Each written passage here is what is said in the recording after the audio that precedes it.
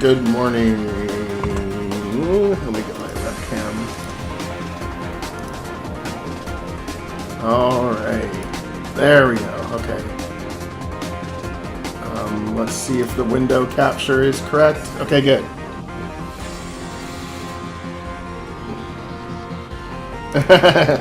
Well, the stream has not... the stream has just started, so how do you know? How do you know it's going to be a good stream? Am I just that consistent? No, I'm just kidding. No, I actually am really trying to get this game done. I seriously might do one today and tomorrow. I started on phase 2, which I'm really kind of happy about, because when I start to add the NPCs and all that stuff, the town is starting to feel a little more lived in. It feels more real, right? Like you're really in this universe. Like, yeah. So like, you know, if you go into the bar and there's actually like people in there and it's all crowded and shit, with like the background noise and all these different people, it feels more like you're in a real town instead of just like an empty place. Last week we made some different aliens. This climate is too hot for my Krebalian physiology.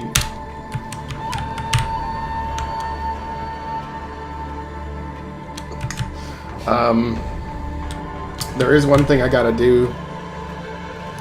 There is one thing I gotta do here though, because there's background noise and people talking in the bar and shit, but the background sound doesn't go away when it goes to the news. So I gotta make that change. Interstellar News Network, INN.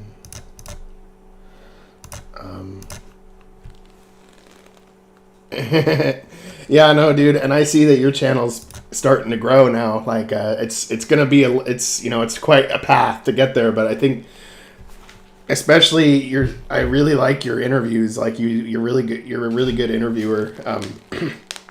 And you've been very consistent about those. Like that, it's just been like one-on-one with like all these different people, which I think is great.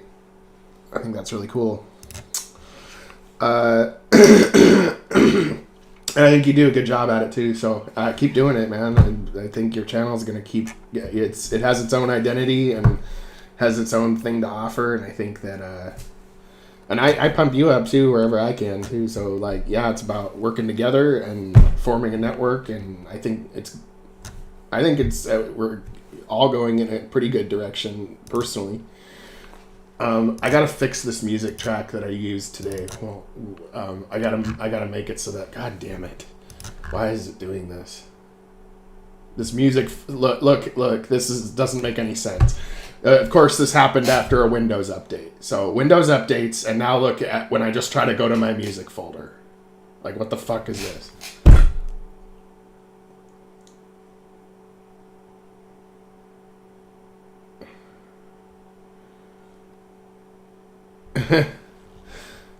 Okay.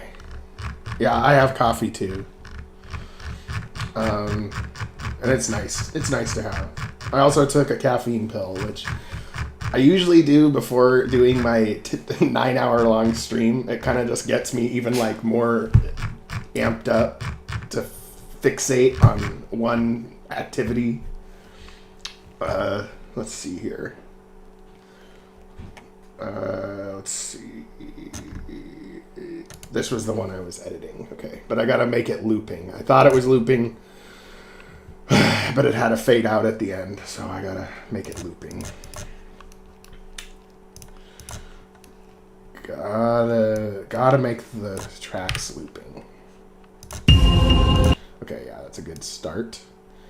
And right at the end where it starts fading out is what we gotta deal with.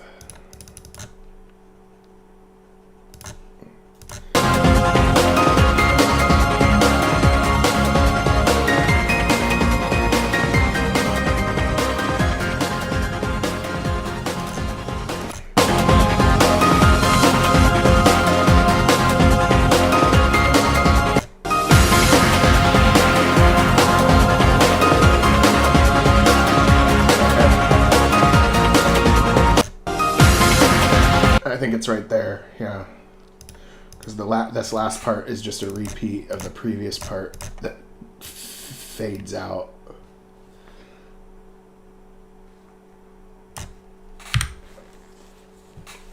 Yeah, I do too. This artist is actually pretty good. I've started using a couple of their tracks. ISAO. You can find a lot of really good game music on Open Game Art. They have a lot of like specifically game feeling music.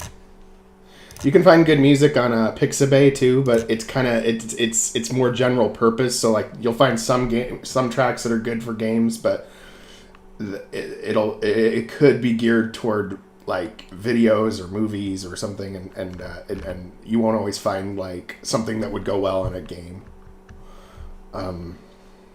And then there's other sites too, but they might be just for one particular artist. But any track that I find that's free, I just throw it all in a folder. I just throw all of it in one folder. I know I don't try to over-organize it either. I just kind of put it all in one folder and by artist name. So and then I just randomly play through them, and then I'll remember something later as being good or not. But if I tried to over-organize it into like vibes or whatever, I think I'd lose track of stuff. It'd be harder to click and unclick and out of each folder. And so let me see if that track sounds loopable now. So we'll have to give it a chance.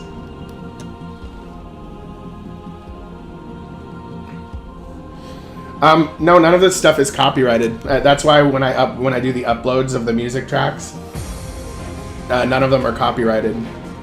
Like this is all free music, like CC0 licensed, or meaning you can use without giving credit, or CC3, CC4 meaning you can use but you have to give credit.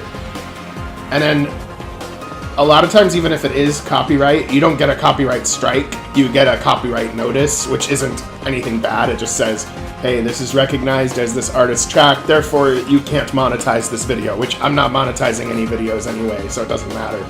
But it's all free. It's all freely usable. Yeah.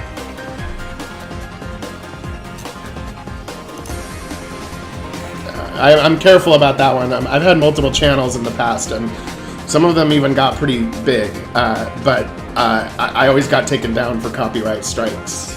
Because I used to run a channel called Separation of Corporation and State, where I would make documentaries, but I would use news clips, right? Like I'd use like CNN clips of like what so-and-so senator said or whatever, and then I would get copyright strike because I'm not authorized to use that CNN track, and then my whole channel just gets taken down. I think I had like 10,000 subscribers or something on that channel. But that was like a few years ago when it was easier to beat the algorithm and grow a channel than it is now.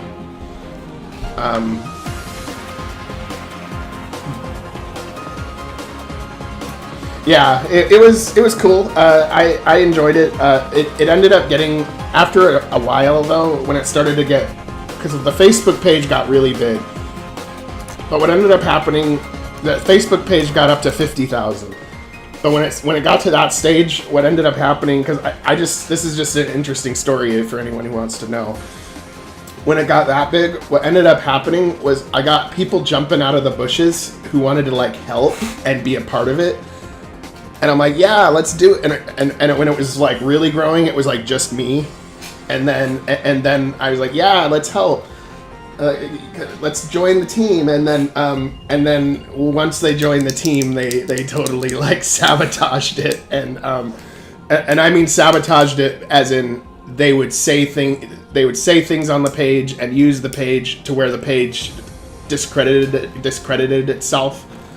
And then they acted very calm, rational, everything when they were joining, and then as soon as they joined, they sabotaged the page, and then like had like freakouts on other people, and then just like made the whole thing fall apart. And I'm like, oh, okay, that was probably planned out by somebody because the page got too big. And then after that, I just haven't gone back to it. I just said, oh, well, that's fucked, and moved on. So That's all. It's all good. That was like 2016. 2016.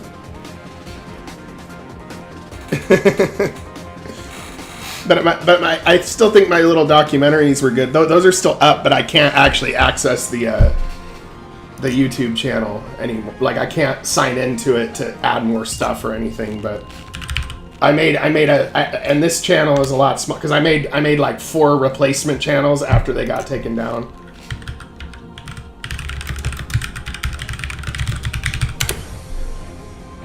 Okay, this is my older one.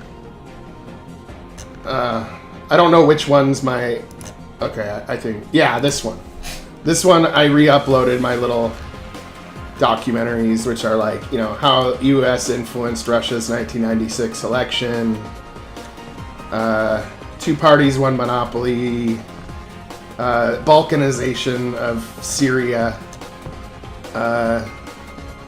net neutrality factions, NSA, ideological subversion, historical modern concepts of psychological warfare, short history of public housing in the United States. So I don't know. I had fun with it, but it got to the point where you just get censored, or you just get like your shit shut down for copyright bullshit. So I just kind of stopped. But it was a little hobby of mine for a few years. Yeah. Yeah, that one is one of my favorite ones that I made. The Syria one, because what went down in Syria was way different than what is presented to us. But if you try to search for these directly, name like if you type in the title word for word, it doesn't show up. So if you're interested, definitely there's the link to the channel, and you can check it out for yourself. But this is like 2016 or something, so it was quite a few years ago. And okay.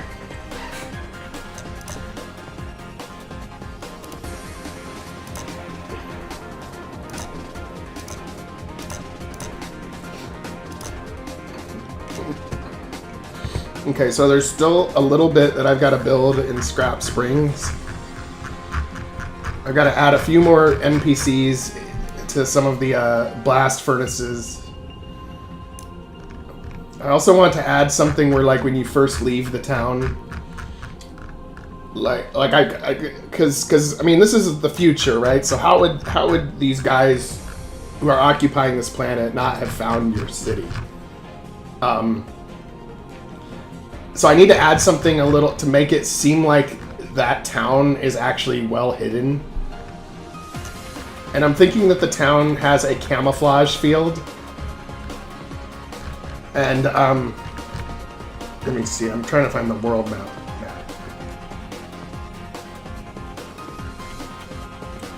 Infernis Prime. World map, there we go. Although I don't know why Scrap Springs is outside the world map. Probably because I made Scrap Springs first. Okay. But see, Scrap Springs is here, right? And you got all your, you know, aircraft and everything, and obviously from orbit they have spy satellites, right? They'd be able to see this shit. So what I'm thinking is when you first get to the world map, one of your characters be like, activate the camouflage field, and then it goes all wavy, and then you see just a big like crater here, like. Because the official records show that the town had been destroyed. So you kind of keep that illusion going by making it look like it's been destroyed. And that's how this town is able to kind of avoid detection for the first part of the game anyway. Because this planet's under occupation and you're not going along with the ESA. So how do they leave you alone? And I think it would just be that this town would look like it's destroyed, but it's not. So I gotta make a graphic that fills up this exact amount of square and looks like a crater.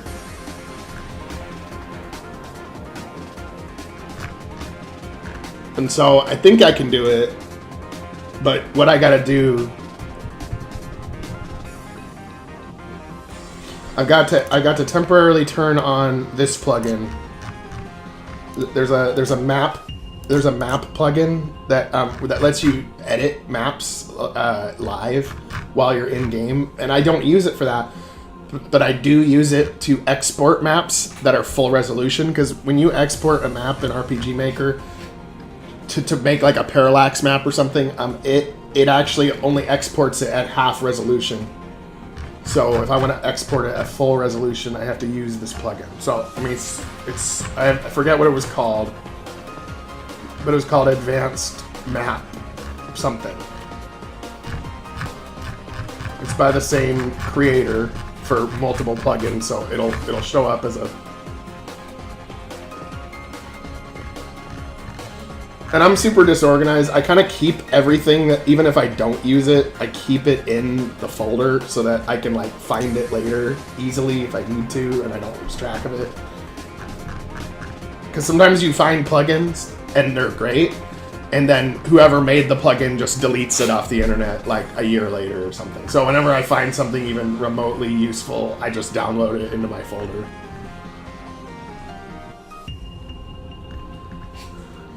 And I think I succeeded on the loop on this track. It seems pretty loopy, like it's like it loops like it needs to.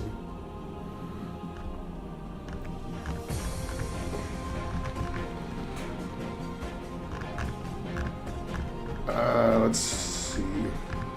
Because technically we haven't fully finished out the plot in this game yet, but we're on phase 2. So phase 2 we're gonna do phase 2 for up until like another few hours into the game, and then I'll go back and finish the plot. But I want to make the first good 4 hours or so like done, like good to go. So I have to make these towns feel more livable, but I need to export this map because I want to do that part where the camouflage field comes online. Let's see.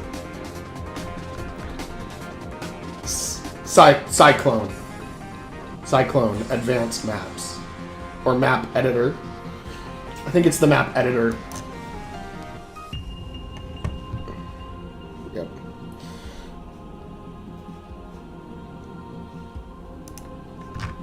Okay, so check this out.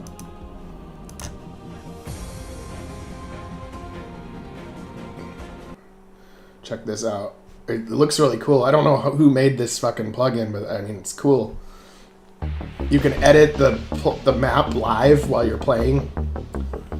And they even have like the option to add F, G, and H layers. I don't think I want to use this editor fully, you know, as my main editor, because that's the only way I could get the F, G, and H layers. But what it does have built into it, which is really nice, is it has a like export map at full resolution thing. So yeah, like, so it lets you do this live. So like, let's say I wanted to like put a tree here, and now it's actually part of my map now. You know, like, I mean, that's cool, right?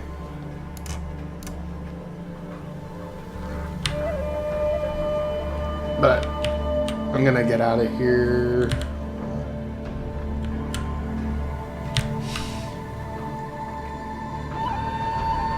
Yeah, sure. Okay, so now I'm gonna export this map. Export whole map.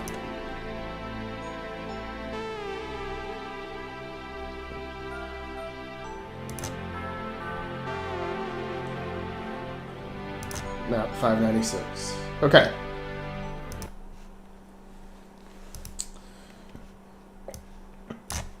Now I'll turn that off,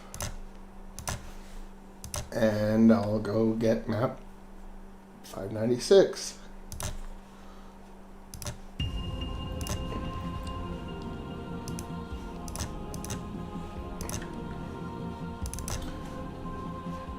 And you could see that it's rendered at full resolution. So if I zoom in on it, it's the same. It has the same sharpness as if I was really on the map. It makes it that big. So you can see this world isn't done yet. I haven't, because it's like maybe there's more spots that we will need to go to on this planet. I don't know. But if not, I'll shrink the map down and. Well, but this is what we've got so far.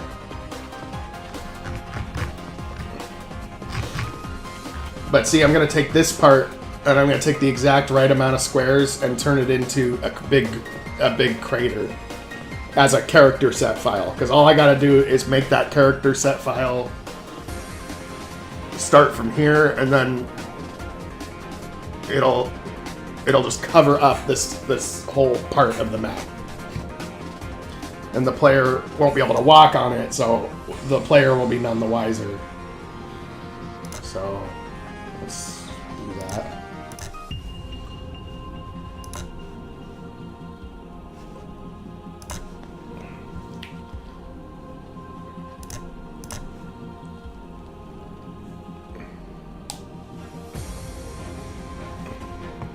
Yeah, I know. I feel pretty sour about the copyright shit. It really bugs me. I have a very different view about that than a lot of people do, and a lot of companies do. And I've run into trouble sometimes because of it, but it just really bugs me.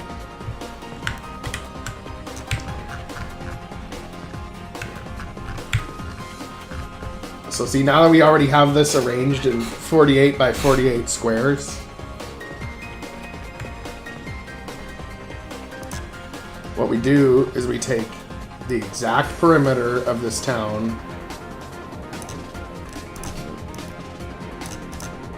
and we make sure it's an odd number so that we can make it in the center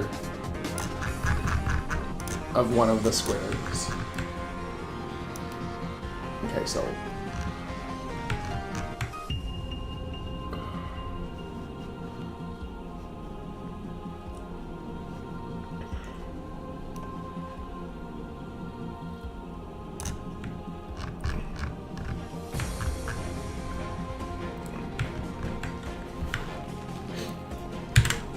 So now we'll turn this into a character set. Okay, but I have to confirm. 1, 2, 3, 4, 5, 6, 7, 8, 9, 10, 11, 12, 13, 14, 15, 16, 17. Great. It's an odd number. The reason why it has to be an odd number is because if you put the character set file here on the map, it has to be the same number on both sides. So if it's an even number, what you'll get is you'll get a picture where like it's crunched in a little bit and like doesn't quite line up with either square. But if it's an odd number, it'll work every time.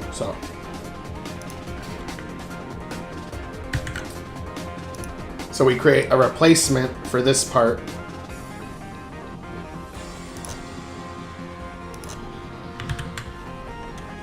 So what would this look like if you were trying to hide this city?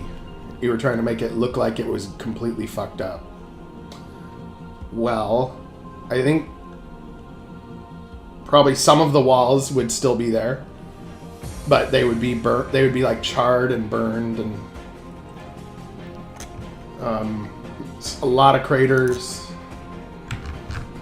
So here maybe we can get some of those craters and junk piles.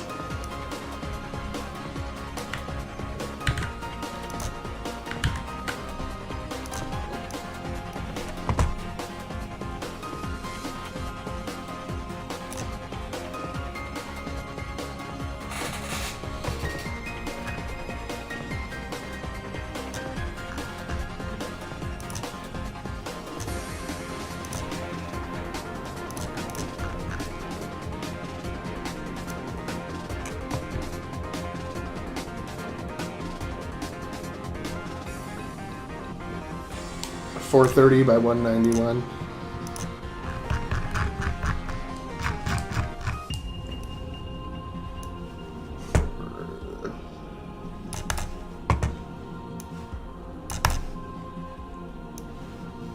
.430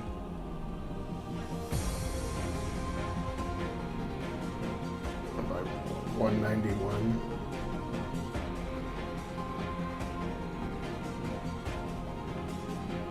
The only issue is that it's got half of a crater there.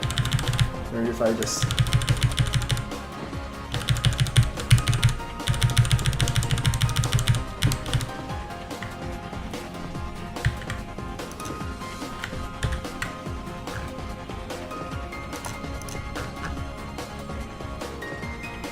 No, the problem is that that's gonna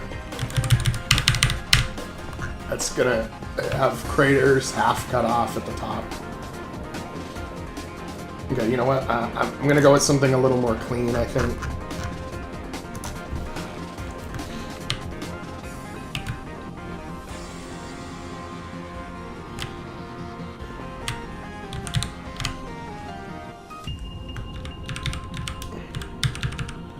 Yeah, something like this could work. But I'll have to cut out that corner, but that's fine.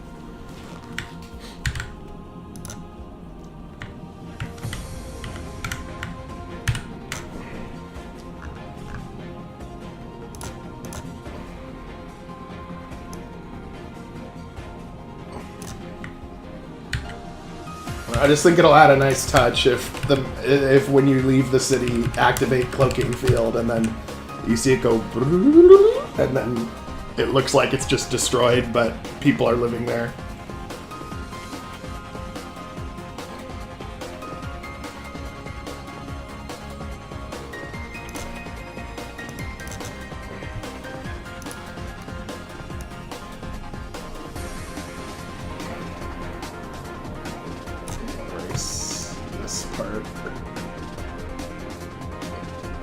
I've really been enjoying messing with the parallax mapping too. That's been pretty fun, actually.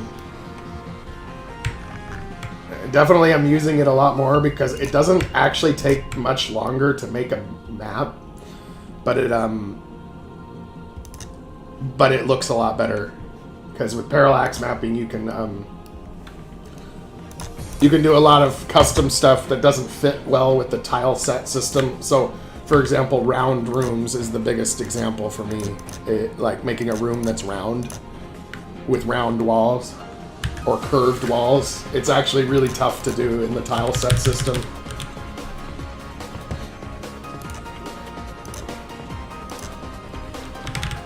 Or diagonal carpet. Anything diagonals. Yeah, and they're gonna get better too. I just started messing with them, and now that I could have done it a lot sooner, I just didn't think it would be as doable as it was, and now I can't stop. Okay.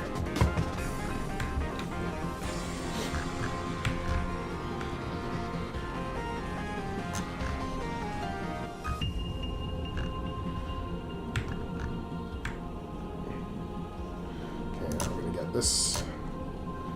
Okay, we can combine these. And I'll get these little striplets here.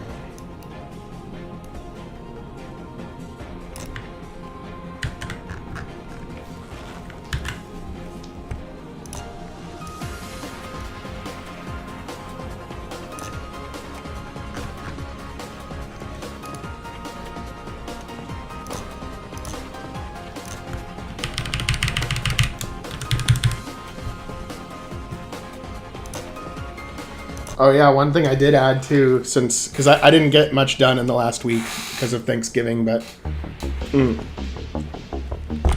I did try to add like a holographic sign for like the weapons and stuff.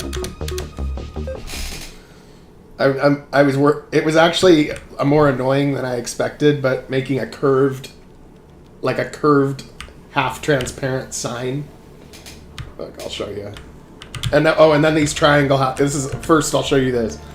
So inside these triangle houses, I was like, man, that's kind of small for a house and it looks kind of junky.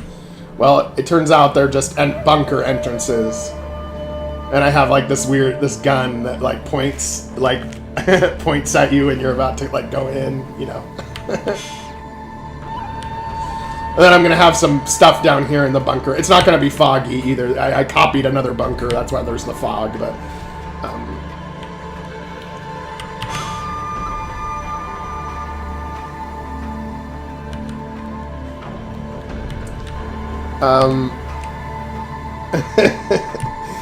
yeah, and then in the weapon shop and stuff, I have like what looks like scrap springs, weapons consignment, armor, accessories consignment. So of course they're using like salvaged and used weapons and armor, but it is available, and you know.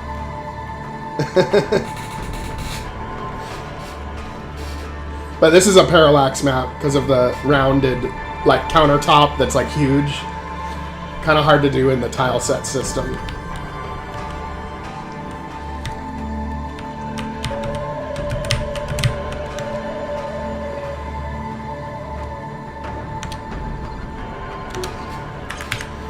Yeah, I'm having a lot of fun with it lately. And then we got our... And then, of course, we've got our blast furnaces where they're melting down junk and turning it into usable metal to sell. You know, that's how this town kind of survives. Also a parallax map, round room.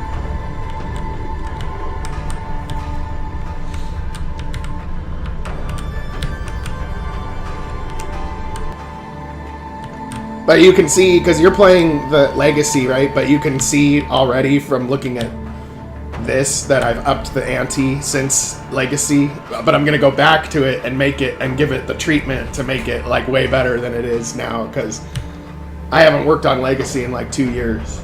But I've learned a lot from making these episodes, and I'm definitely going to be upping it as soon as I get back to it.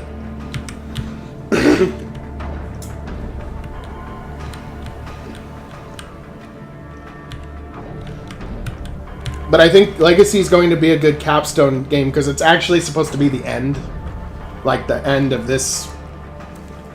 Not the end of Starshift, but the end of this series. And what I mean by series is like... Rebellion tells the story of one faction. Origins tells the story of another faction. Freelancers is a third faction.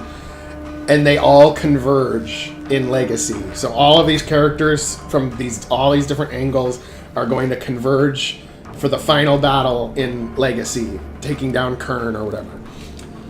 And after that, after they all converge and they take down Kern, then with different endings and all that stuff, then the 2.0 framework will be like a whole new clean slate, like, you know, 1,000 years later or something where it's a new set of people, new villain, new whatever, but in the same universe.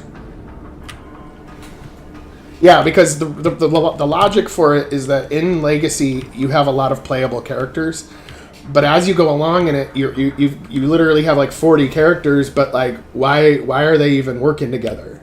What's going like why what brought them together, right? And I realized I didn't have the answer to that, so these episodes kind of make it so by the time you get to Legacy, you're like, this all makes total sense why these people are doing what they're doing and why they're trying to work together when they have different interests and, you know, whatever. You know, it's like survival's on the line, so they have to come together. So, yeah.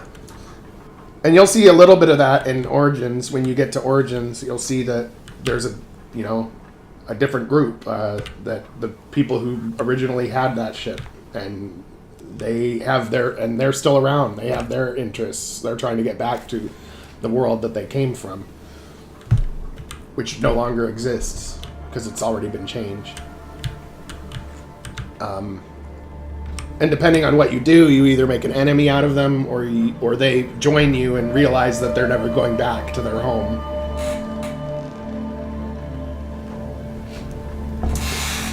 God, these fucking coffee cup lids where they don't make the air escape hole big enough.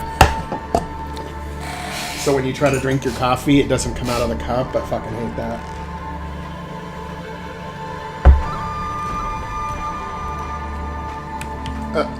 Yeah, and also too, I might have to,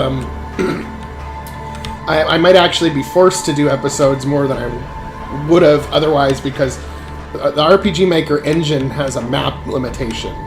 I think it's 1,000 maps. So altogether right now, I mean, between Joel Eagle's game and my game, my episodes, we're sitting at like 850 maps. So I'm getting really close to that map limit. So the only way you can really tell a story effectively is if you have more than 1,000 maps, but you have them spread out between different games. I know there's a way to add more than 1,000 in one game, but it's kind of a mess. It's kind of like you have to like save one set, you know, using a plugin, and then you'll only be able to see half the maps in the editor. And I don't know if I want to go that route, but it's just something to consider as far as like a technical limitation of the engine, because I'm pushing the engine past its limits, and that's also evidenced by the fact that every third time I try to save my game, it just crashes the engine, like, because I'm getting to where there's a lot of database entries, a lot of tile set entries, a lot of everything. It also results in when you try to save the game takes like a few seconds to save a game or load a game, because yeah. But I'm going to try to make it work as best as I can.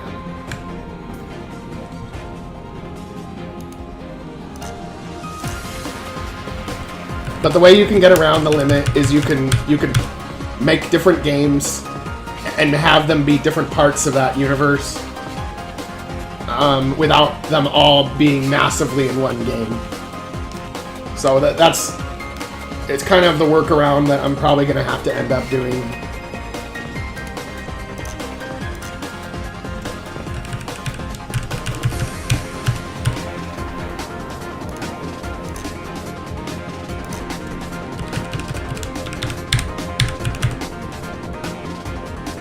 But yeah, it has evolved over time as far as... I mean, I basically started this franchise in earnest in 2018. There's a little bit from 2016, but I took like a 2-year break, and I only made like an hour of gameplay in 2016. But the rest of it has been since 2018, and of course, yeah, it's now 2022, almost 2023. So yeah, it has evolved a little bit since I started it. And I've had a lot of other projects in the past too that didn't end up being anything to get to this point as well. So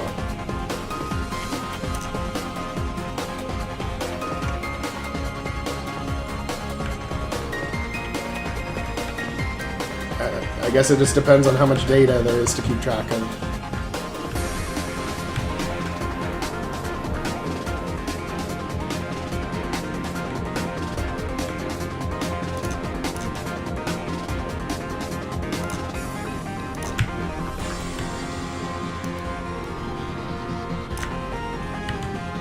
So we're gonna make this look like a destroyed town.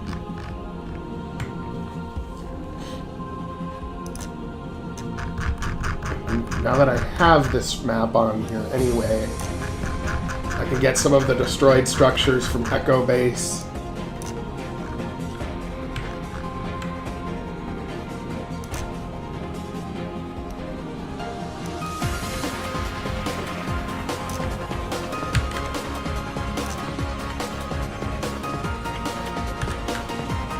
Yeah, it's all good. I mean, these streams are usually pretty long, so I don't expect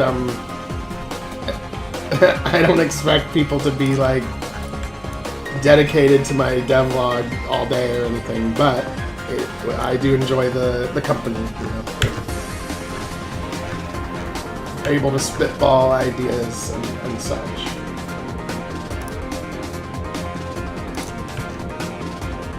Okay, so that looks like it's appropriate now.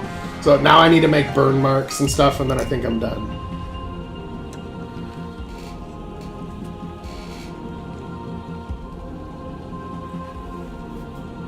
Well, the temporary cache, I don't think there is any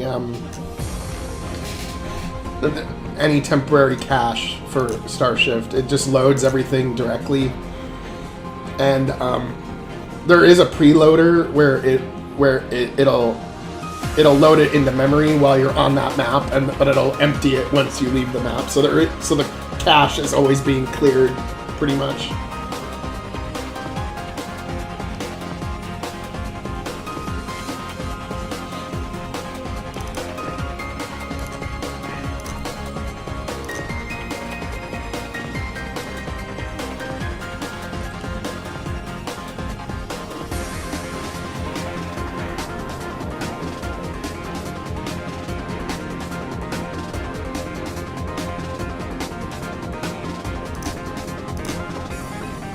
But also with the logs too, it's I get really distracted when I'm left to my own devices, so the logs kind of force me to not click away and watch YouTube or check Facebook or whatever, because I'm like, I can't do that while I'm streaming.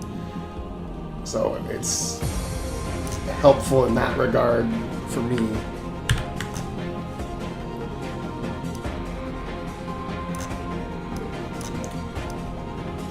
This place just looked jacked up and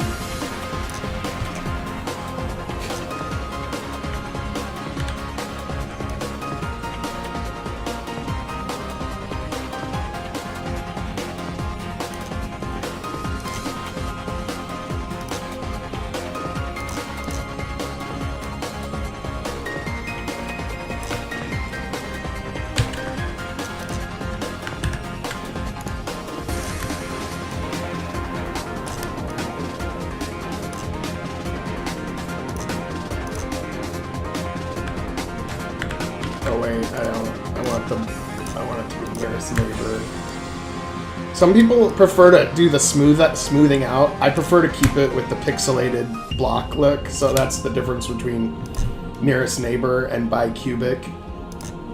If you do bicubic, it smooths it out, and if you do nearest neighbor, it keeps it jaggy.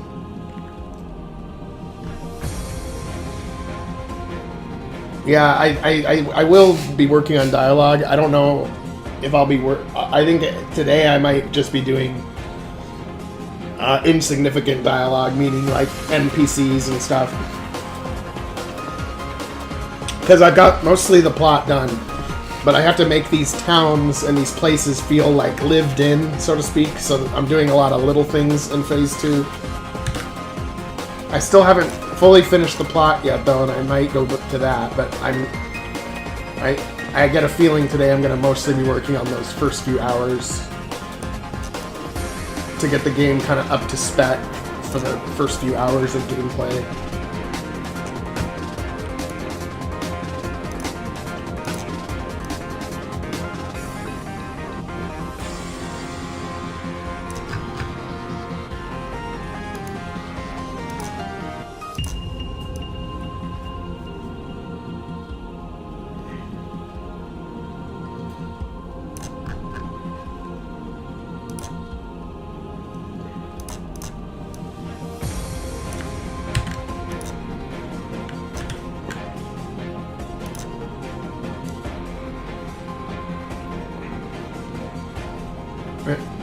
Yeah, and I also gotta get Joel Eagle's card game integrated too. I don't know if I'll do that today, but we gotta give the players like things to do besides just the main story to play. Maybe some kind of battle arena, other things like that.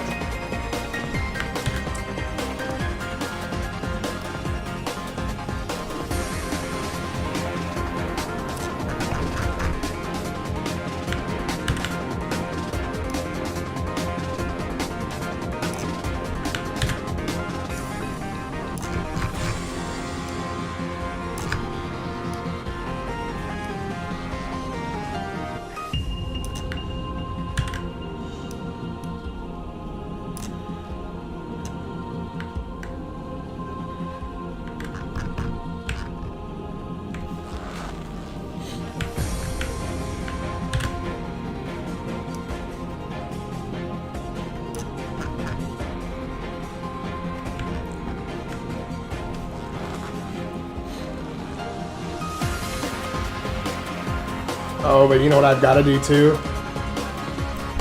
I've got to erase the water. Because if I don't erase the water on this, the water will appear to be totally still when the character set comes online.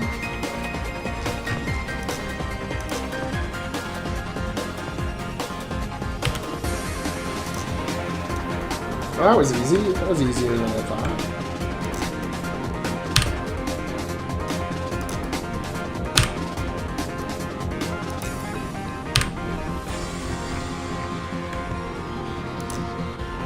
There we go.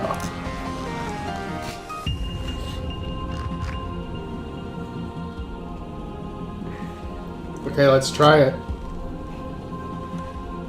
I think we're ready to try it.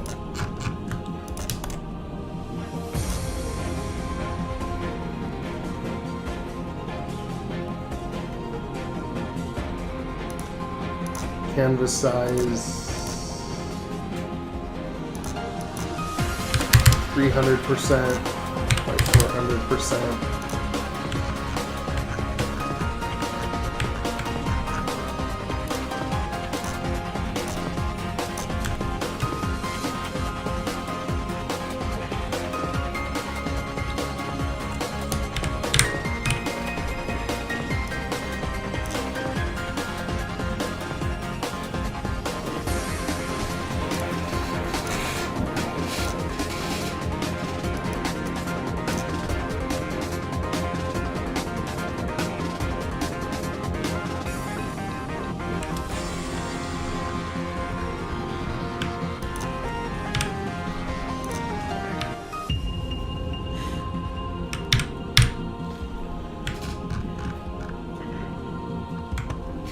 There we go. Scrap Springs Cloaking Field.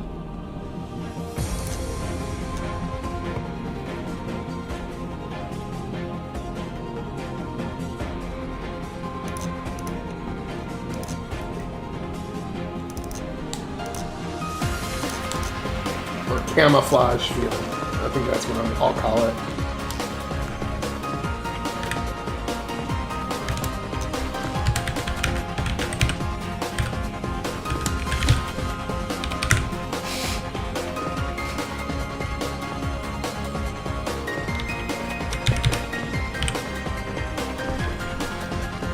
I spelled camouflage right.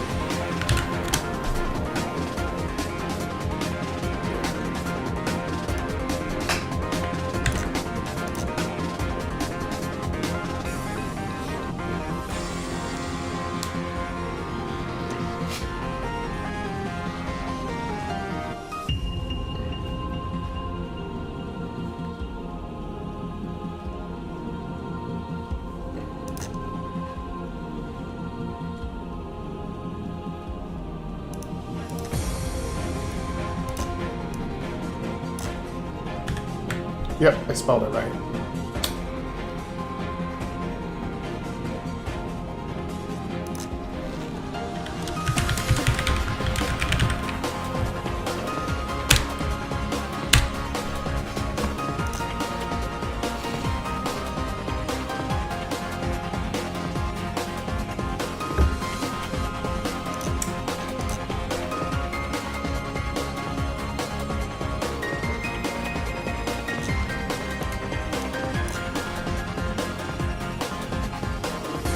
Now I'm just going to put it, for a second, I'm just going to put it right on top to see if it looks seamless.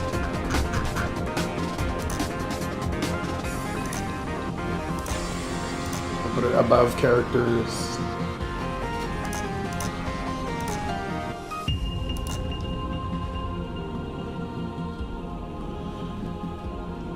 Now, if we exit the town and it looks like a wasteland, then we know. Then we know it works.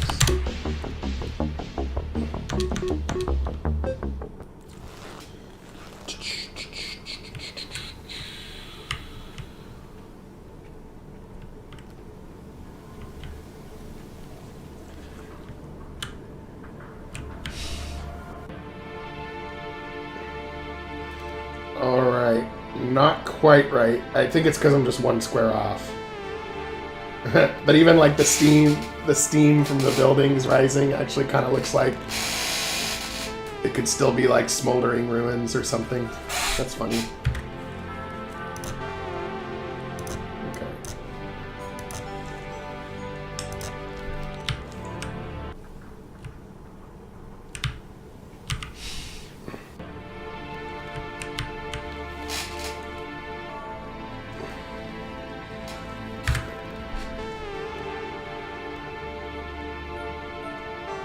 Now there's one square that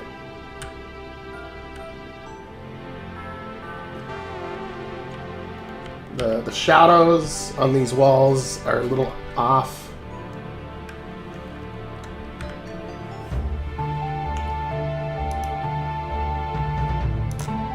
I might just take them away. And there's one striplet of black on here for some reason.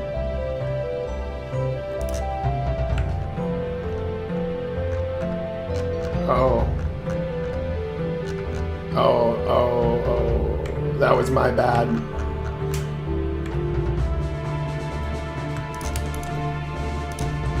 Maybe we can fix this.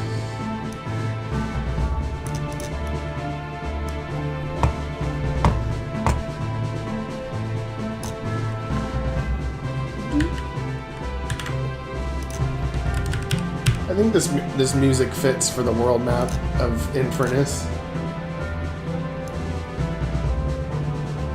It kind of has the drum beats of war, but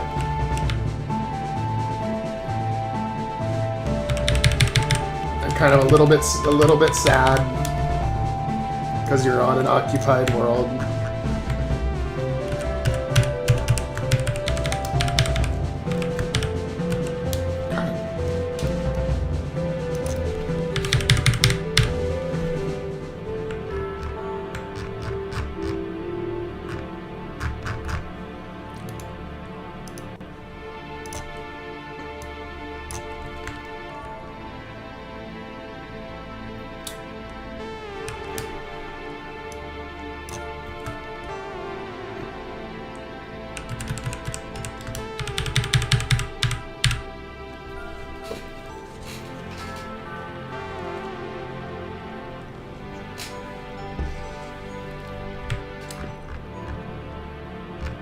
There we go.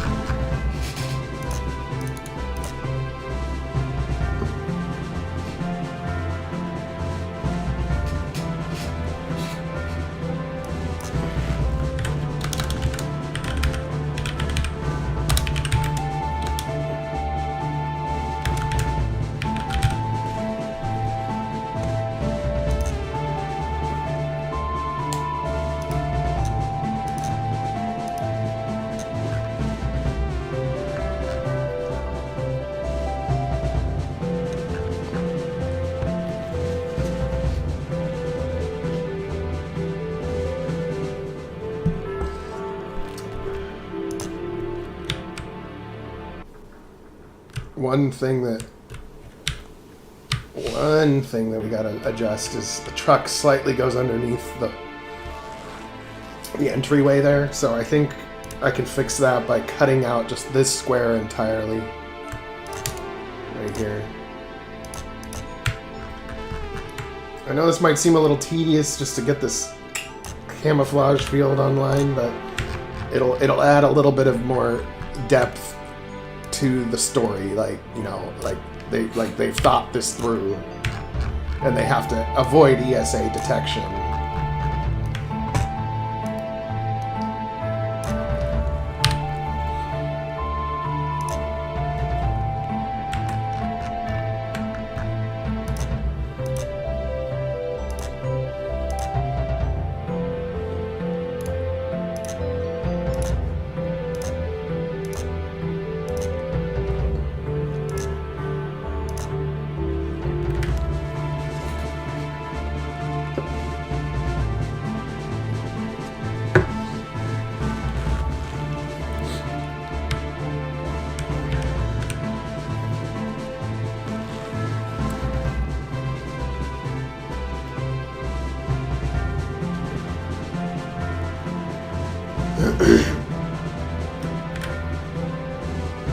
And I want it to be like where when you approach the town, you see the town as it is, but when you're leaving the town, you see the cloaking field come online.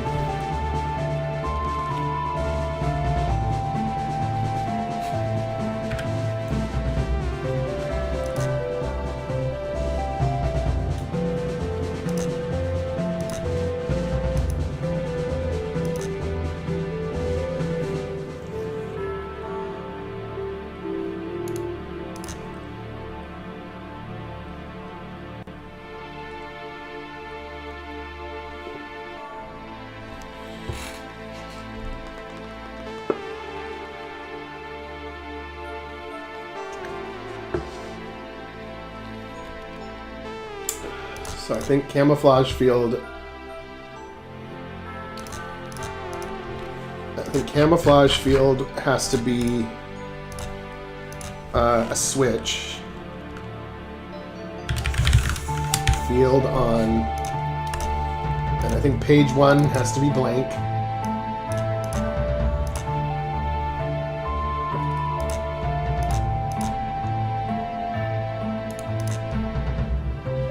And then I think I have to do an activation radius.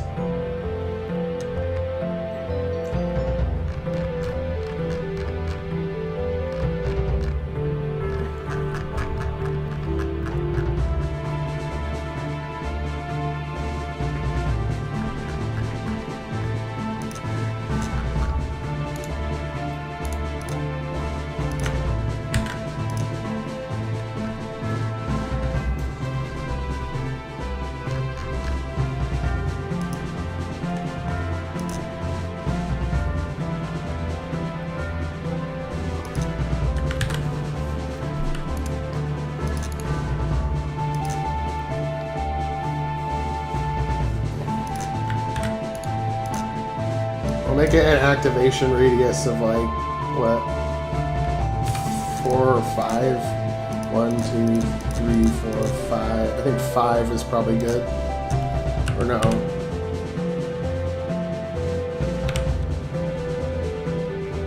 Yeah, 5.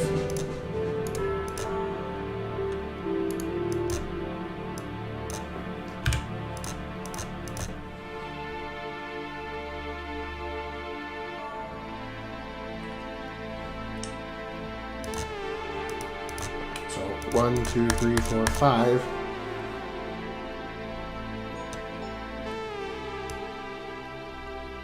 Then we gotta make it turn off once you go past a certain point.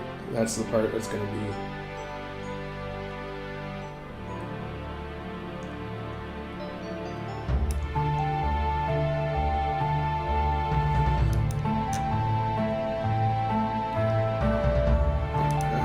That's the part that's going to be a little tricky.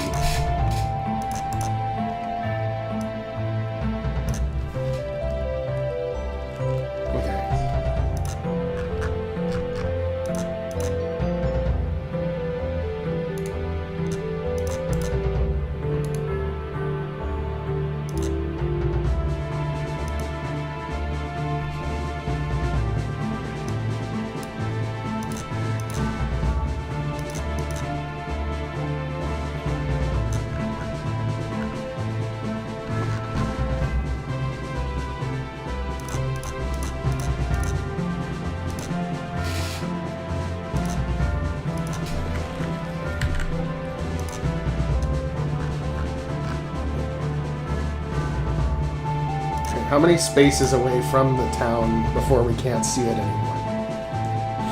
1, 2, 3, 4, 5, 6, 7, 8.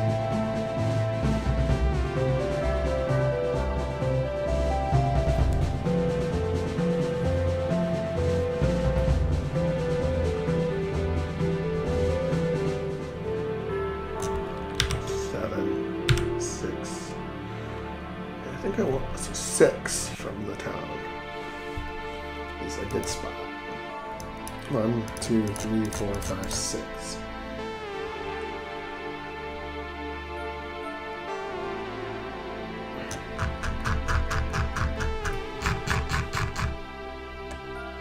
And here I think we'll do an activation column.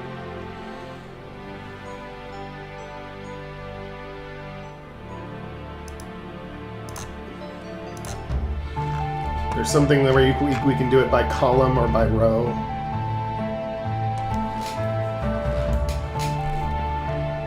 I forget which plugin it is that does it, though.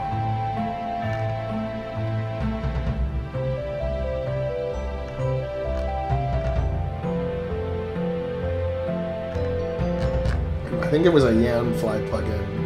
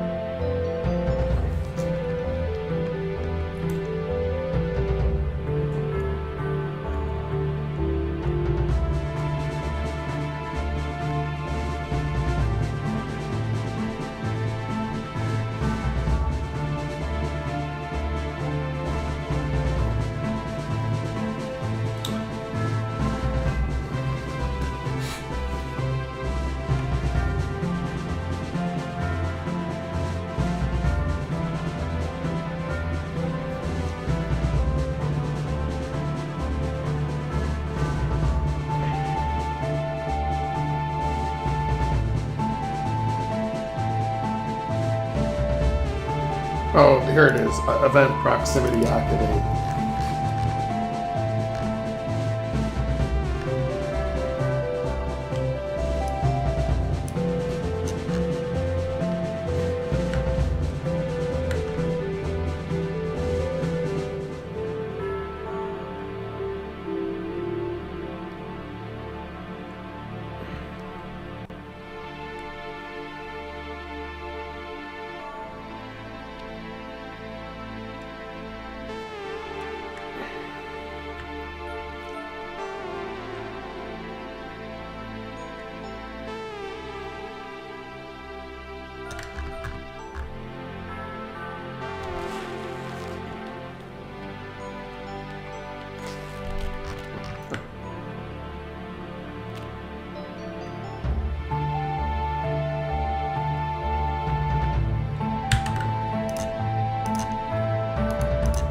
exploration column.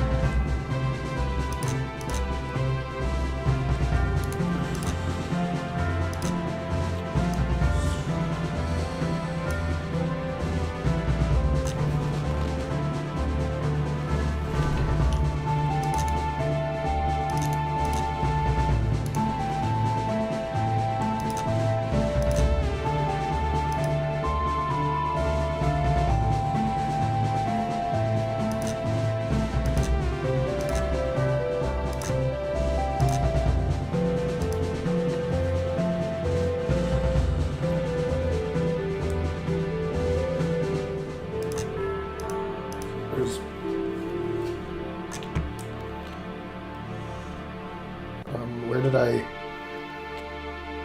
Oh, I remember where I did that. Because I can just copy and paste it this time because I remember it was a pain in the ass. So Kraken is where I did that last.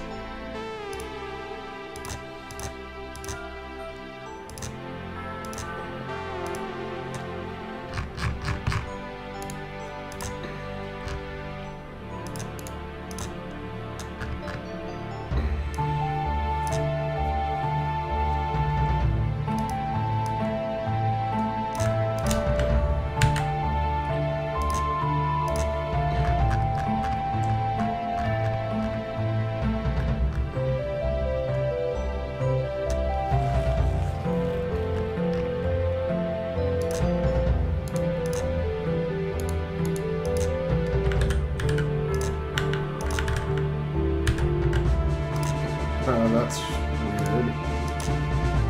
Should have worked. Oh, there we go. Okay.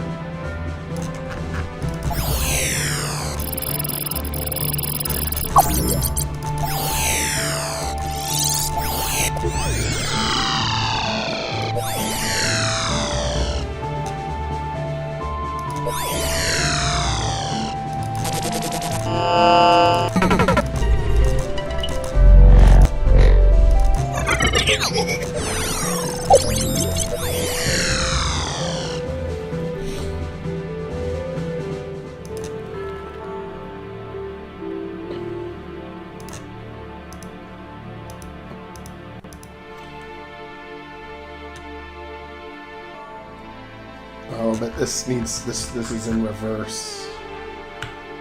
So I need to actually do it for this event.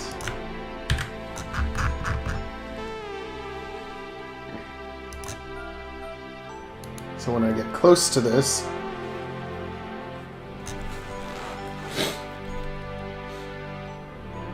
the switch will flip on. Oh no. First I have to set it to be invisible before I flip the switch.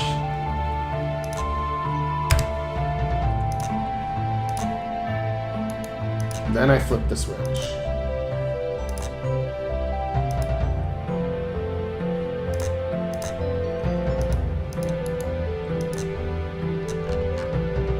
And then I don't have to wait for it. The player can walk right in if they want.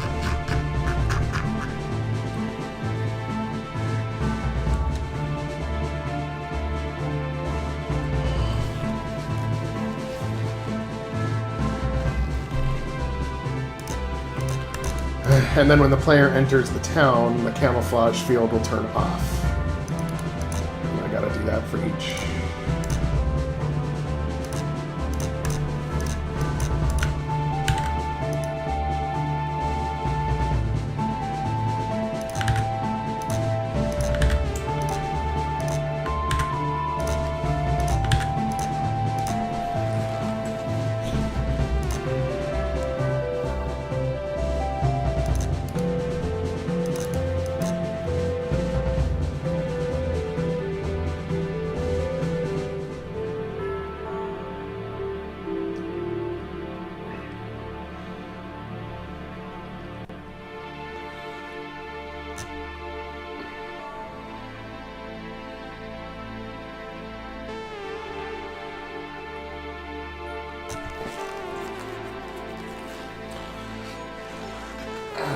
minute though. I can't necessarily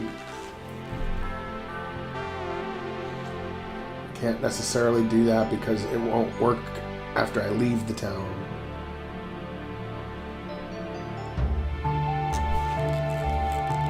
Or actually, I do want it to...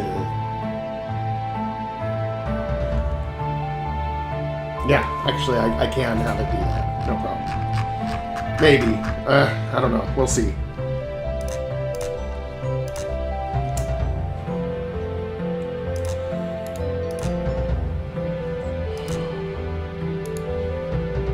And then here we have to do the opposite. Where it goes from fully visible to invisible.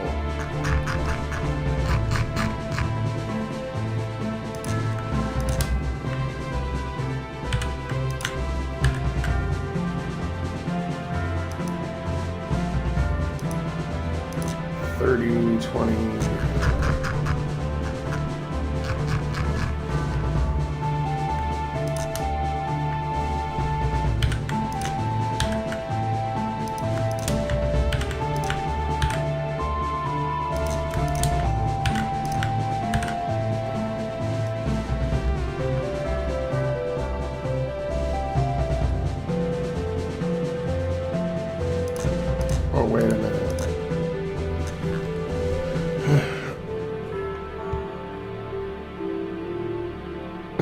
Yeah. So when I'm getting closer to the town is when I need to see the cloaking field come online. Or when I need to see the cloaking field go offline. So that would mean that this goes on the other one and the other one goes on this one. Okay.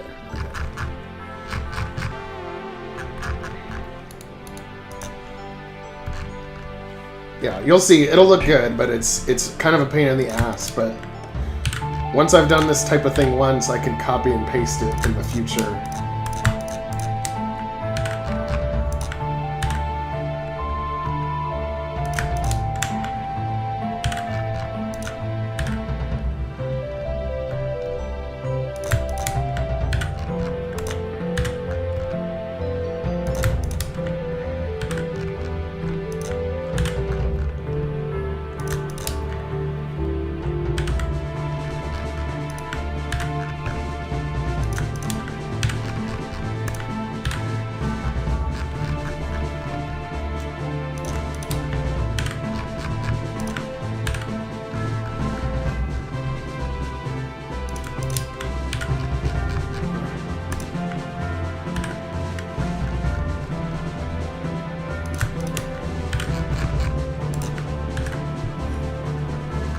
This is something I've wanted to do for a while, but I was too lazy until just now, so... It'll add a nice touch, though. It'll make it feel like a hidden town. Like they're trying to avoid detection.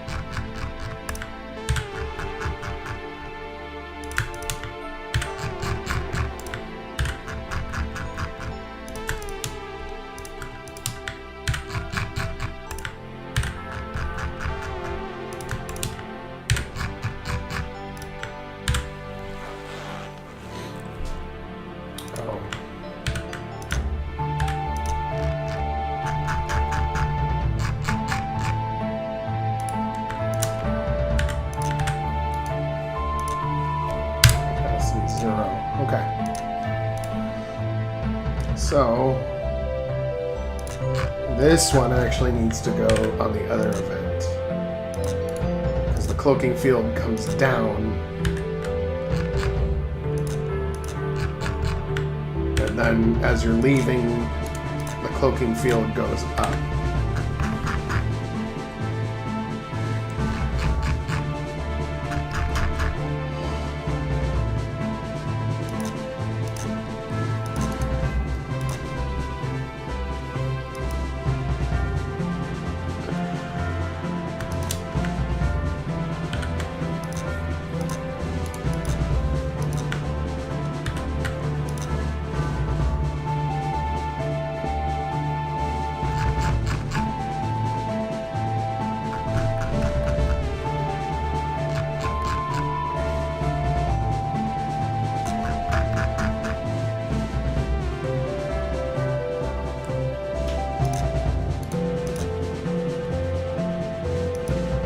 when you get within radius here, cloaking field goes down.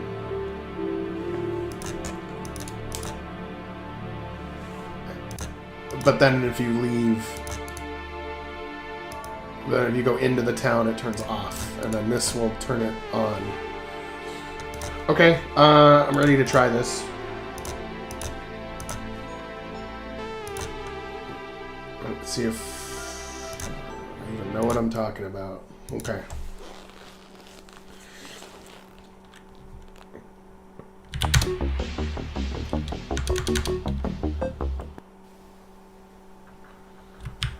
Let's leave this scrappy little town.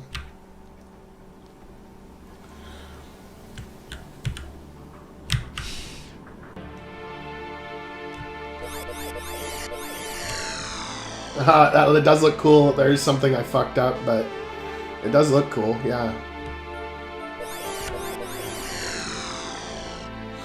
Like, it activates on every single square, and that's what I have to fix, but... I think I can fix it, though. That does look cool, though. Okay, so instead of radius, maybe I'll just do another row. Or another column like this. Column 0, and I think that'll do it.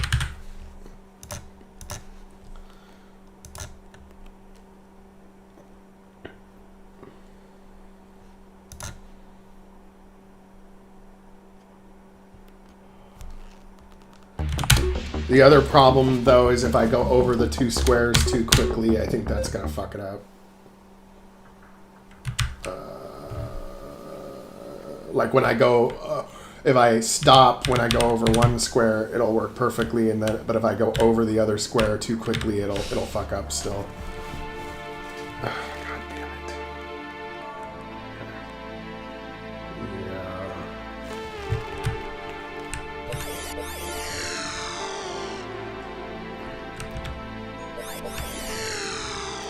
We're getting there, but it's not quite.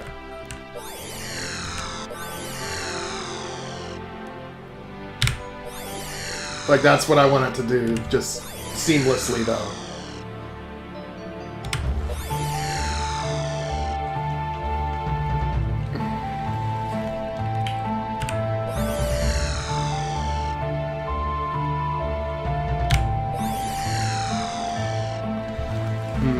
How do I do this?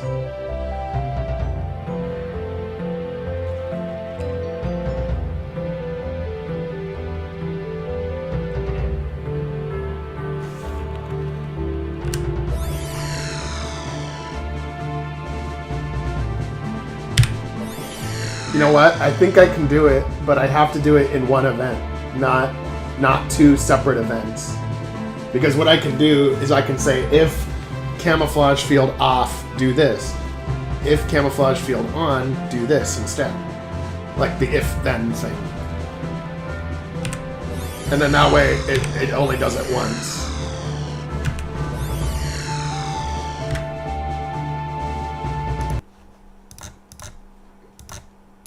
So let's, so when you first exit, the camouflage field is turned off, okay? So if camouflage field on or off, conditional branch.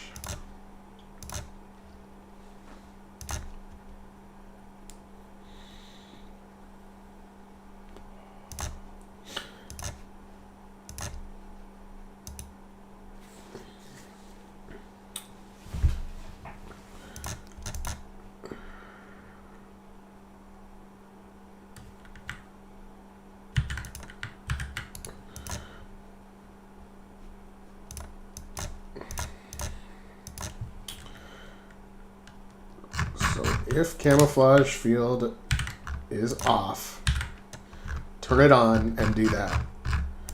And if it's on,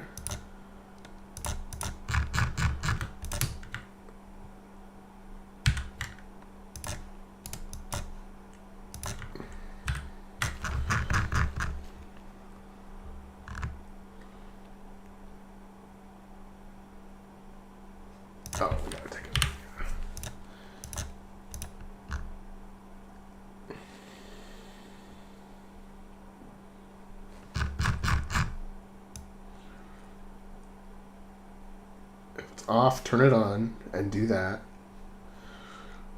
And if it's on,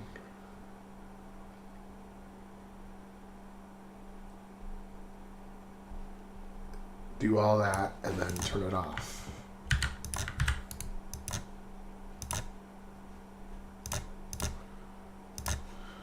And that might do it.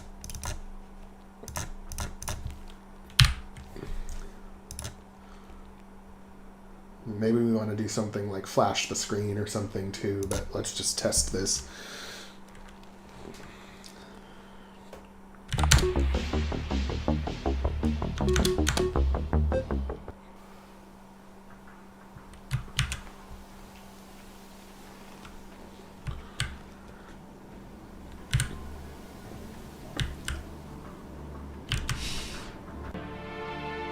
Looks like a normal town, and then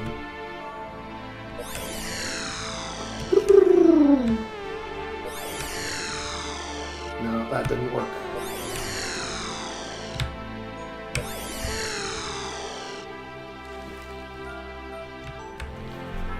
That didn't work, but why?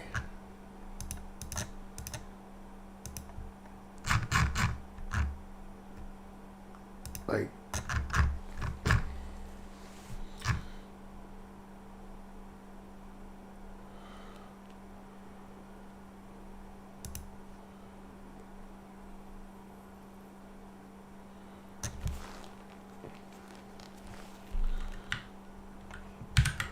well, maybe if I just turn... no, never mind.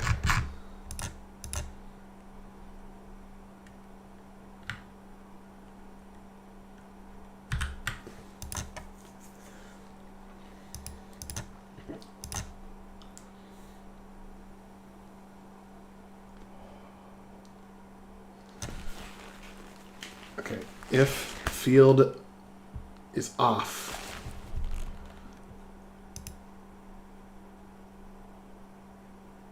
turn it on. Oh.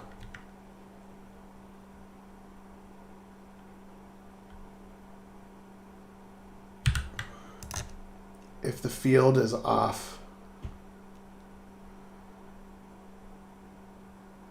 God, my brain gets mixed up on this sometimes. Okay. If the camouflage field is off, meaning you can see everything normally. Instead, okay, if it's off, you would want to make it invisible first and then turn it on. So it'll be on but invisible. And then slowly make it more visible. And that's what seems to work. But this...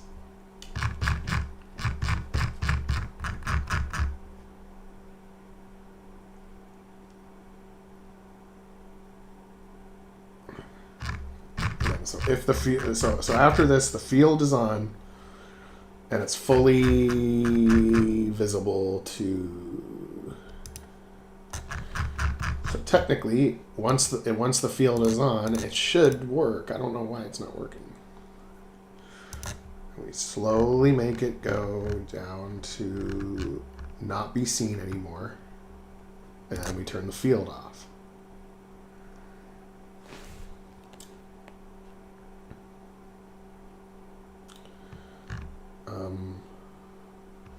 Let me just try this again to see what it does.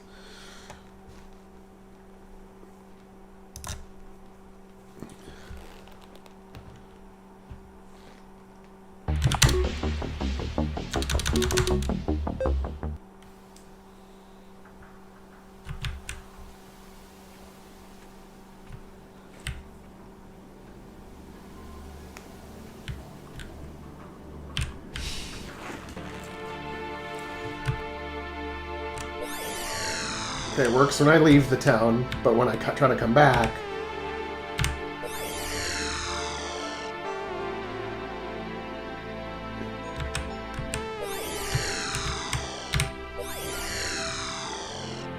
it does the same thing. It's almost like it thinks it's on and off at the same time. So off is the one that works properly. So what if I put an else switch in there?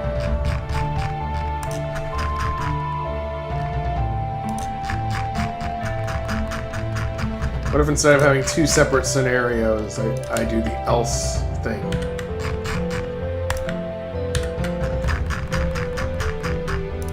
Because it should have worked, but let's just say. Let's just try else and see if that makes any difference.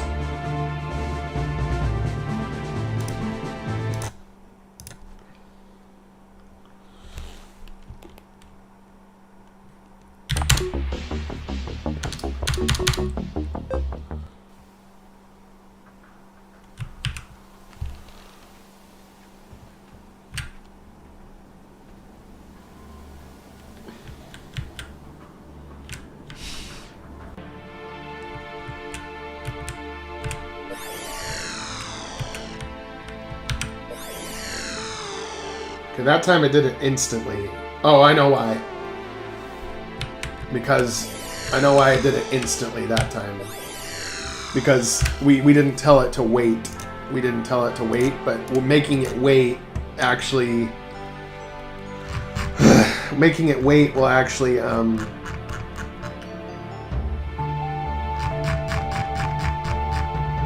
Okay.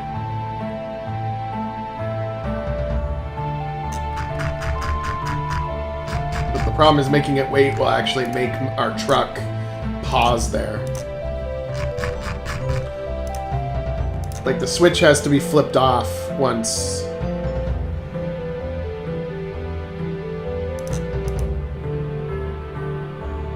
You know what I could do?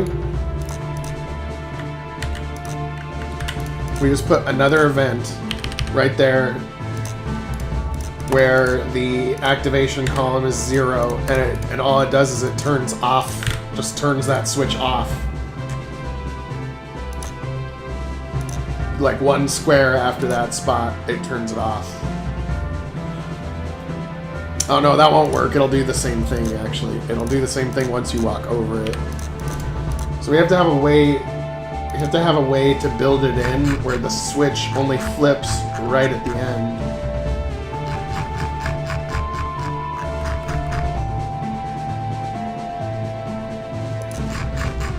Maybe there's a way to do it with Move Route Plus, so the switch will flip.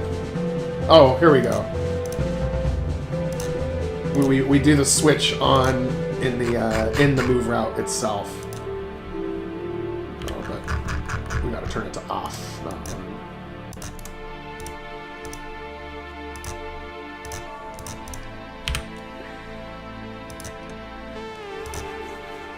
I don't usually use the switch function in Move Route, so I wasn't even sure if there was one in here.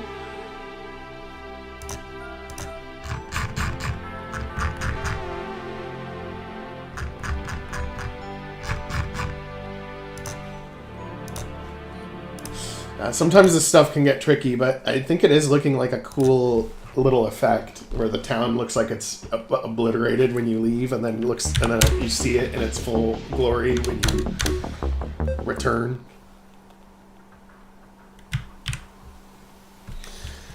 We'll see. I'm sure I'll run into some new problem. I know where I'm going to run into a problem, but let's first see if it works as intended. Okay. And then if I come back... See, it works as intended. Okay? It works now. But, what happens if I do this?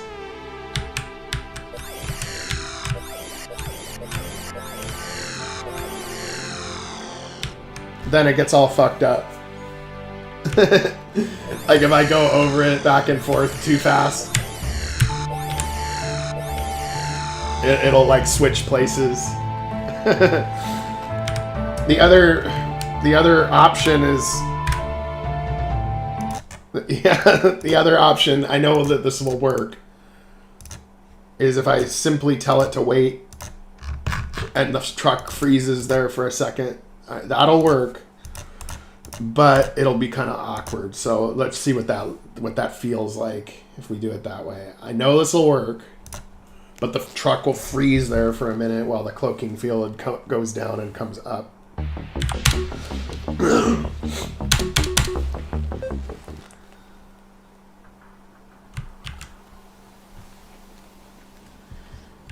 But maybe if I add a little flash or something, I can like paper that over. I don't know. We'll see.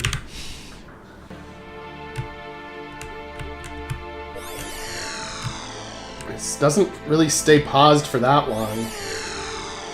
It might be okay. I think if I add a flash or something, it'll make it less obvious. But I don't think that's making the player wait too much. I think that's acceptable. And it works every time.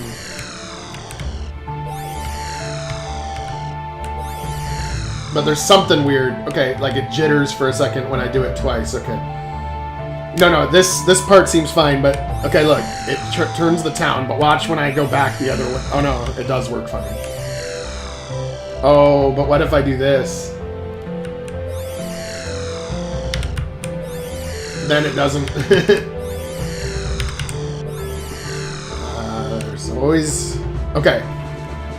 I know how to fix that.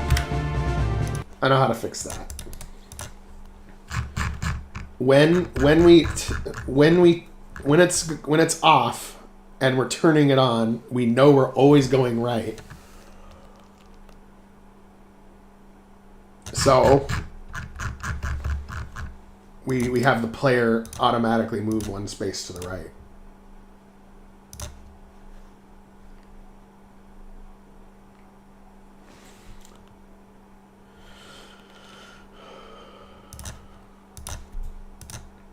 And then in the other direction, we always have the player move one space to the left.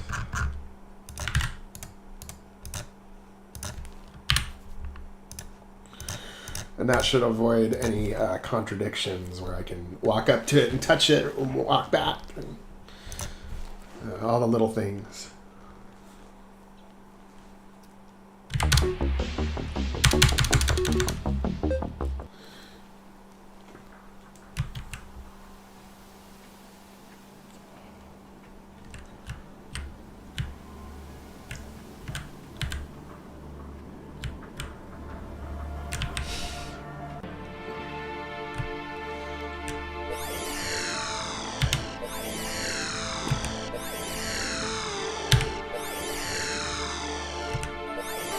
Let's see, it jitters for a second when I go back and forth, but it's okay. But I just want to see for a second.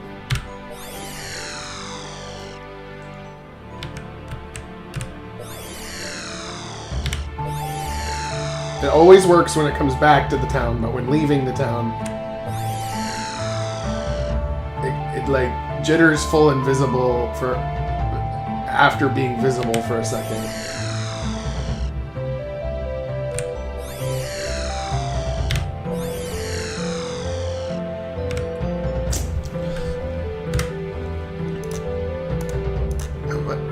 Let me just see. Okay.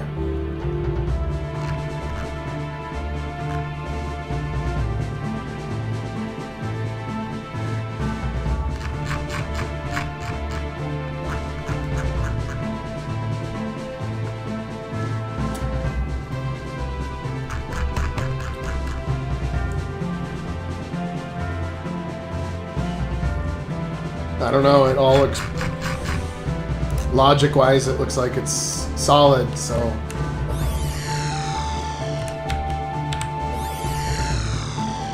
It perfectly works when you get back to the town.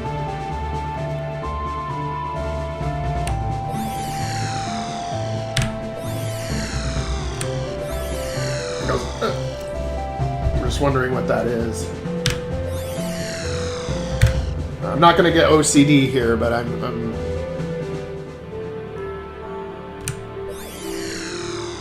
I just want to know what makes it jitter like that for a second.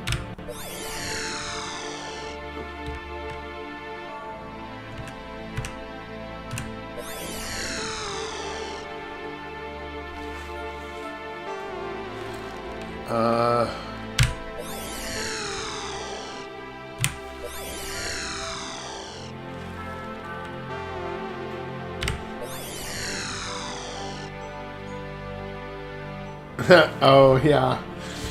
Gotta love the bots. They do pop up on here. It seems.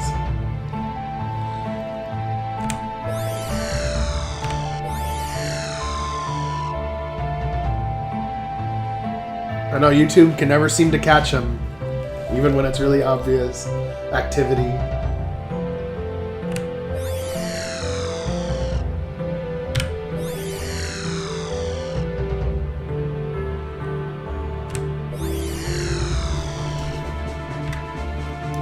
Now, when you're leaving, it might be when this field comes on.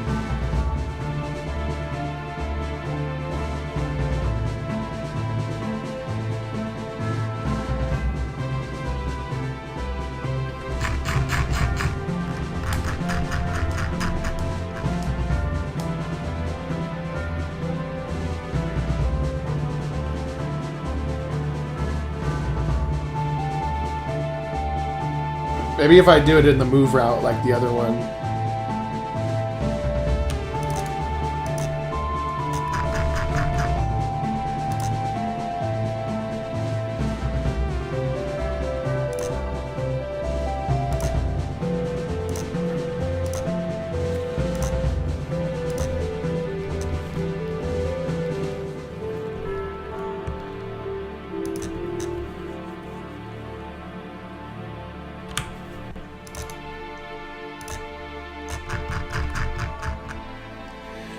I don't know where the bot welcoming team is.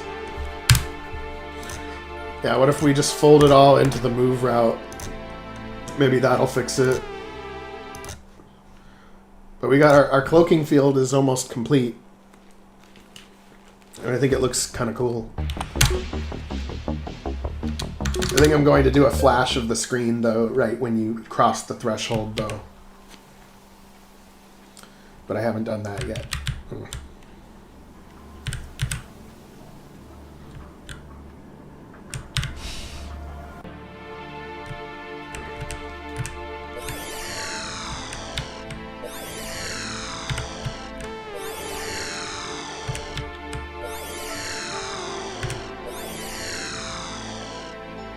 It still does it, but it doesn't like it doesn't jitter the truck as much. I don't know why it kind of does that like glitch thing when you leave, but doesn't do it when you return.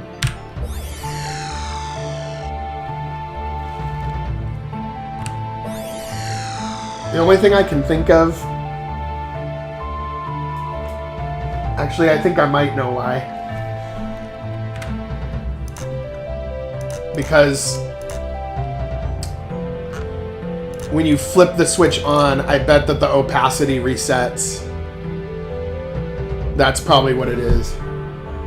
So I flip the switch on, and right when the switch flips on, you see it for a split second, and then the first command right after that is opacity 10. So that's the problem. Okay. So how do we fix this?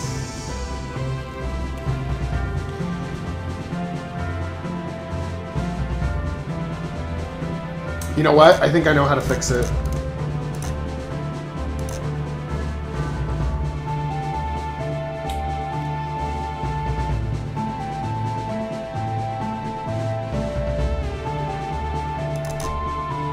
We make its base graphic totally invisible.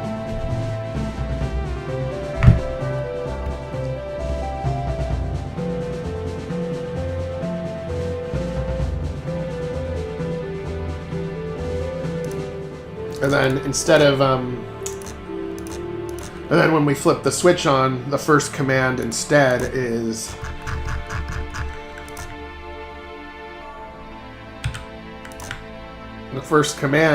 then opacity 0, and then change graphic, change image to camouflage field.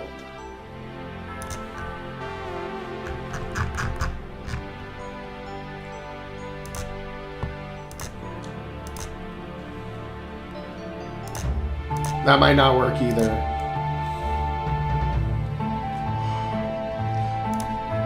But it might. Let's try it.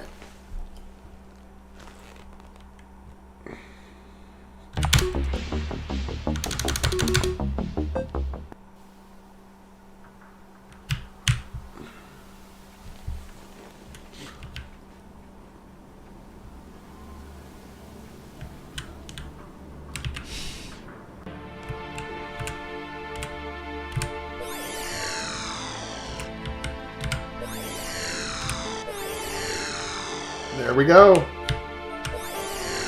It works. We got it.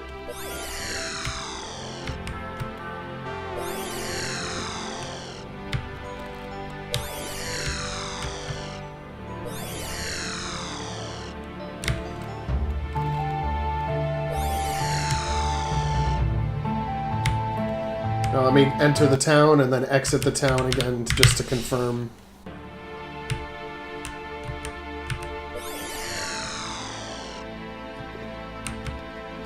Now the only other problem with this, I can tell what the other problem is going to be. Now, since I set it up as a column, look, since I set it up as a column, here's the problem. A column spans the entire map. So if I cross the column way up here, I'll get the pause and noise. Yeah. So I wish there was a way to make it where you can make it a row of however long, like a row of 12 or something.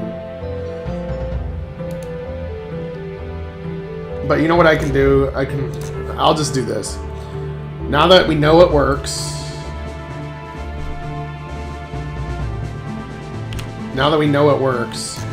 we'll just do this. It's kind of messier, but whatever.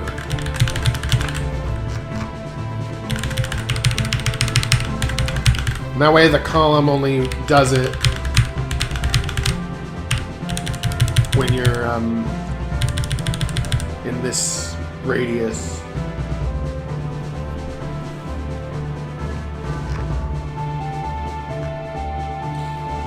Although, you know where it's going to run into problems next?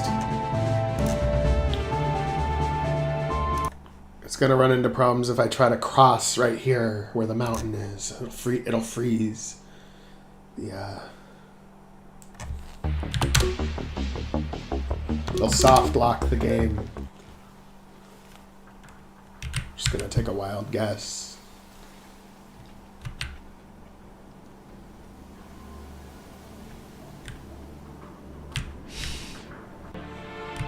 So it works as intended.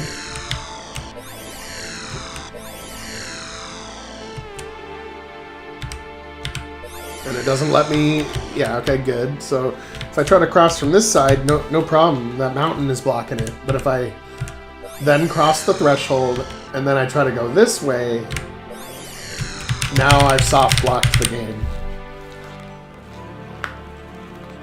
So what I'm gonna do is I'm gonna take the easy way out on this one. I'm just gonna get rid of any non-passable obstacle for this part. So I'm gonna make these mountains a little bit more crunched in.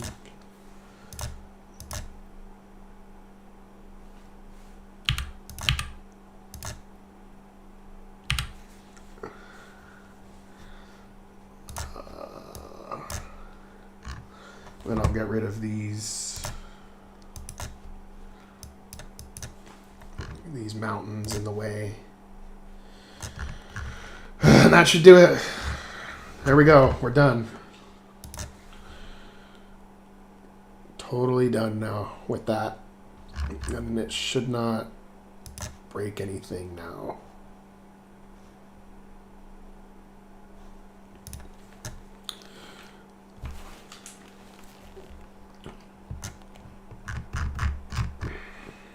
Oh, and let me try my screen flash thing, actually. It's not gonna... the problem with doing it this way, where you just replicate the event, is that if you make one change, you have to delete it and re-add them again.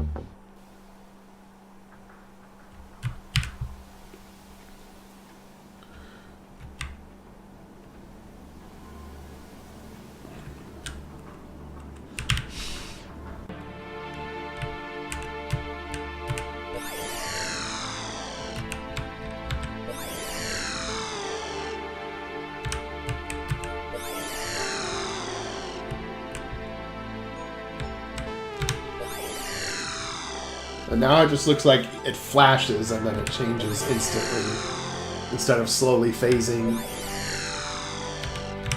I don't know. I don't know if it looks better with or without the flash.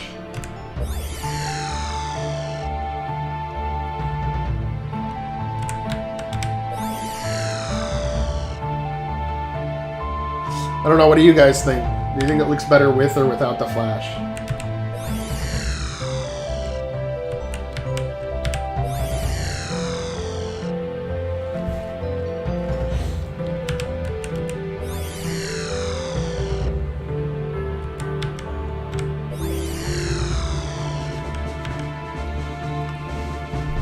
Let's see.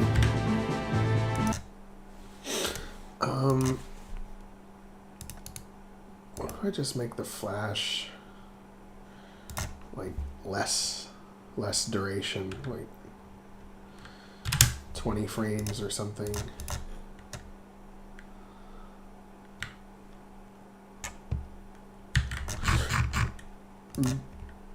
But I do want the player to see that it phases in and out and that it's not just an instantaneous flash. So I think a shorter flash, but the flash remains kind of thing. Yeah, no, the column will still be in place. It's just in a different way. Because if I do an actual full column, it goes across the entire vertical width of the entire map, meaning when you're not even near Scrap Springs, it activates.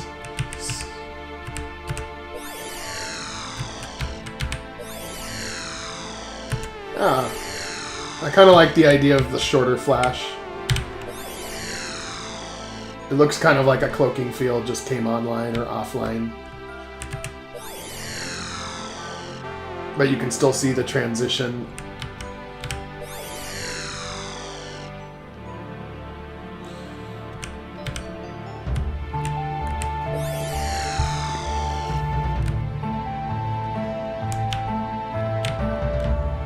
Yep, that works, I think.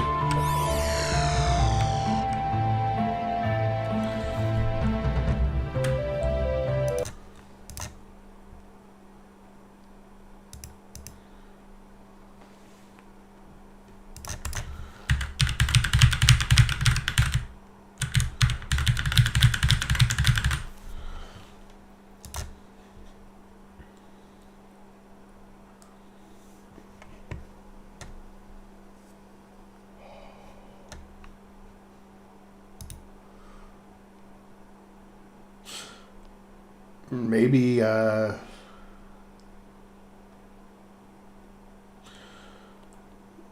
maybe it should happen when you get, a little closer to the city, perhaps. Maybe so you can see more of it, cloaking and decloaking.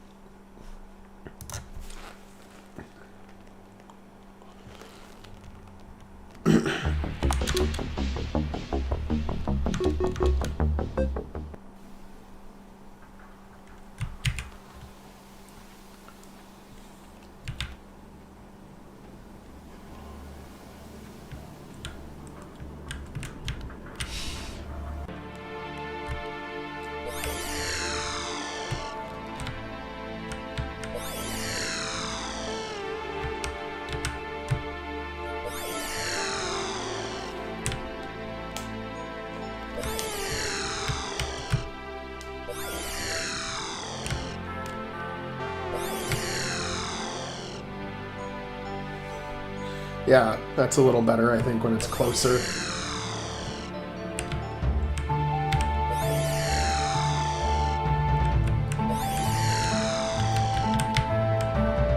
Oh, okay.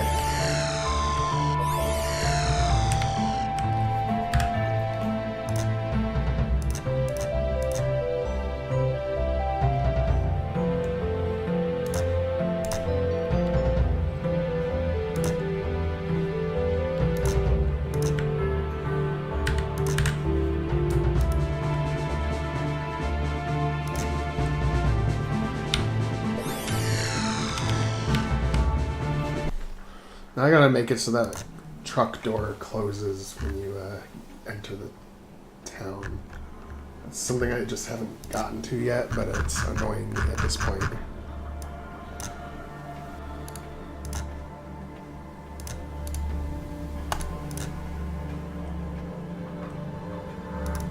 Oh, it was open by default, which should just be closed by default. That's it? That's all I gotta do? Great.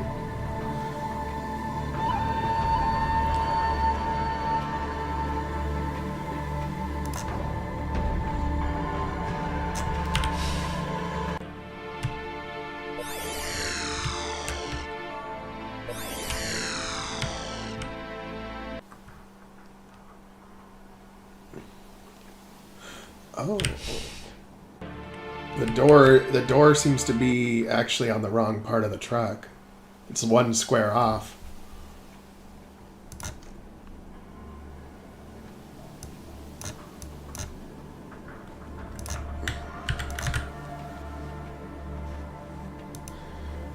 And this is the part that activates it.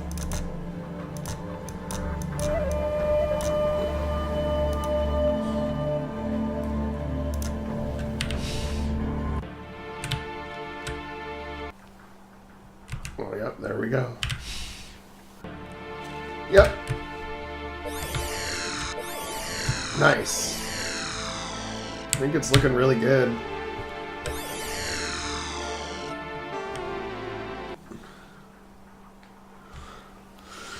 Okay, let's see here.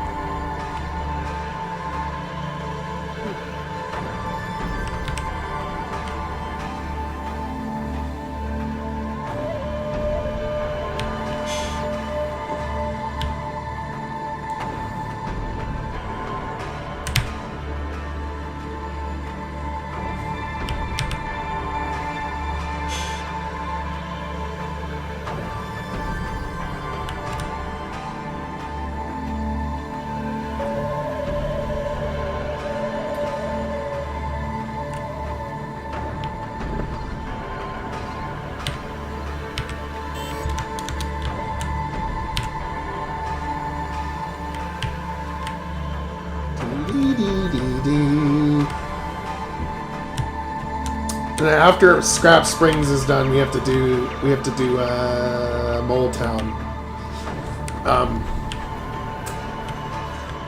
And we still got some stuff to do here. I gotta make more NPCs walking outside, I think. And maybe like more people out in front of the bar smoking and stuff.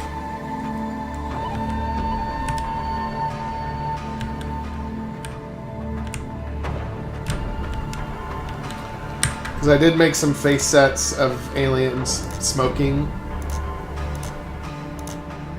I think I want to kind of have it be like a lore thing that these other aliens, like the Terrans, brought their disgusting habits with them, and like they've gotten other aliens to smoke when they've never had that before.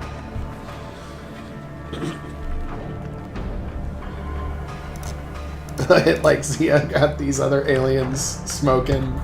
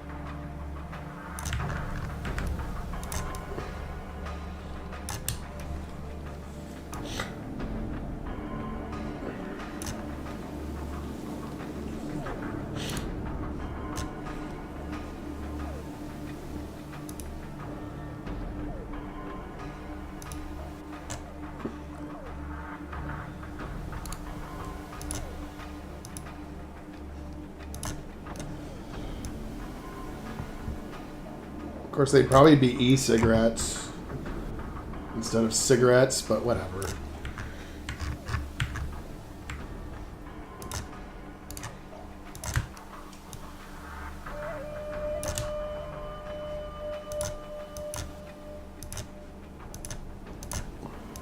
I mean, who doesn't want to play a game where cats smoke, right? Cats and dogs and aliens and avians smoke.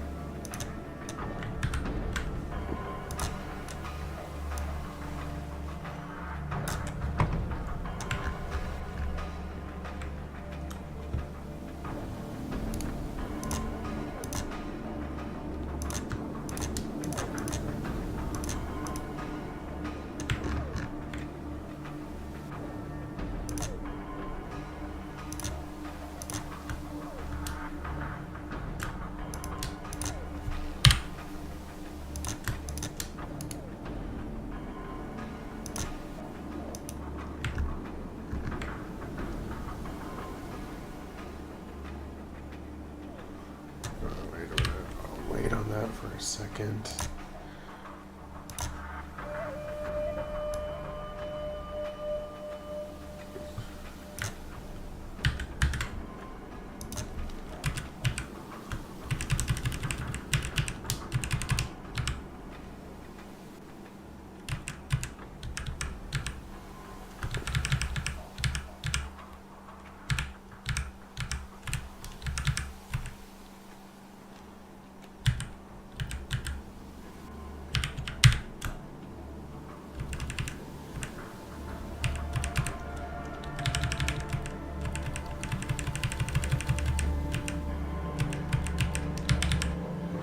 1, 2, 3, 4.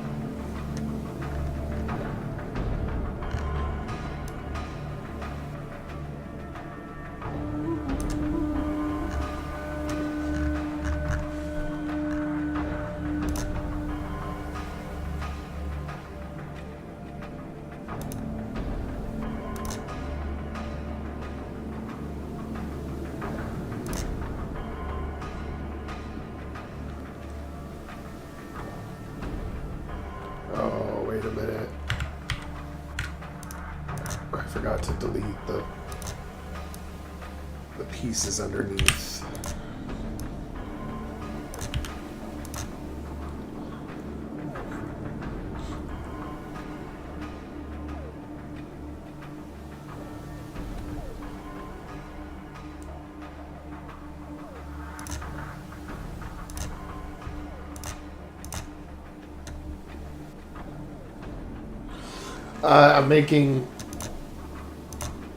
I'm making some troopers that are smoking, like, outside the bar. And the first one is this avian. See, I made all of these people with cigarettes. So this guy, this avian with his helmet on is smoking a cig.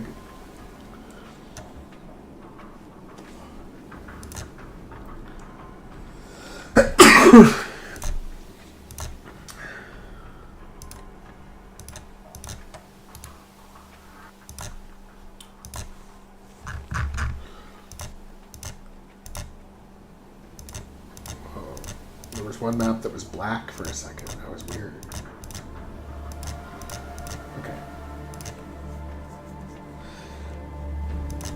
Okay. Yeah, I'm just trying to add a little more character. This is phase 2. I'm adding just a little more character to, like, the towns and stuff. Oh, Jesus. Fucking RPG Maker. It just crashes randomly like that. It better not have fucked anything up.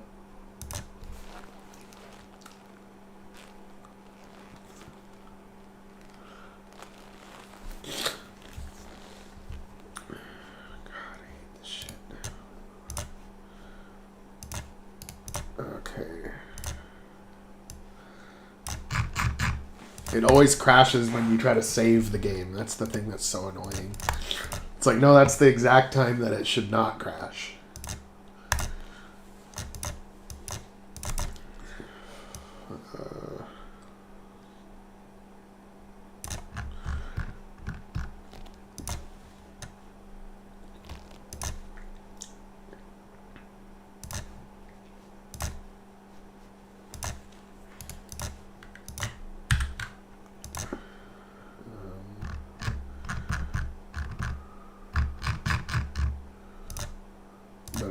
As the game gets bigger, it happens more and more.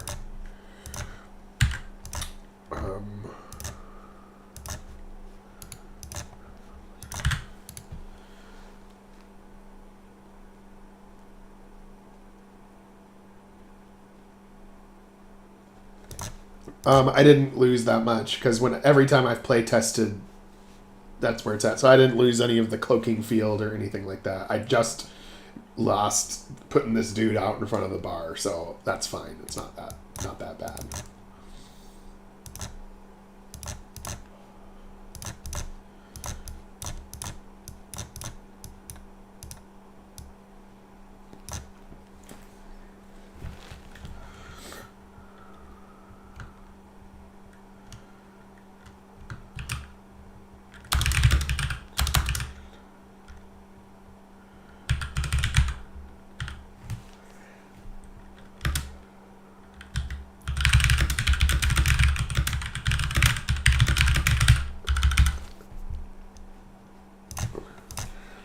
I'm gonna have him say something better, but I'm just getting the vibe of the music back.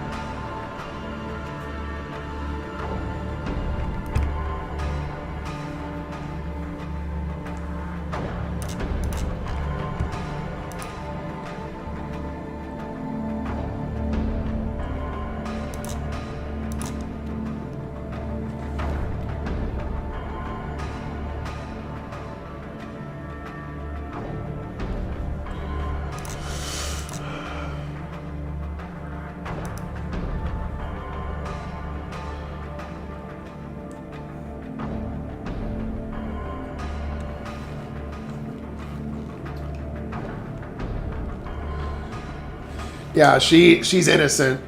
She was kind of the fall person. Like, she was just used as a scapegoat. But she's innocent. And the Terrans refer to the species. The Terran Republic, though, was the previous government before the ESA came about through the timeline shift.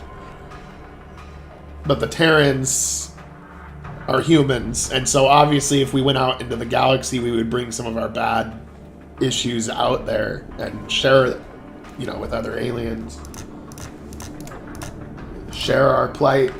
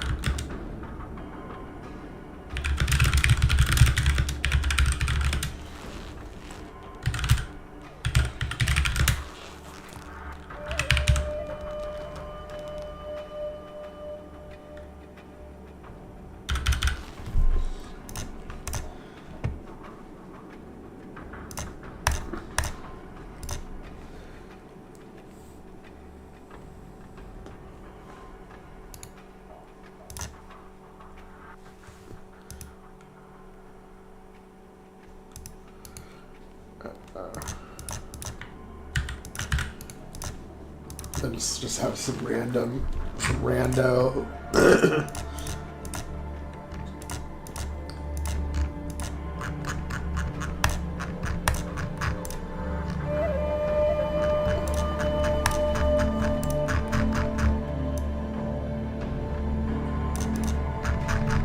Because this town isn't made up entirely of military personnel, paramilitary.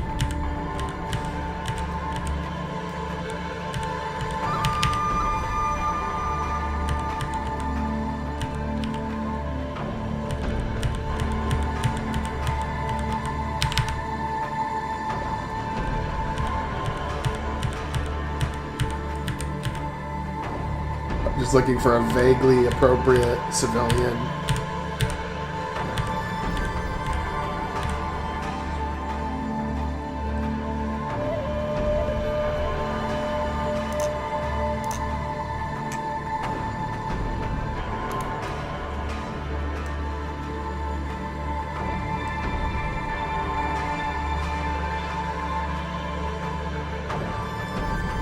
Yeah, I can get you a key. Yeah, I can get you a key to Rebellion when it's getting closer to release, I think. Or if you want one now, I can give you one now, but there are some gaps in the net.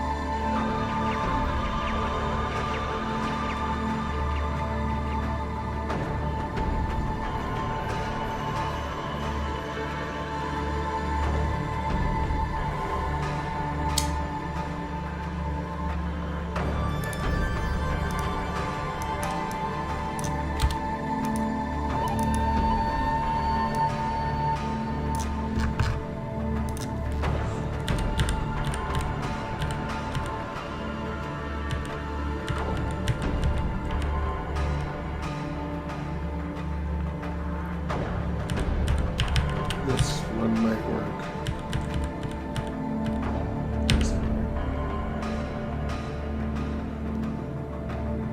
That one might work too.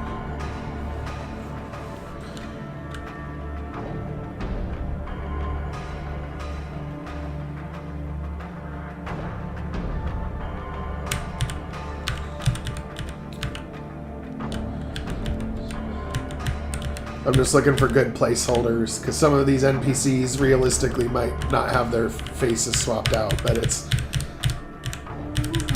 they all gotta have a face.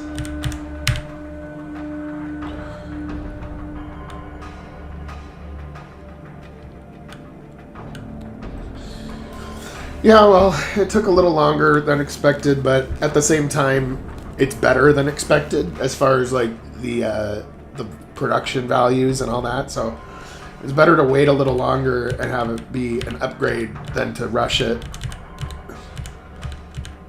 And without a publisher, I've had no way to like advertise it or pump it up yet. So, and once you release a game, it becomes old news the next week. So there's some measure of there. It might even be that the game is complete, and it might even be a couple more months after that in order to pump it up and get it to like streamers and influencers and stuff before the actual release.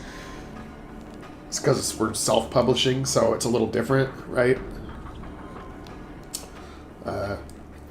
But it's coming along.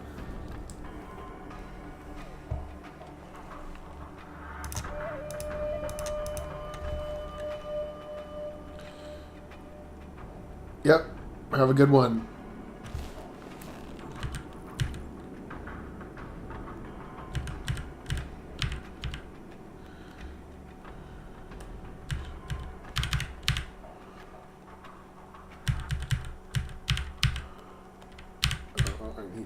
This guy, Black M19C, not for this guy, but the guy inside the bar. Black M19C.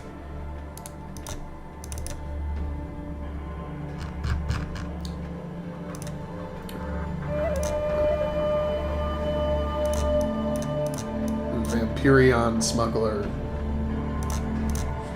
As long as I continue to get my blood supply, I'll keep the weapons flowing.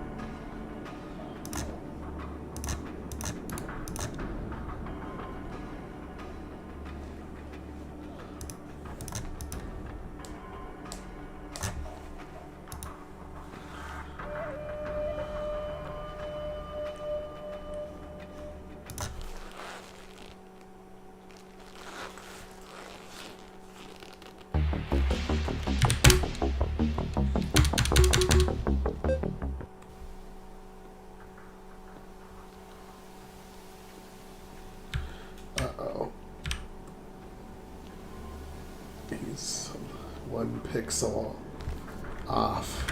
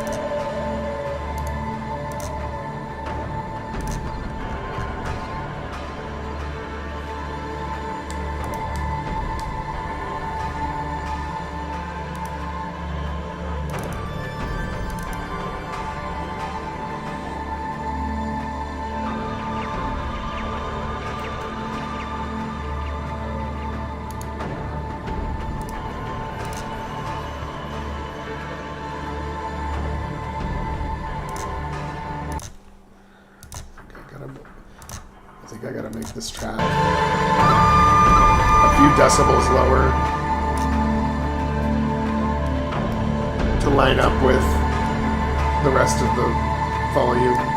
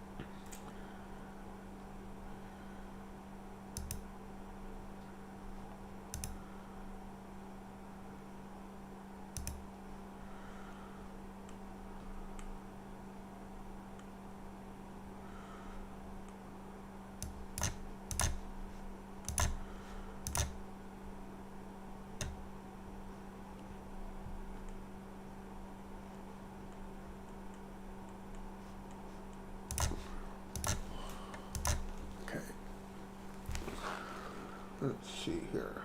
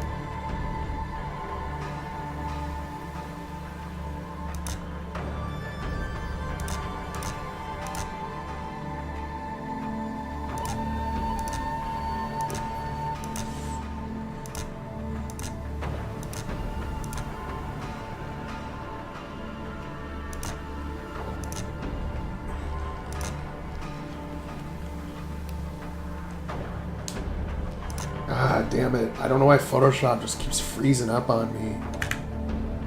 It's really annoying. It only happens with like pixel art too. Like when I'm doing like big stuff, it doesn't do it.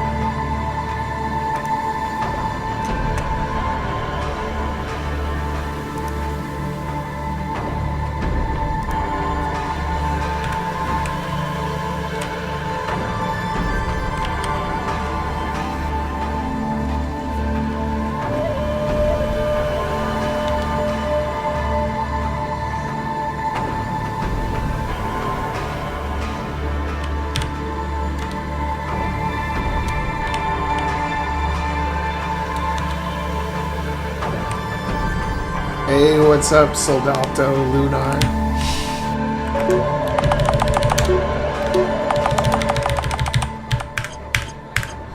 I'm just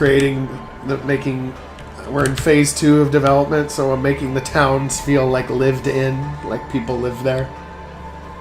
So I'm making all these little NPCs smoking and such.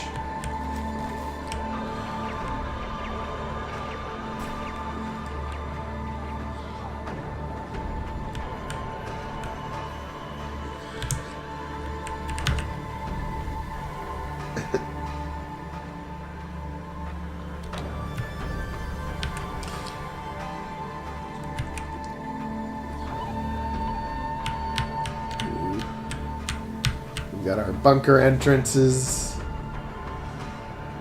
and our weapons consignment shop. Started getting into parallax mapping a little bit.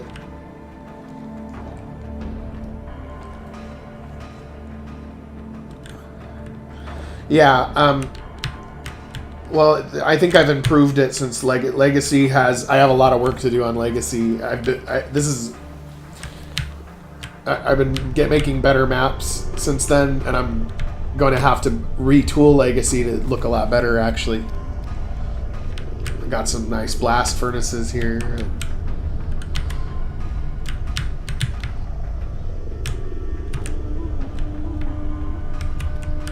Oops, gotta deal with that pile.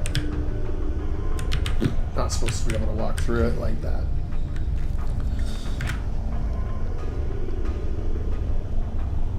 Yeah, like a nice blast furnace.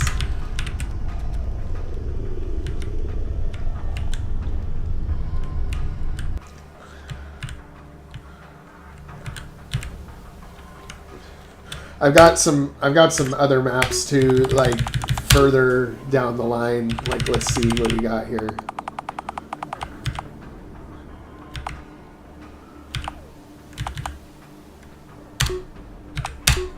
Then this one is another planet altogether. We've got a nice parallax background here too. I've been getting better with the parallax mapping. I'm not quite there yet, but it's happening.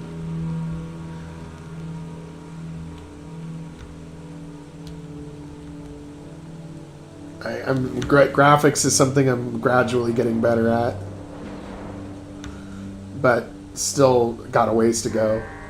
Your game looks really sick, dude. Like your game looks really good.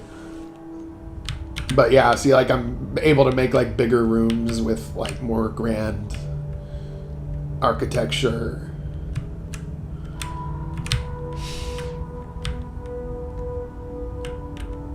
But I'm working on it. I still have a ways to go. But.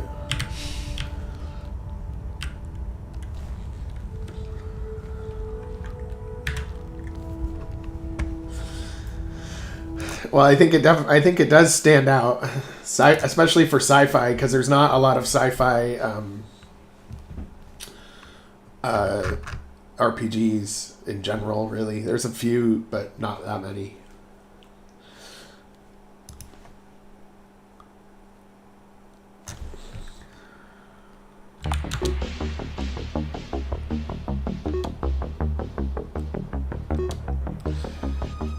Yeah, it just looks really good. It looks really over the top in a good way.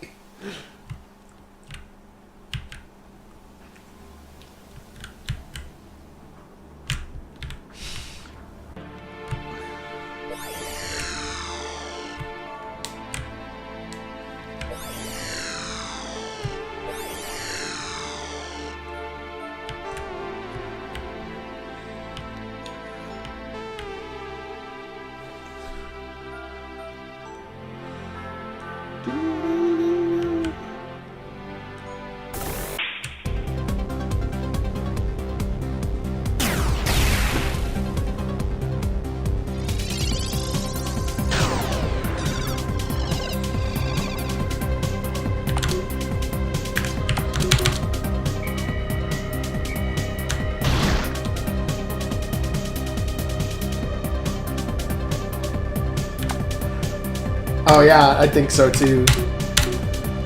I mean, it's just, I think it has its own unique flavor. I'm just gonna keep trying to make it better and better.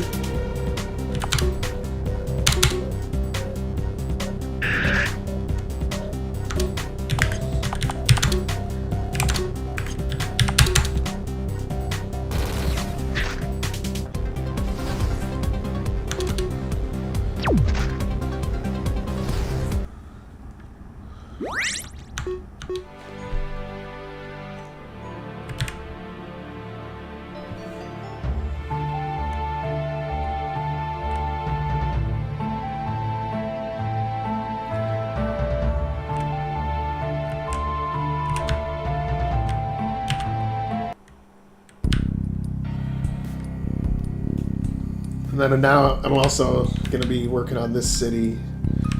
Started adding some NPCs. Somebody who can loan you credits. Sausage Fest dealer. I need to add some more types of hot dog. This android will sell you memories. Maybe that could be a little mini game.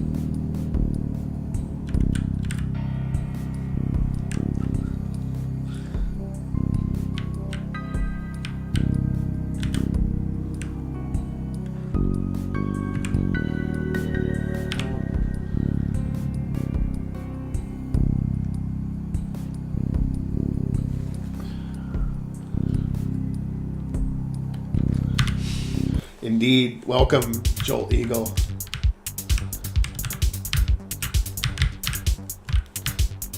I'm still on Scrap Springs, but I just wanted to make a visit to the casino.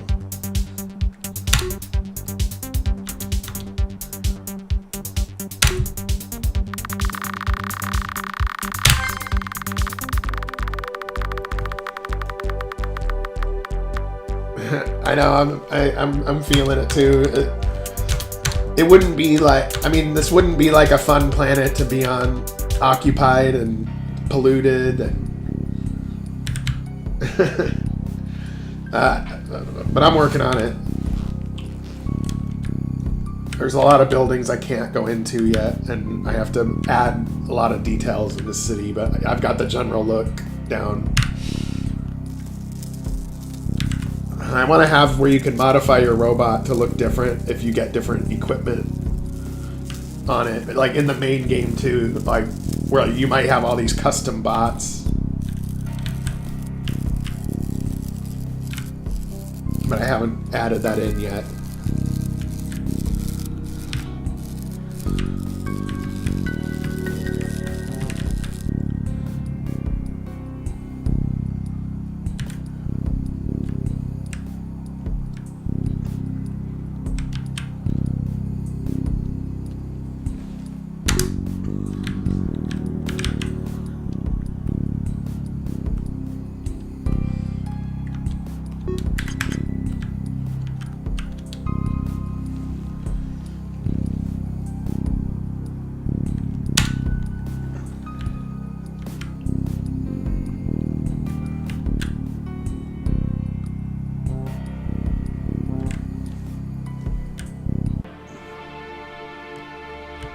Okay.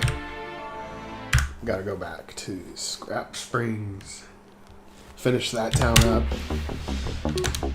And then on to Mole Town.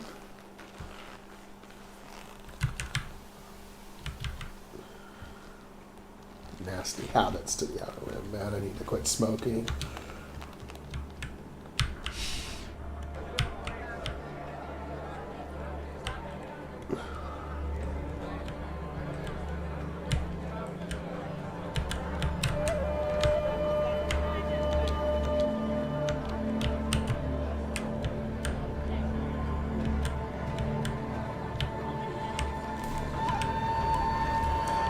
Yeah, it makes the scene feel different too. So, like, if I go back to an earlier part, you know, like where you're hearing what's her face talking about the array and stuff.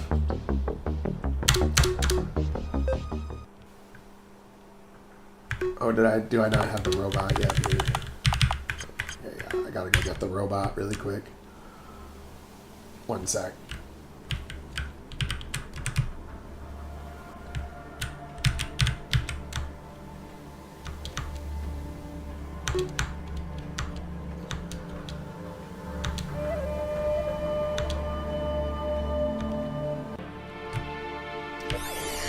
I added the cloaking field too, so when you get close to the city, it appears, and when you are leaving it, it disappears. Because there's a camouflage field, because the pigs think that Scrap Springs was destroyed, so there's a cloaking field that actually makes it look like it's destroyed.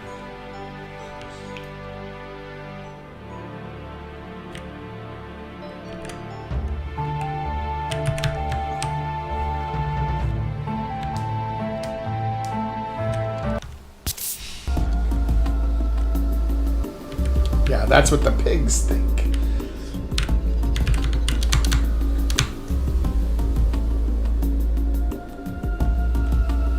Oh yeah, I remember Command and Conquer.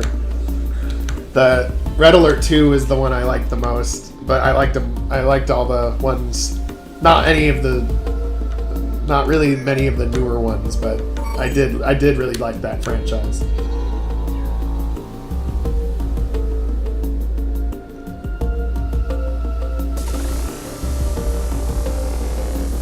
Oh, 66xx69.biz is here.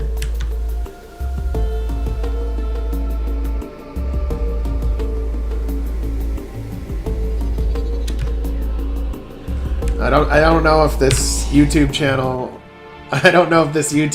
is the best dating site, but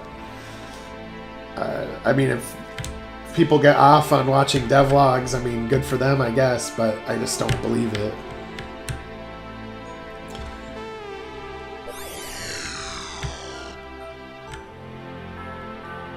But look, like, the bar is busy and they're all chit-chatting, and with people talking, it's the background sound of people chattering.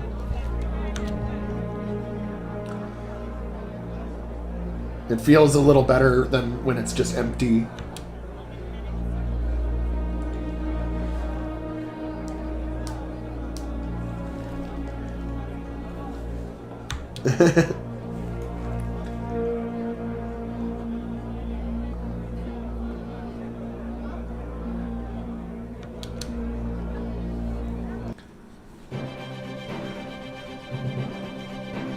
This is the Interstellar News Network. I am your host, Byron Williams. It's been 6 weeks since the brutal massacre at Raxion 2. Captain Carol Everson of the Novus regime gave the order to irradiate the planet. Her decision marks the day the Novus regime was willing to use genocide. Although it appears that her methods were deemed too extreme, even for the regime, she is currently serving a life sentence at the Wrathguard maximum security prison for war crimes. In light of this brutal attack, in addition to proliferation of small-scale splinter cell groups across lawless space, ESA Central Command has decided to take bold action. In a prepared statement made earlier today addressing the ongoing threat, Deputy Director Alice Cromwell, head of Central Intelligence Command, announced a series of actions. These actions will change the very shape of the Outer Rim. Citizens of the Alliance, we have experienced great loss with the fall of Raxion. We lost our sons, our daughters, our mothers, our fathers. The trauma inflicted on us by the Novus regime will be with us for the rest of our lives. We'll never be the same again. It's time to fight back. The line must be drawn here. I present to you the Zelenov Array. The array is the first of its kind, designed to keep our world safe and will protect Proxima Cluster from any future threats. The array emits a modulating warp jamming signal. Only vessels which have been approved to travel through will be given the cipher. Areas of lawless space, particularly Proxima Cluster, have become a sanctuary for terrorist groups. This chaos will be coming to an end. We are halting all unauthorized warp travel through the sector in exactly 1 Earth week. To any so-called freedom fighters, your days are numbered. You have precious little time to return to a more legitimate way of life. Collective efforts must be made for the greater good. We must all do our part to carry the torch of strength, unity, victory.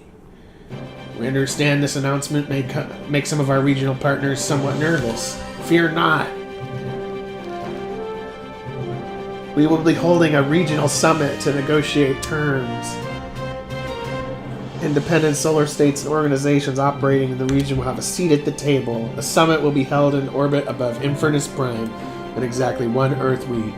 The technology will be demonstrated to the public. The far-flung colony will serve as an example for the bright future we have in mind. Reinforcements are being sent to the system to ensure the safety of the summit. They will root out any terrorist cells remaining on the planet. May we all protect each other and stand strong in the face of danger. Long life to you all, and long live the Alliance.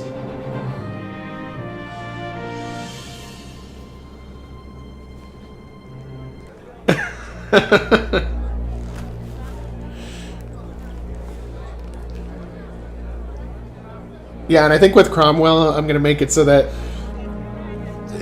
like I'm going to change it up a little bit in Legacy. I'm going to make it so that Cromwell was brought in because of Jack and Mari being the ones that were caught. Like, she's dealt with these guys before, so she's been brought in, you know, to deal with them now, I guess, after she failed the first time. We can't just let them do this. What choice do we have? We have to contact the others. We have to come up with a plan.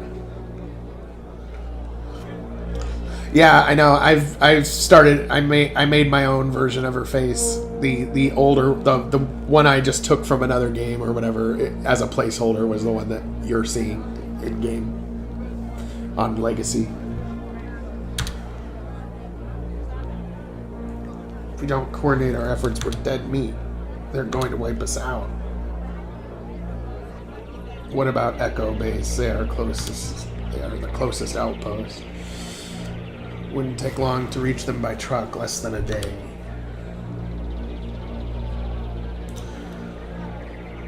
Why not take the Sandhoppers? We could be there in minutes.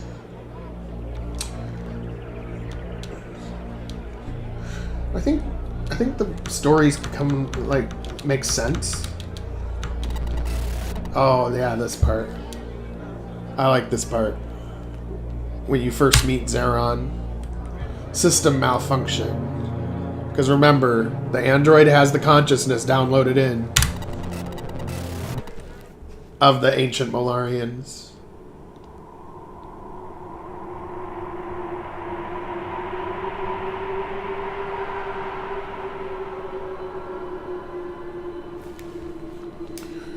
Why are you here? You're in the wrong place. What is this place? The end. There was nothing we could do. All was lost. Identify yourself. Zeron. What is your purpose? Why am I here? You're in the wrong place.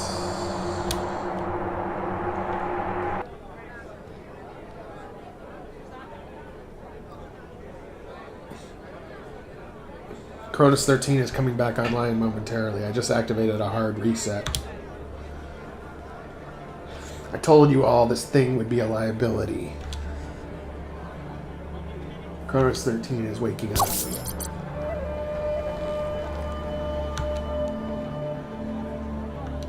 But I think it inserts a nice little mystery in there, and we don't keep them waiting too long to find out about the Molarians. I think I paced it okay.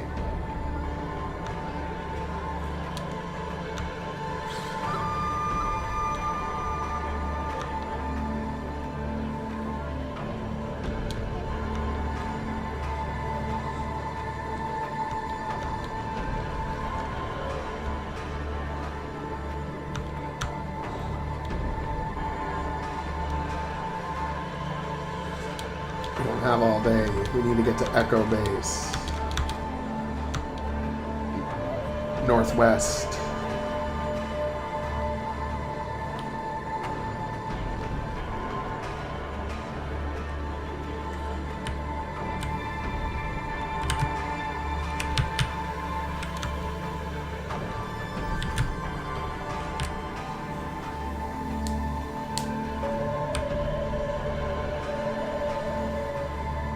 And you know what? We need some, like, pets. Like, these guys would have, like, some dogs and cats and stuff, right?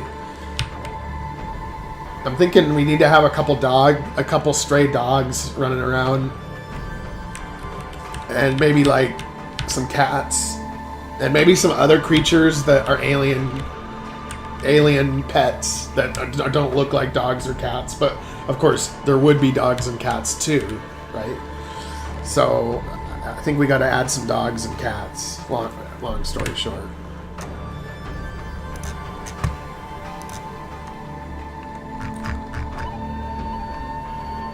I don't know why I didn't think of adding cats sooner.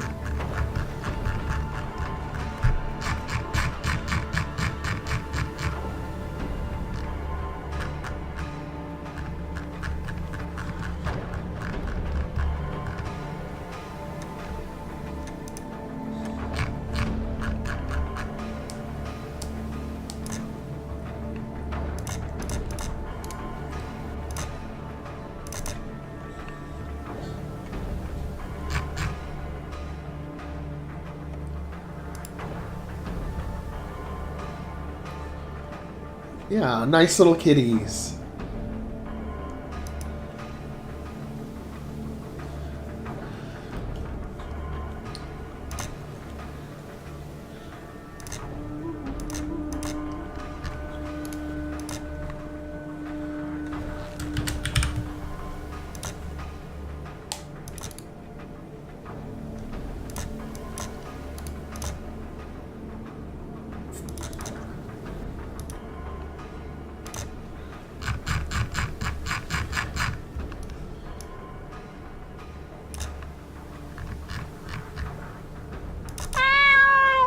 Okay, I think I need a different cat sound effect rather than that. I think cat sound effects are going to be easy to find.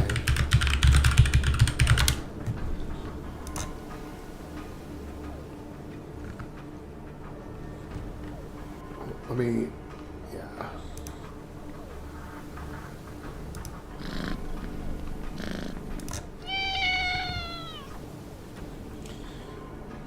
Oh, sweet little kitty sounds.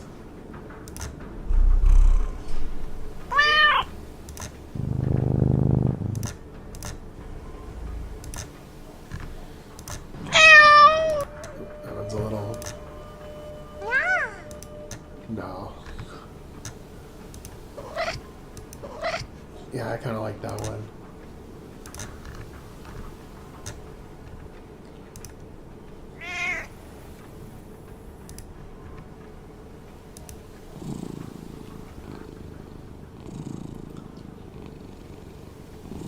Oh yeah, I do that too with the video ones.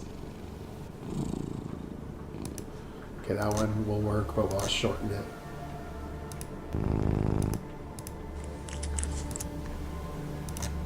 Meow. No, that one.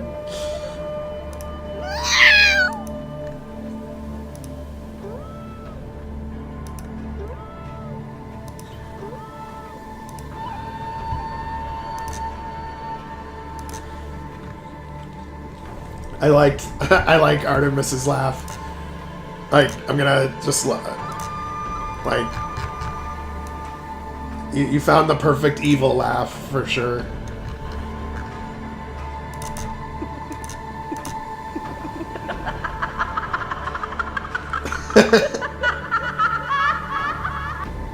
It's so good.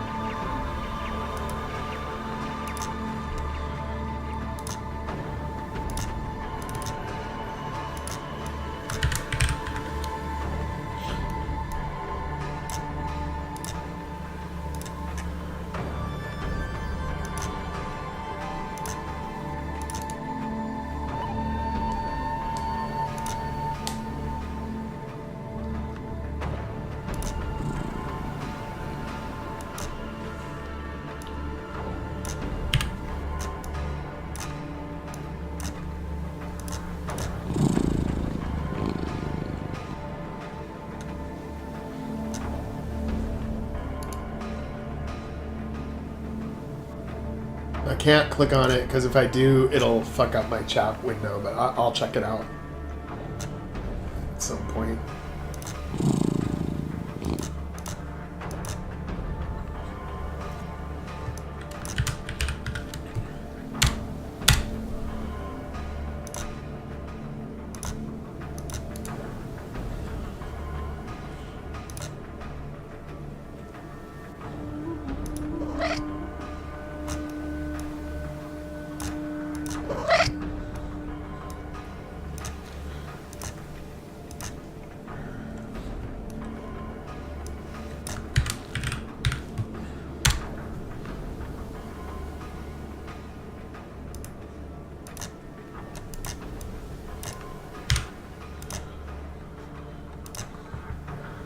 Okay. Let's check it out then. I think it'll be obscure enough to get away with it. If not, we'll take it out. No worries.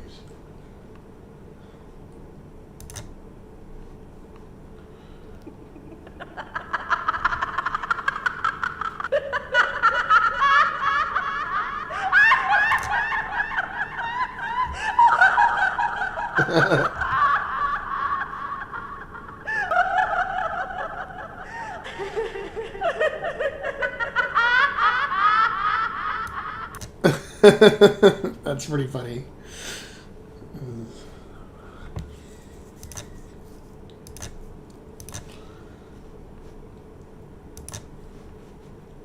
Let's see. That's very evil.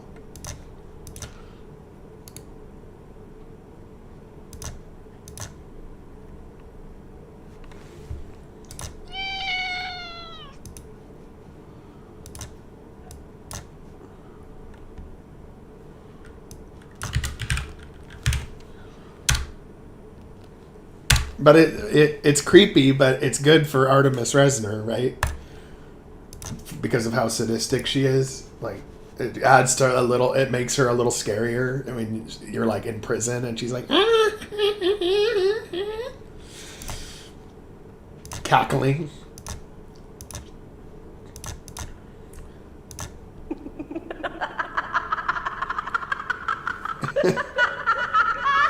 But it's not her fault. She has an implant that makes her like a psycho. Like, she's not normally a psycho, but it's like kind of. I just thought that was kind of an interesting twist on her character. Great. So we're in the clear. We're in the clear.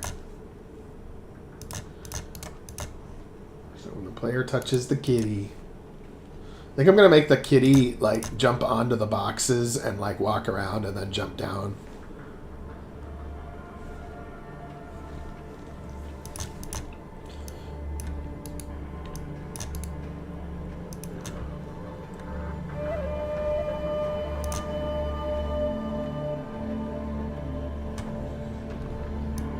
Okay, so this cat will go 1, 2, 3. And then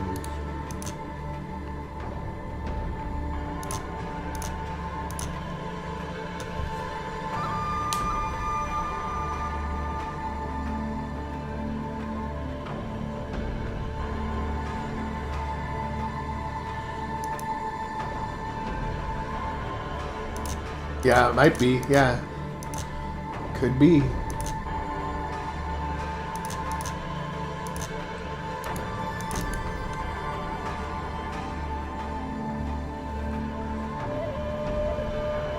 Yeah, you don't escape through the shower room. When you put on the guard uniforms, you escape through the security room. There's a little like hatch or trap door in the in the corner of the room, like a vent almost in the security room, not the shower room.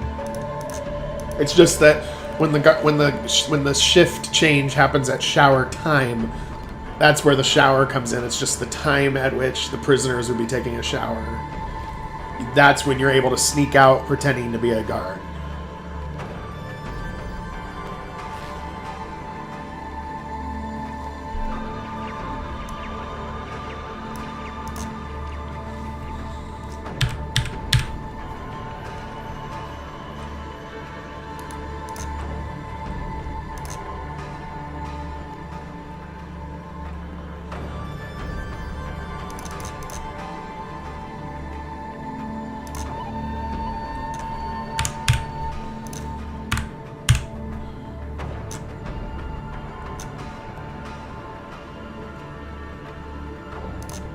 Yeah.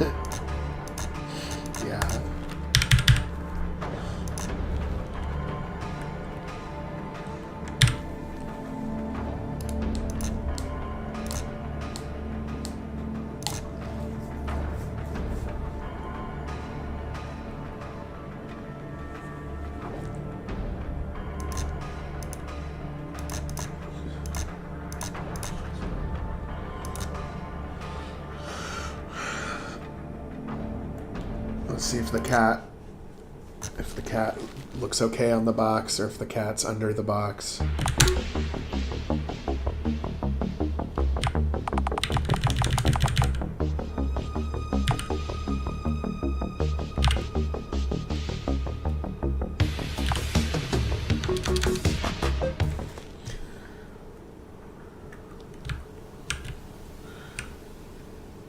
Oh, I didn't turn the frequency. Oh, okay.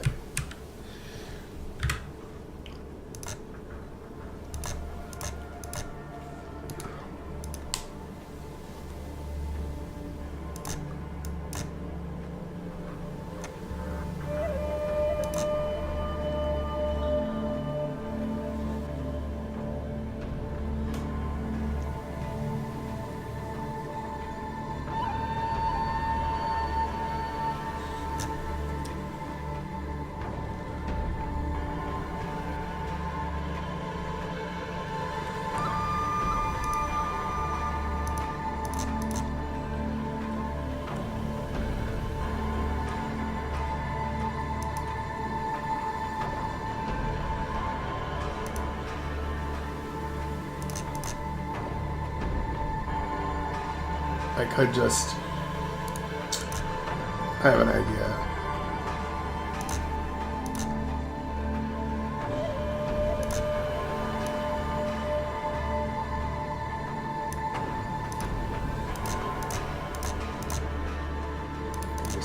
I can just do that.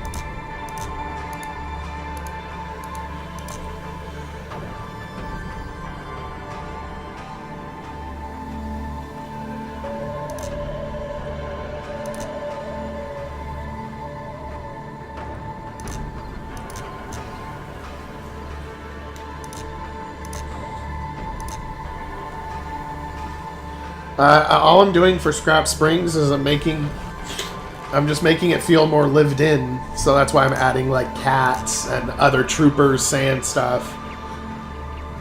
Because this is phase 2, right? We're immersing the player in this feeling like an actual like half-assed version of a town or something.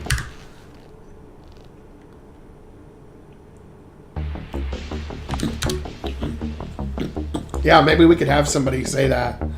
Like they're getting water in the river, like Scrap Springs water. It may be scrap, but it isn't crap. You know, you could have somebody say that as an NPC. That's a good example.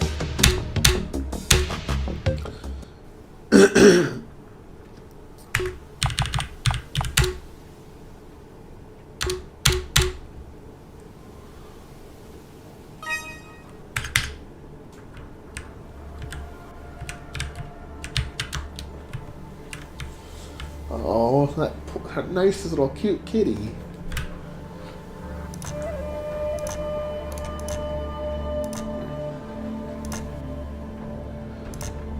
We gotta have an activation radius so the kitty can go meow when you get close to him.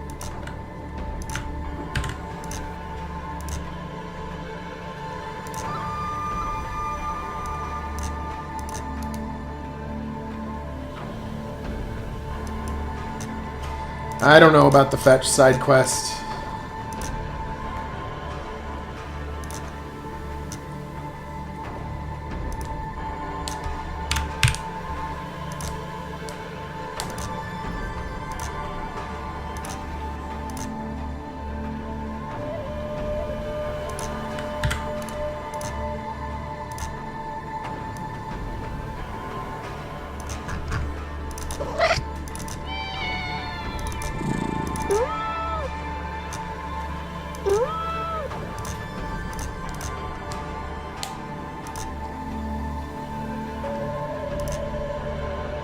So I've never been a fan of the fetch quests in games, but maybe something that's not as boring as a fetch quest, but not major either.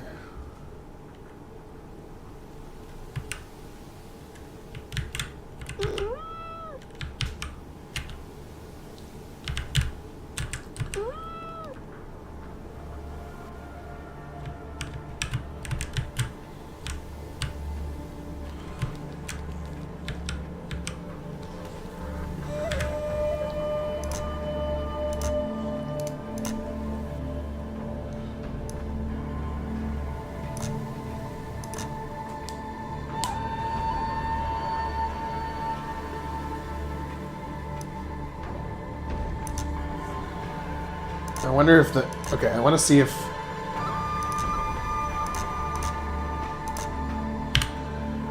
I want to see if the cat still activates if through is on, because that will make things easier for me. Because I can make the cat run around and do stuff.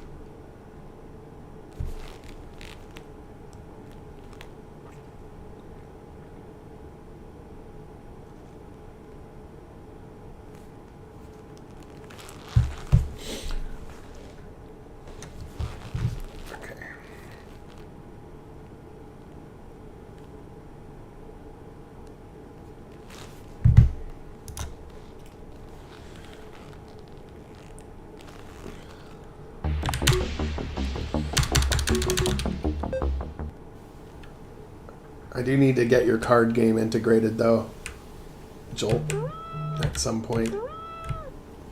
Okay, good. It still works, even with through on. Good.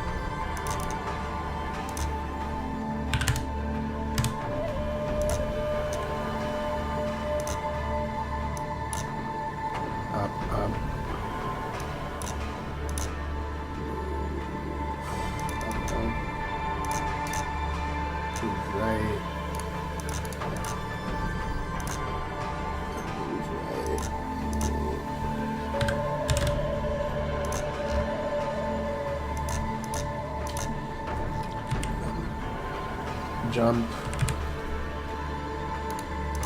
2 to the right.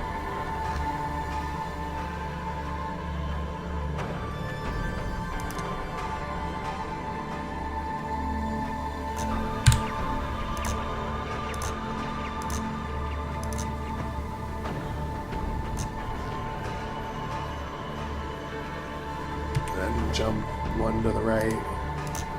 And then right.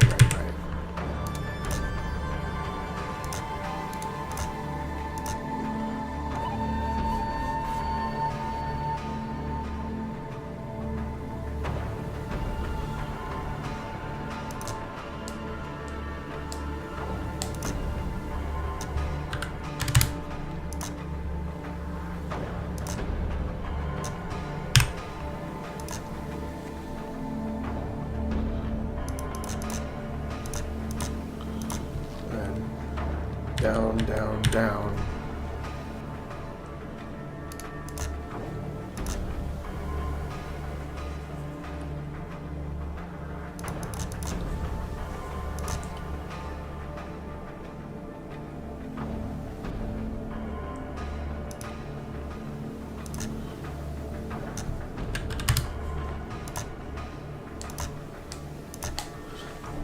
Let's see what this kitty does now.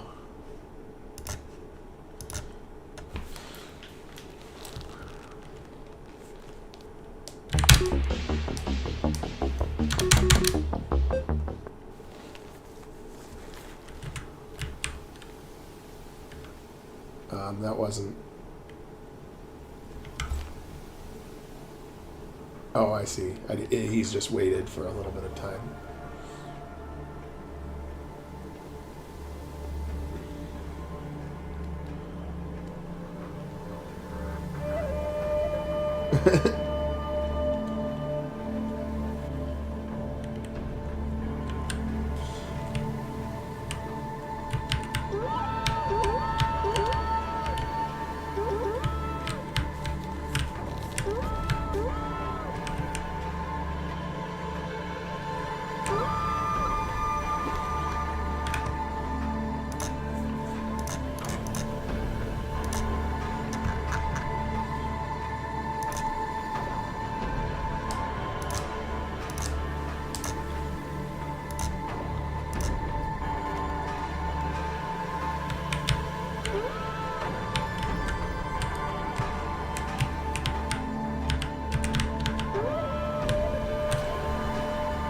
I need to make the activation radius 1 instead of 2.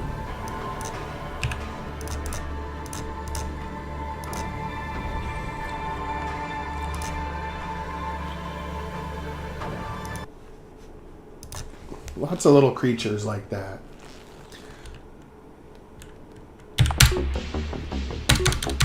Everybody has like 16 dogs, so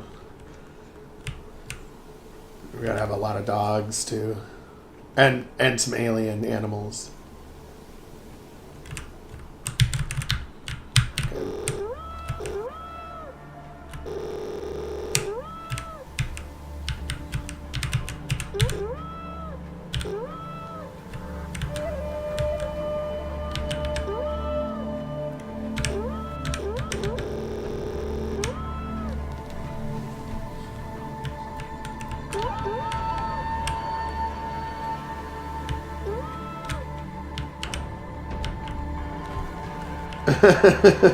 Yeah.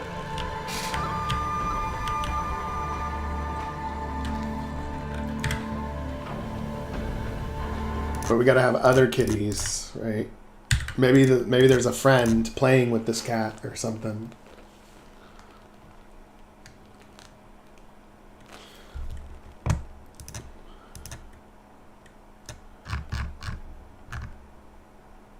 Like maybe we have one cat that's like running all throughout town.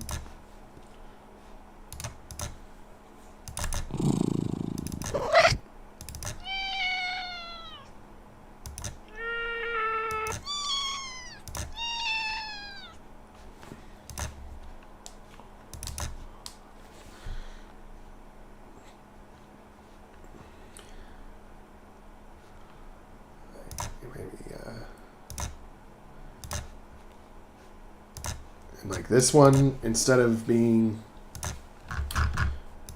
like, this one will be like running like pretty fast. Maybe normal speed, and then we'll go 1, 2, 3, 4, 5, 6, 7, 8, 9, 10. Oh, and we'll want to set this one to always update movement, so that the cat will be running around even if the player is off screen.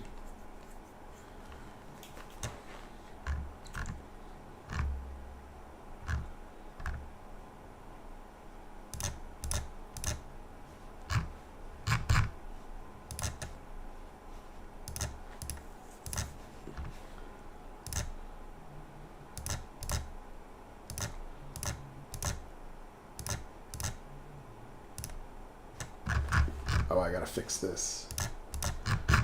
This little carpet piece.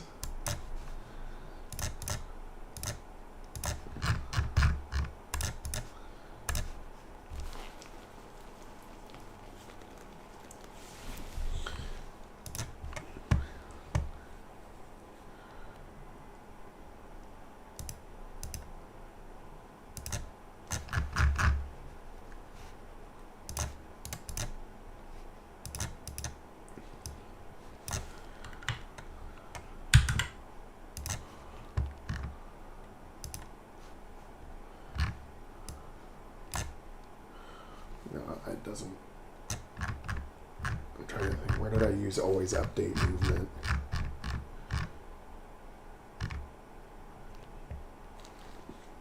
I think I used it in solar systems. I remember specifically in the Crassus sector, in the Melbari system.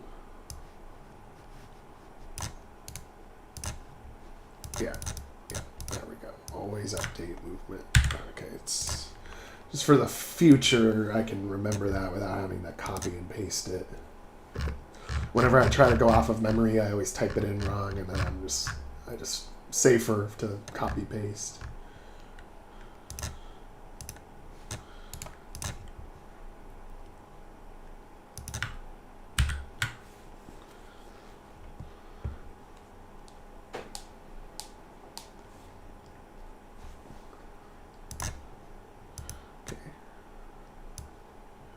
This cat will go 1, 2, 3, 4, 5, 6.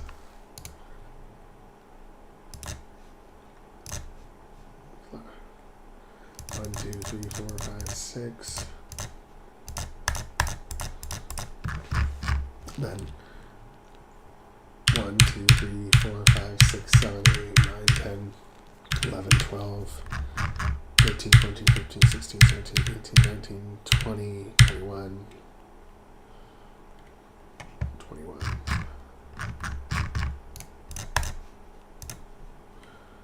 1, 2, 3, 4, 5, 6, 7, 8, 9, 10, 11, 12, 13, 14, 15, 16, 17, 18, 19, 20, 21.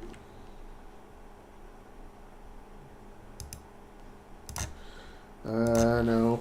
1, 2, 3, 4, 5, 6, 7, 8, 9, 10, 11, 12, 13, 14, 15, 16, 17, 18, 19, 20, 21. That's where I was trying to move it to.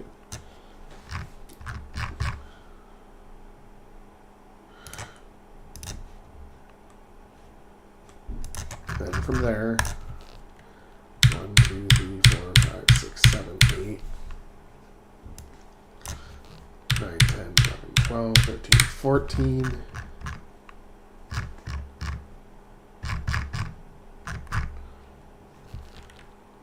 15, 16, 17, 18, 19, 20, 21. Oh, that's easy. 21, 21. 1,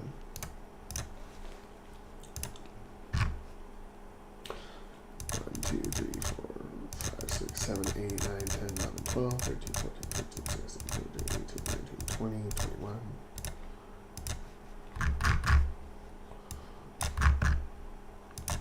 And then the cat will jump over the junk pile. 1, 2, 3, 4, 5, 6, 7, 8, 9, 10. And then jump down to 1, 2, 3, 4, 5, 6, 7, 8, 10. And then jump by 2.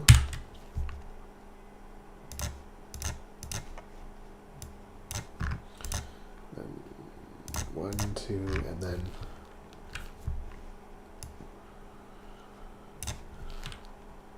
1, 2, 3, 4, 5, 6.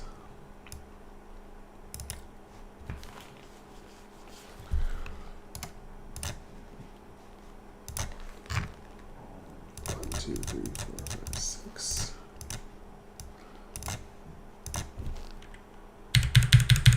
And then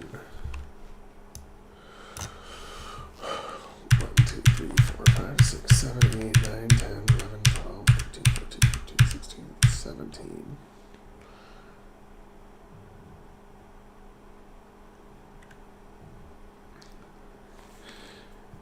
18, 19, 20, 21. Okay, cool. 21 to the right. 1, 2, 3, 4, 5. 6, 7, 8, 9, 10, 11, 12, 13, 14, 15, 16, 17, 18, 19, 20, 21.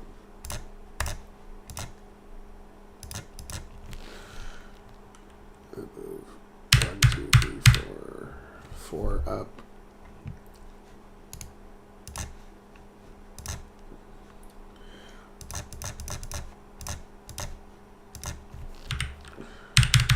And then 1, 2, 3, 4, 5, 6, 7.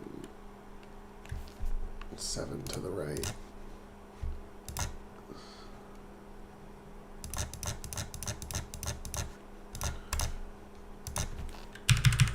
And then 1, 2, 3, 4, 5, 6, 7.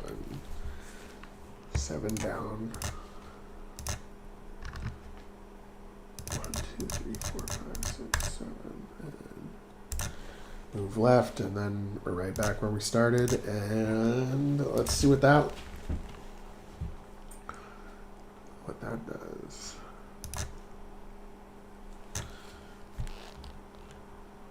There's going to be quite a few of them.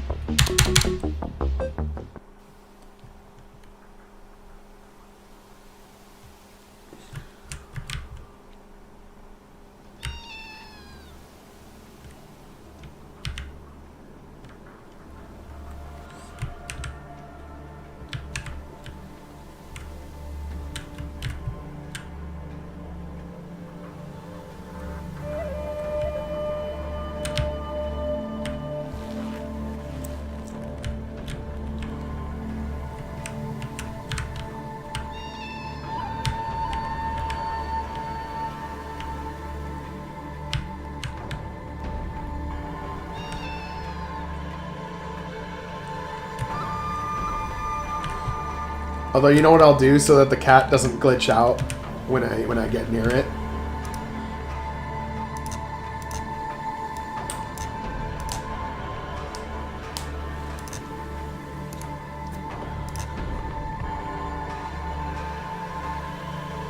No, never mind. Being a little too weird. It's fine, I don't really care.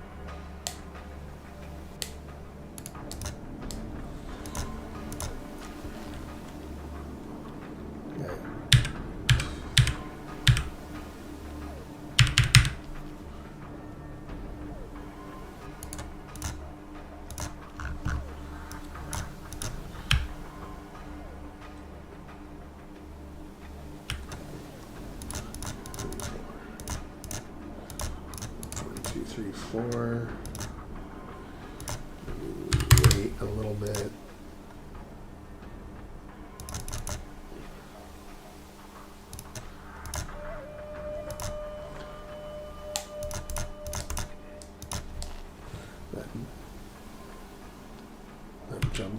right by 1.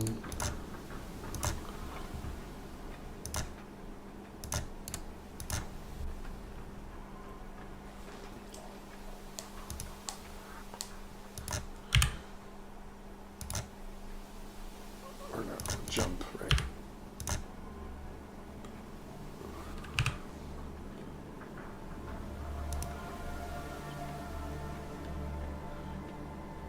And then move right.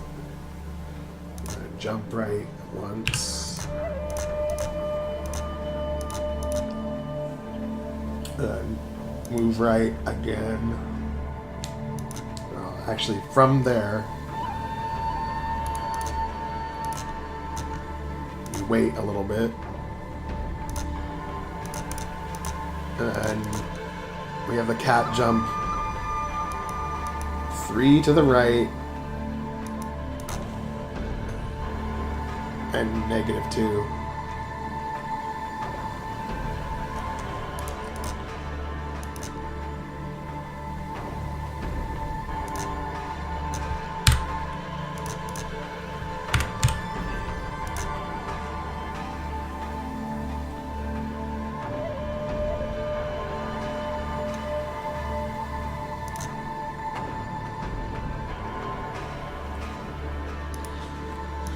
We tell it maybe not to repeat the move.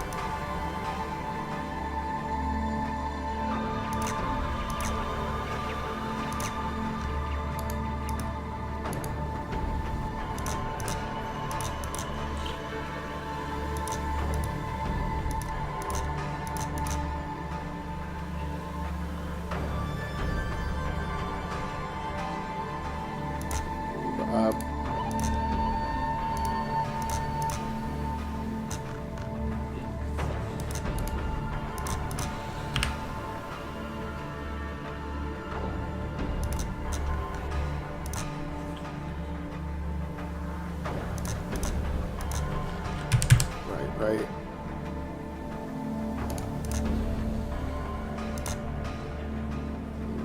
Right. Wait.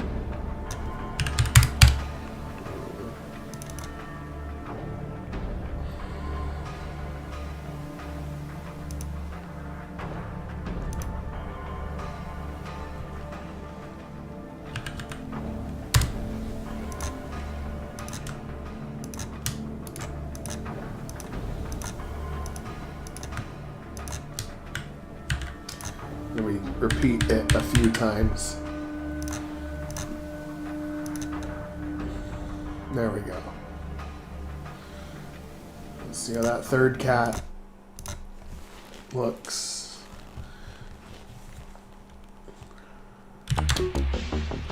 Then after the cats, we move on to dogs, and then after the dogs, we move on to alien pets.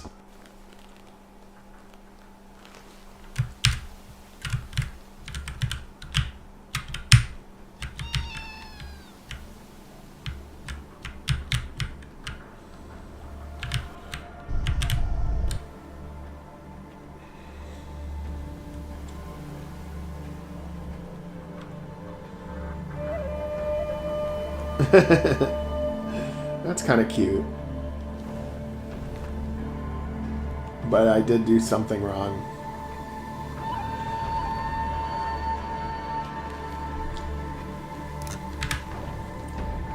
The cat is not supposed to...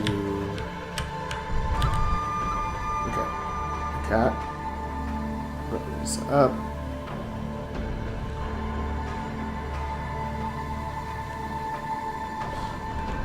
I think when it jumped onto the house, it jumped 3 squares instead of 2. Oh yeah, that is where I messed up.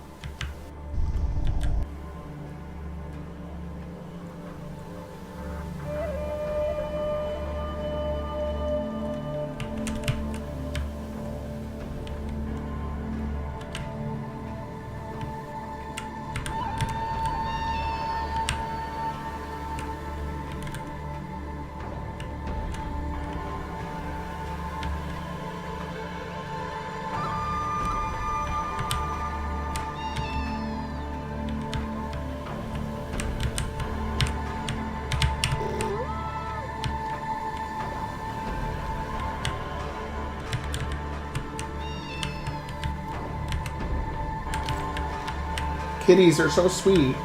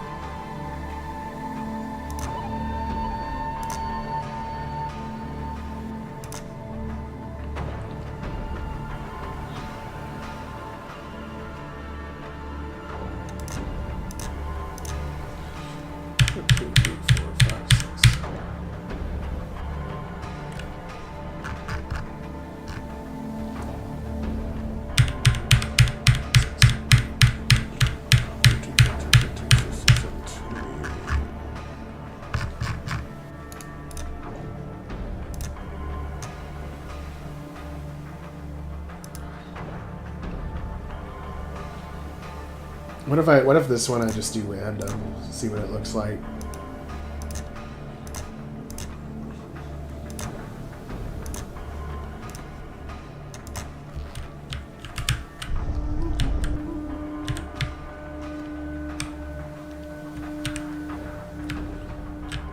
Yeah, random works too.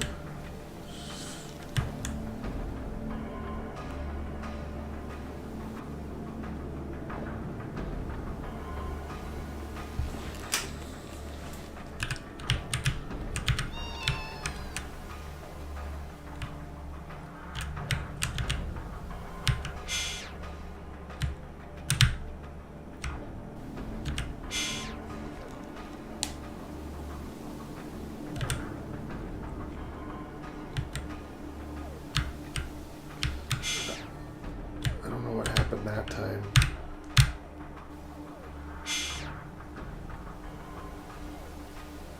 I think it might fuck up if I hold the arrow button down up while I'm getting out of the shaft.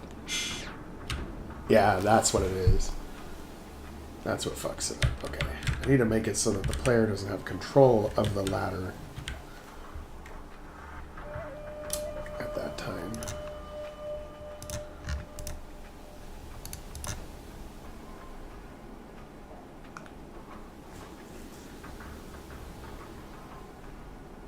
I don't know why the player has control while this is going on. Oh, you know what? I think I need to set this to auto run and that'll fix it.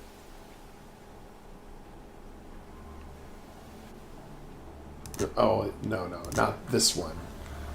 But what happens when you come out of the...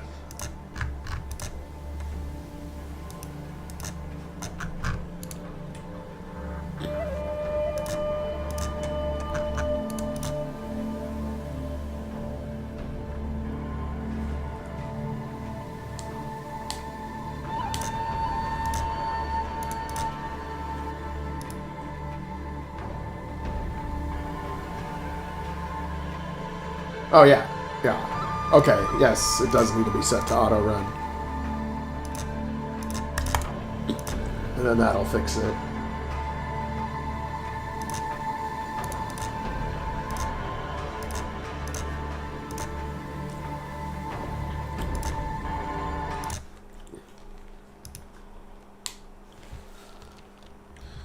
I think it made the inside of those little triangles look, those little pyramids look pretty decent, actually.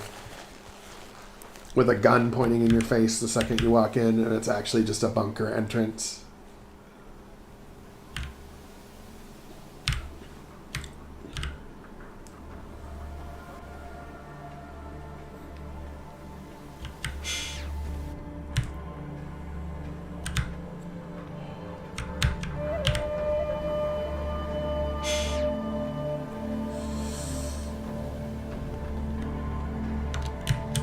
Well, that's the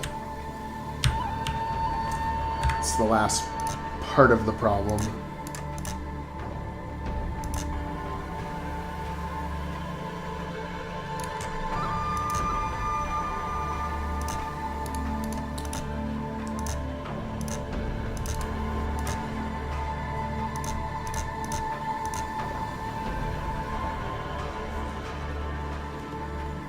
There's all kinds of little things in phase 2.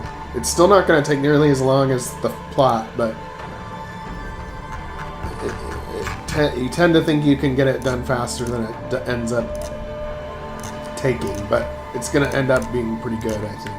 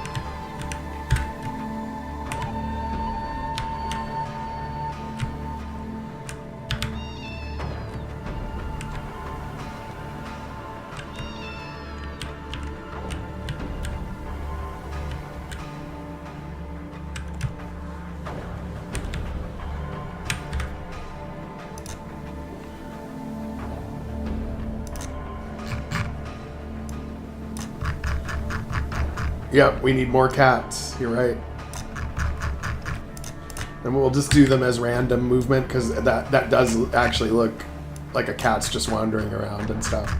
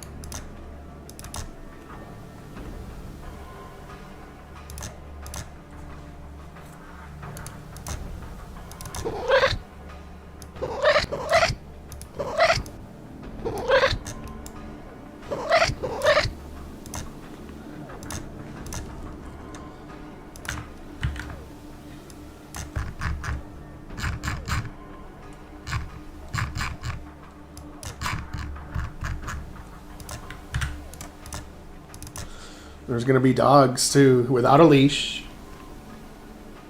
The Outer Rim Coalition is a little loosey-goosey as far as pet etiquette.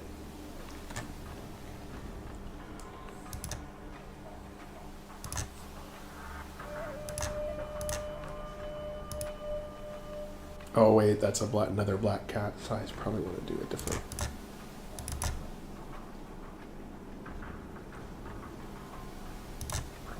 Cat.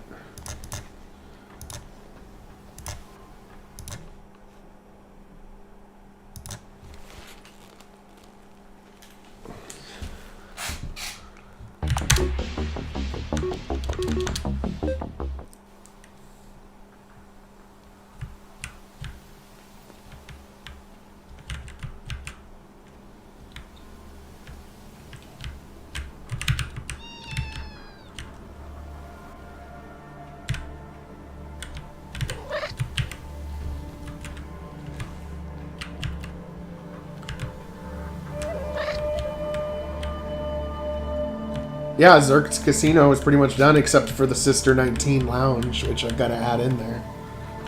I haven't added that yet. But the games and stuff, yeah, those are all done. They work.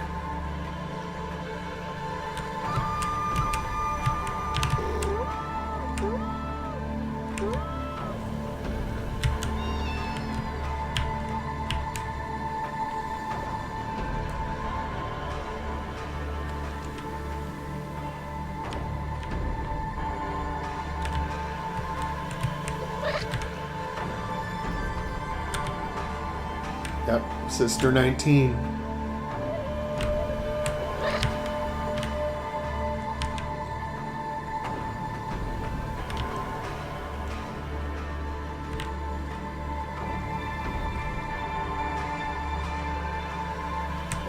Because it's Zert's Casino and Adult Entertainment. Oh, the two kitties running near each other.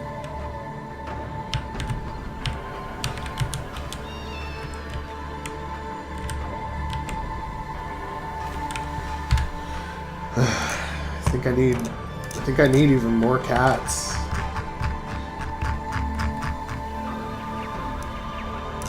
They looked especially cute when they were two cats interacting near each other.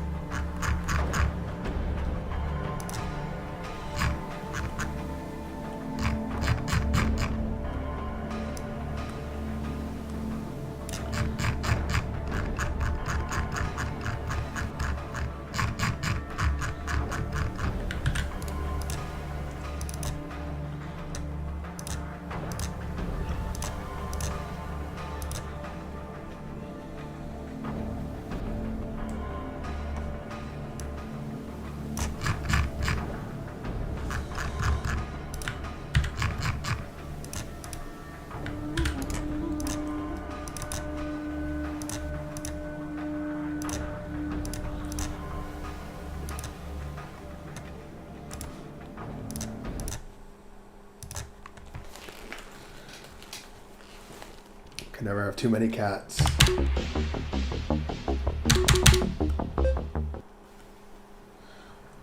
Oh, maybe we could have somebody that's a cat breeder and there's just like so many cats. Like they're like, this little furry creature is very popular on Infernis Prime, even though they are an invasive species and they're not native to here. You know, some kind of like thing like that. Oh, that cat was walking in the water. What the hell was that? It's because for these ones that just walk around. Yeah, that cat's not supposed to be able to walk in the water like that.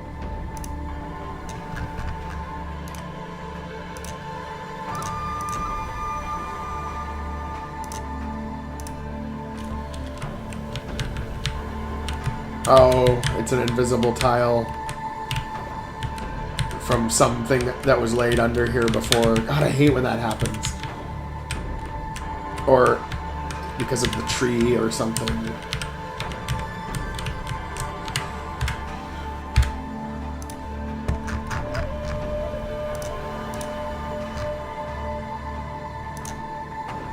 We'll block it off.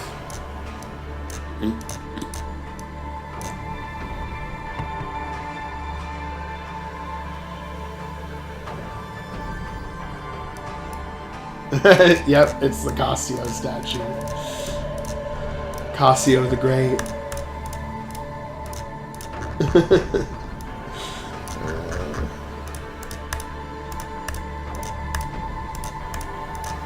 I'm just playing it safe by putting region blocking on these, so that, because I'm sure that there's probably another part of the stupid shoreline that does the same thing.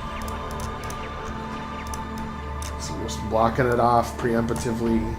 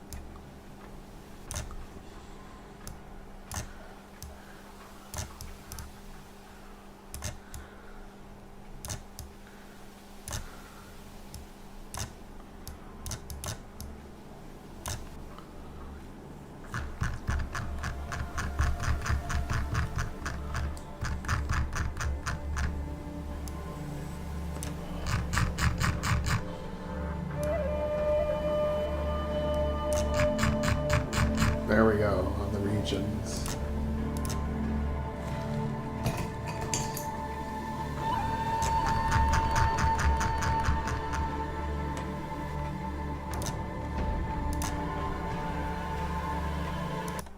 Can never have too many kitties, though.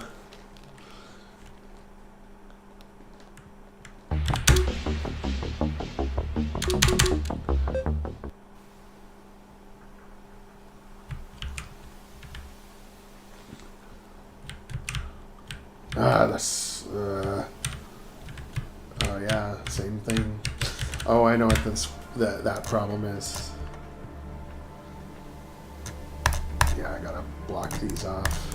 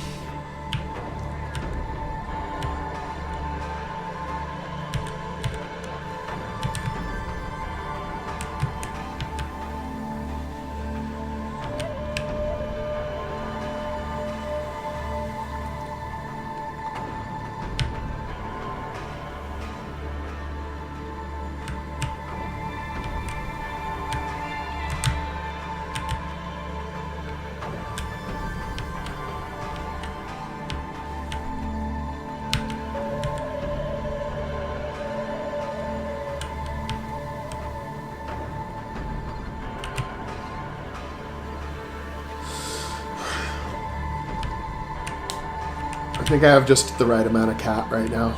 I think it's just right.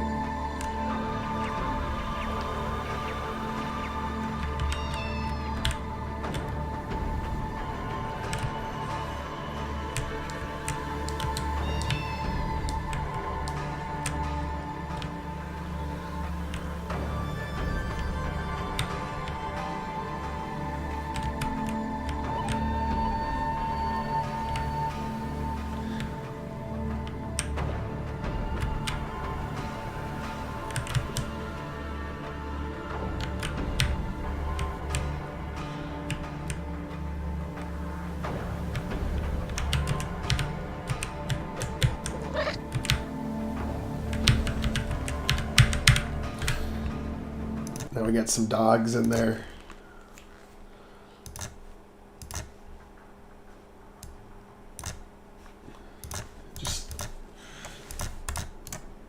And they're all just without a leash and roaming around like dogs would do.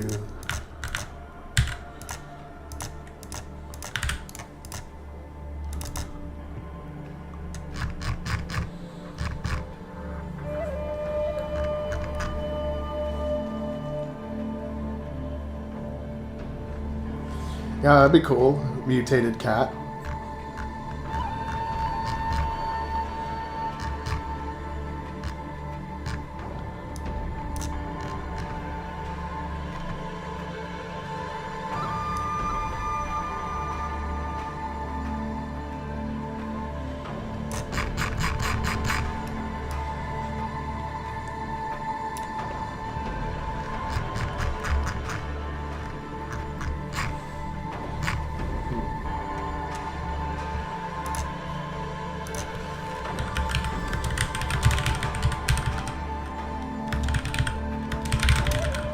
I know that there's already been a bunch of dogs and cats, so I'm just going to use those because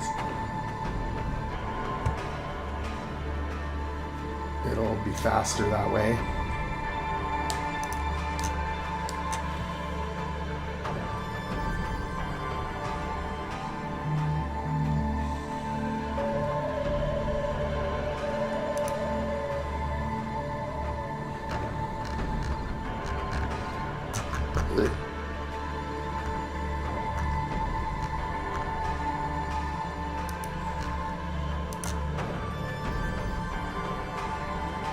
I'm trying to find the page that has all the, yeah, here we go. White dragons, animals, because I can get them all at once.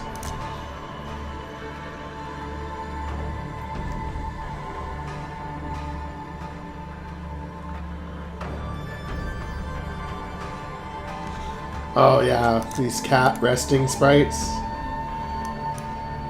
Definitely.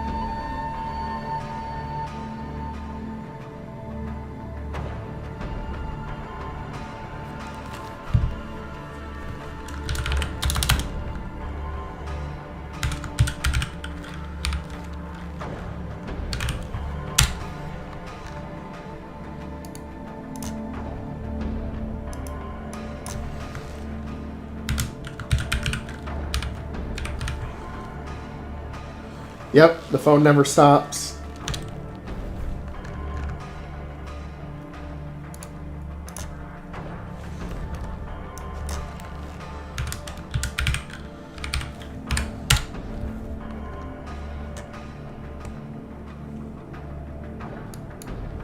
I really do hate the phone. I really do. And then every time I tell somebody I'm not available on Saturday, I always get a text or a call. I know it's Saturday, and it just doesn't matter. Like when I'm kind of just saying, hey, Saturday's my day. Please respect that I just have a day off on that day, and like it really helps me recharge my batteries. Blah blah blah. And then I know it's Saturday, and then 10, 20 people call. So I could just turn off my phone, but every time I've done that, some random freak emergency happens.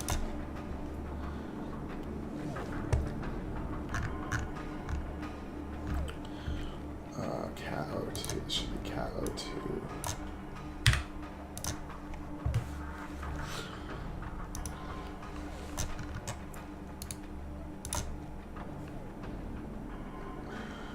Probably should have used some of these other cats because they're a little better, I think.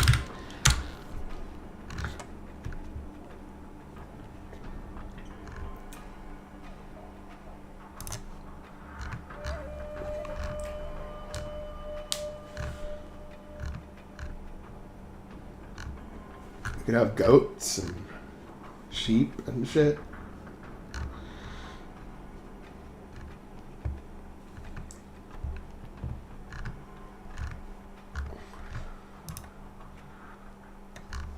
Ooh, mythological animals.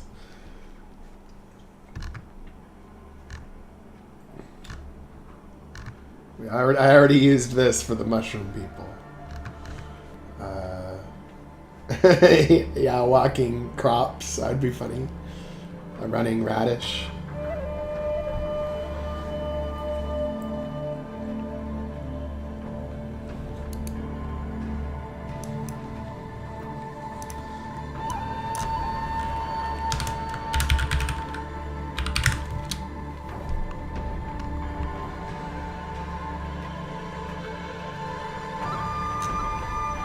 Oh, although that should not have the $sign.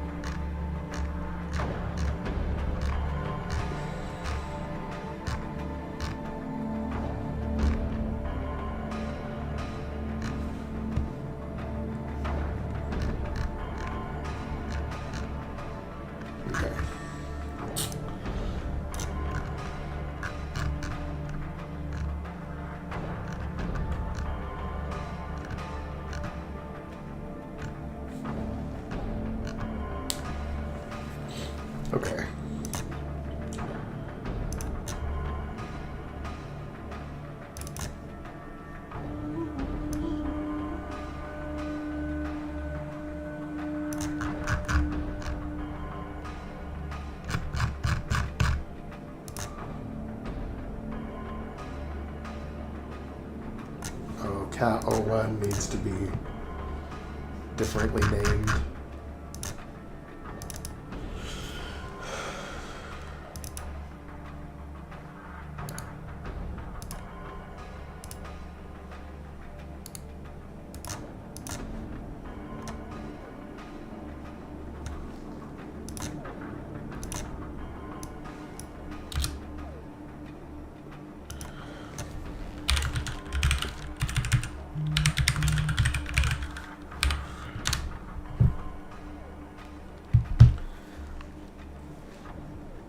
Yeah, the phone's just not stopping right now.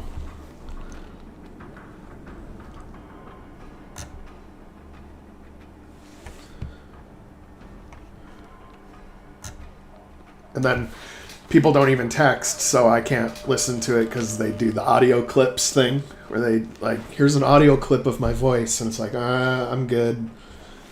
I'm in the middle of working on my game right now. I can at least passively read a text and kind of like respond, but the worst is when people do the voice to text though, because when they do that, the texts end up being like paragraphs long. Like, that's the worst.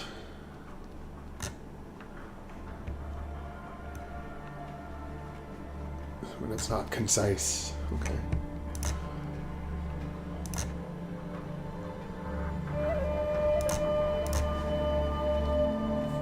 I need to make these without the $, all of these.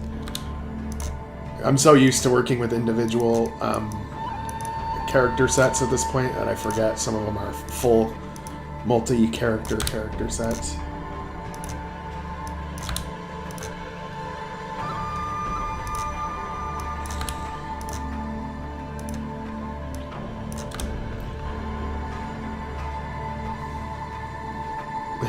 That's all good, dude. You do what you gotta do.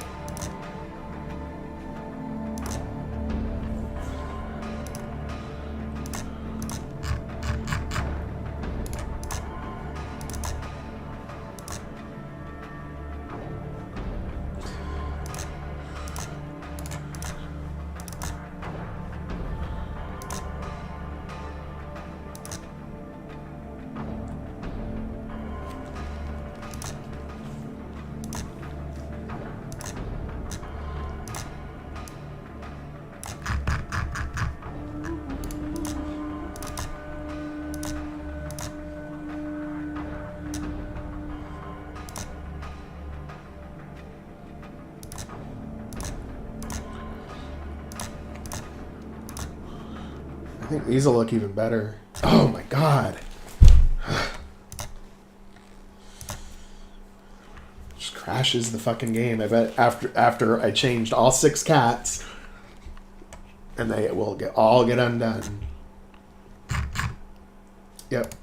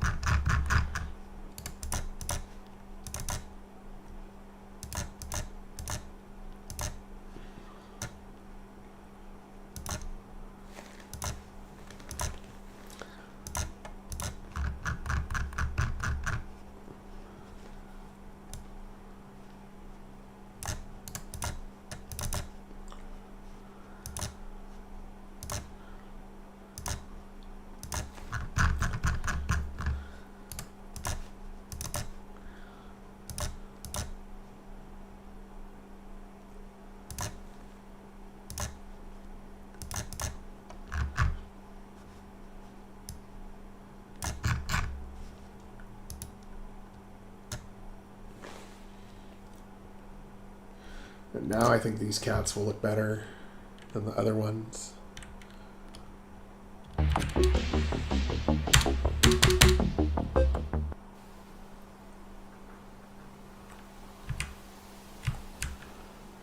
Yeah, they look cute.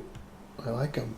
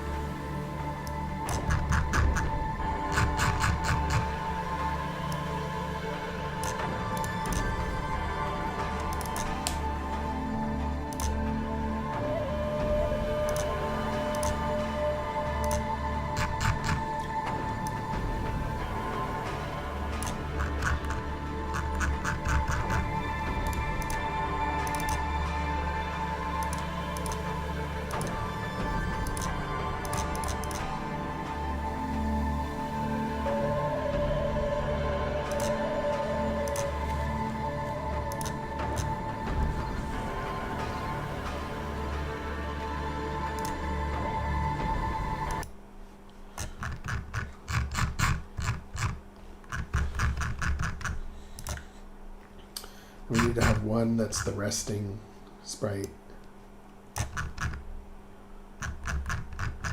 on top of some boxes. Probably on top of the boxes when you first get out of this building.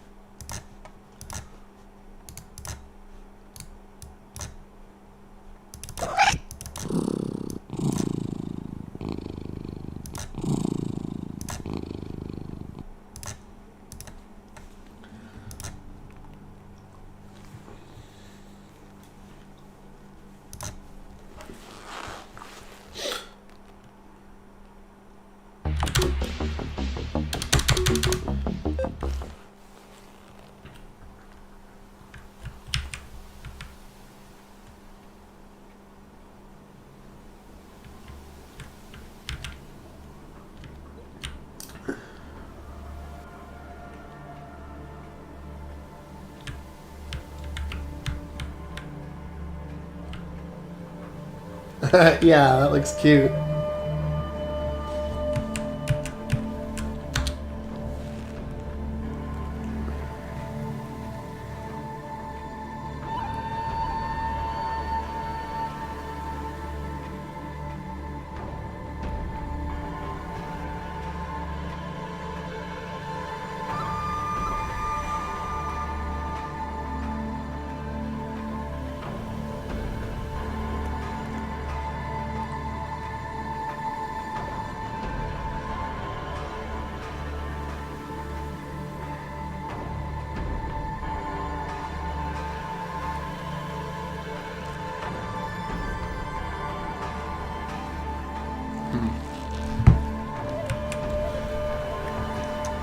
Good to make it an activation radius of 1 though for the cat.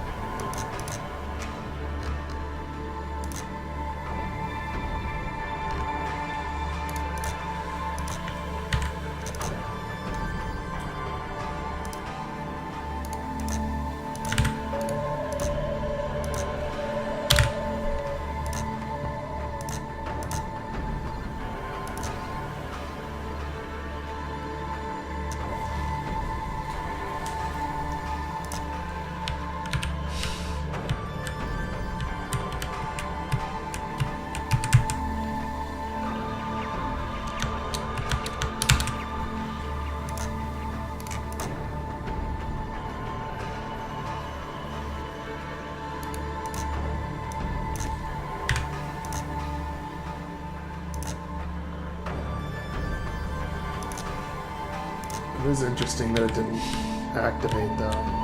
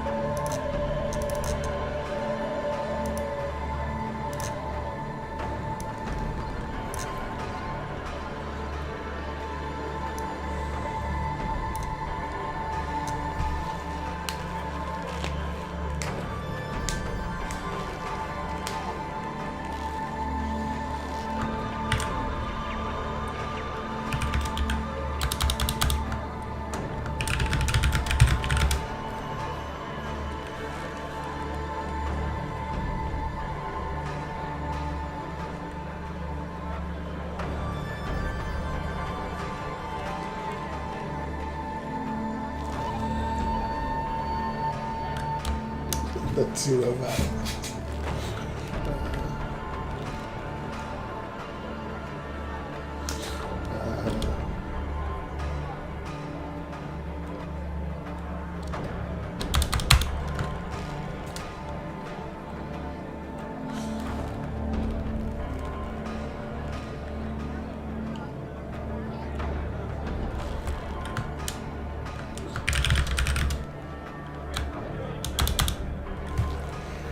What should I have them say?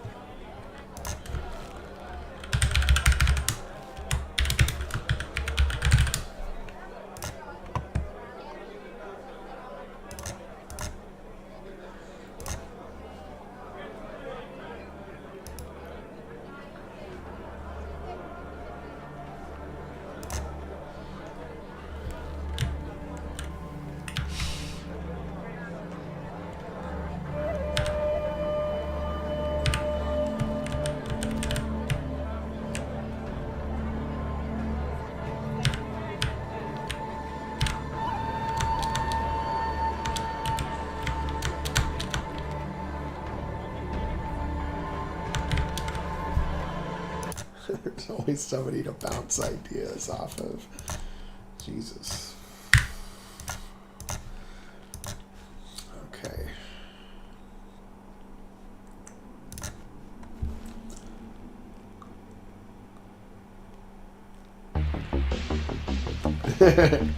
Well, yeah, I might just make him still. I kind of want to have them move subtly without having to make like another full sprite.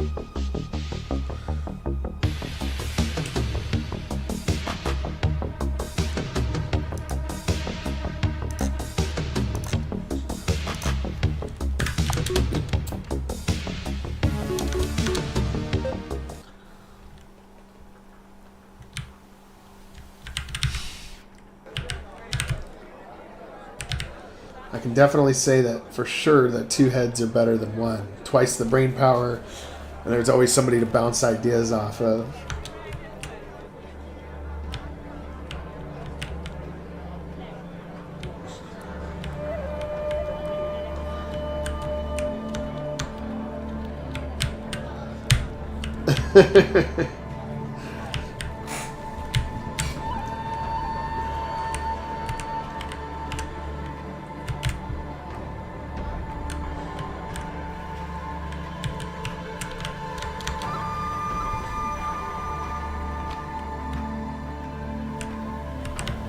The kitties look so cute, and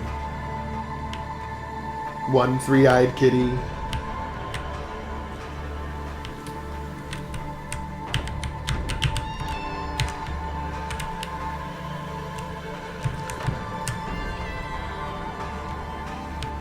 Now we need to start getting dogs going.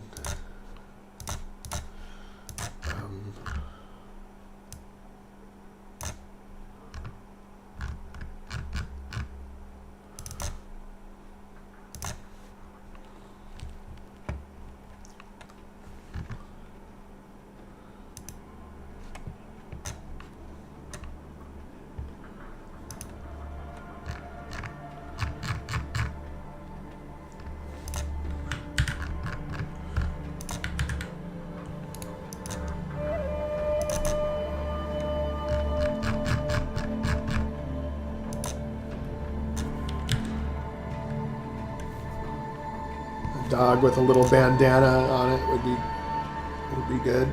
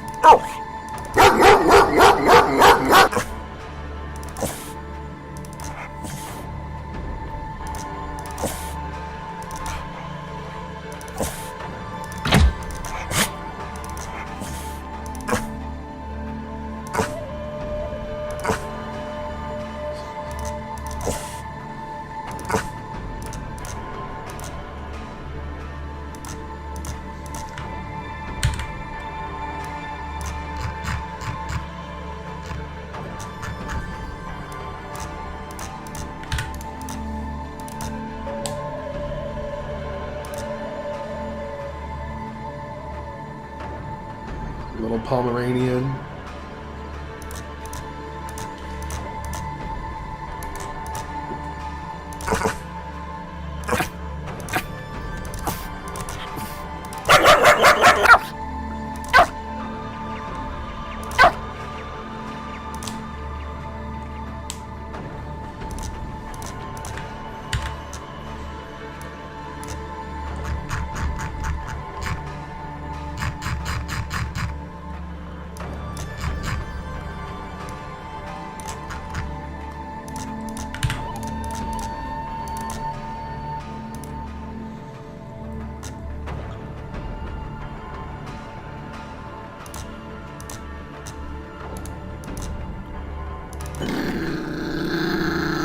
Oh, that would have been better for the Pomeranian, I think.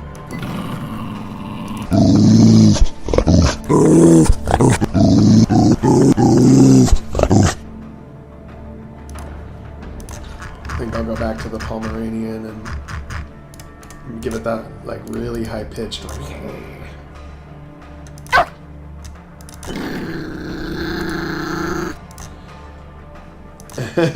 Yeah. Yeah, true.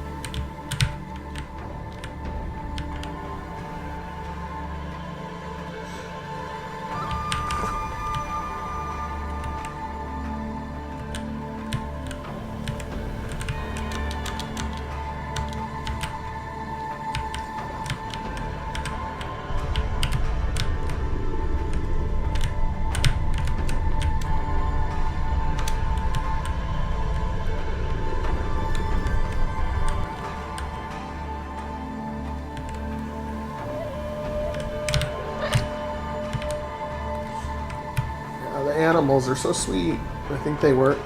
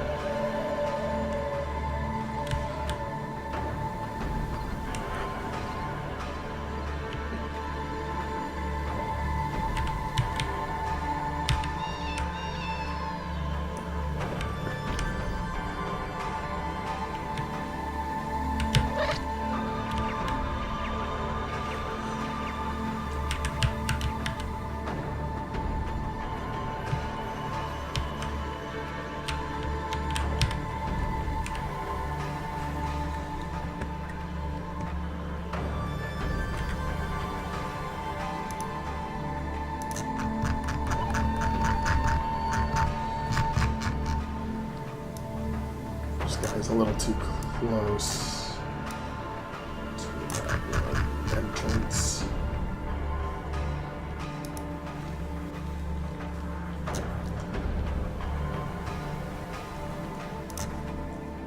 Okay.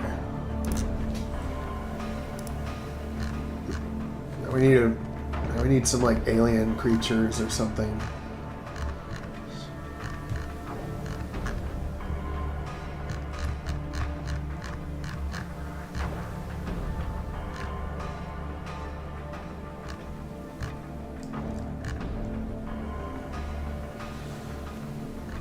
Zombie animals.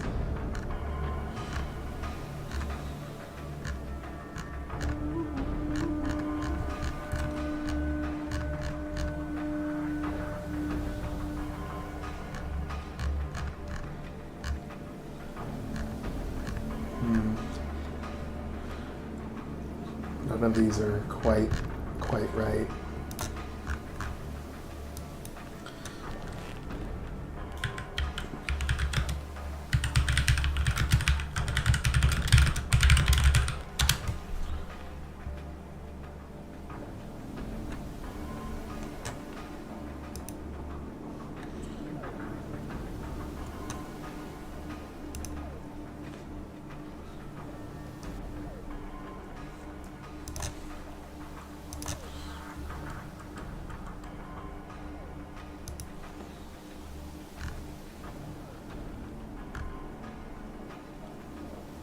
Hey, there's one of my tile sets.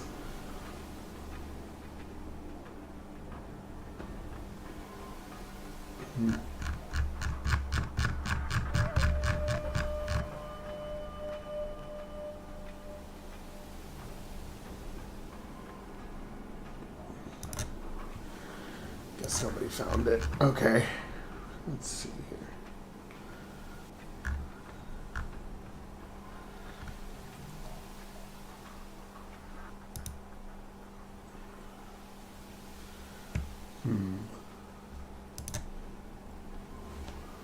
That one's a little almost, but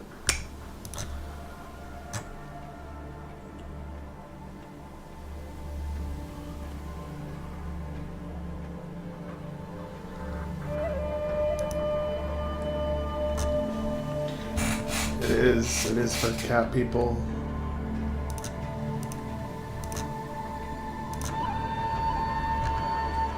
Maybe some of these monsters could be used.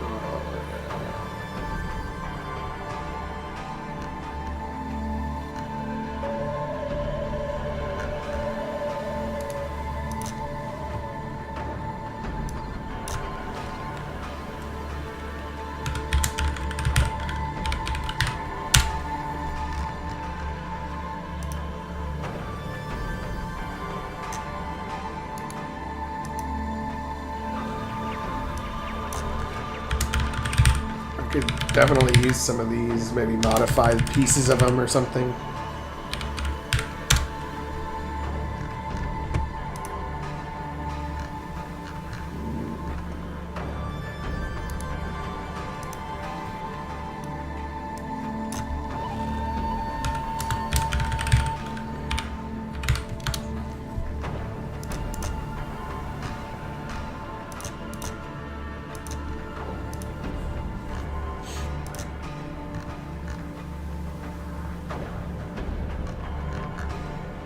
I like the reddish one the most.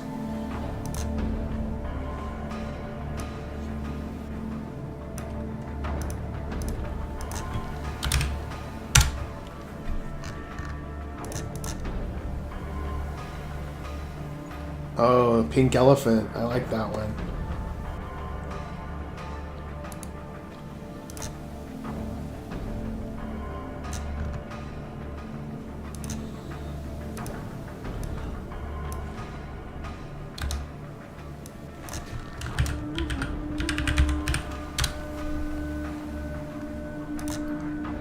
Robo horse. Hell yeah, I'll take that.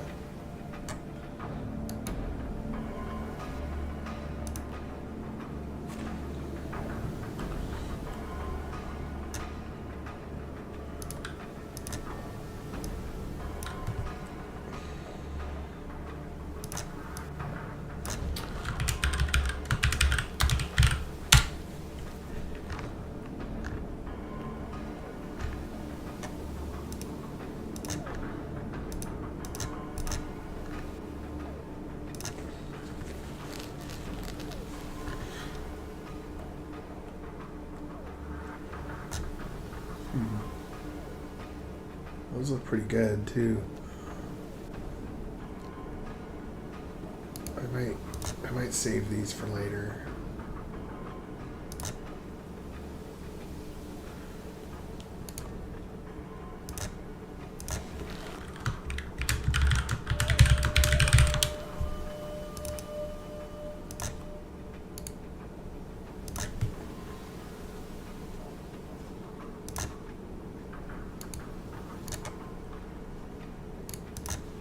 Okay, that does contain all of them. Okay, great.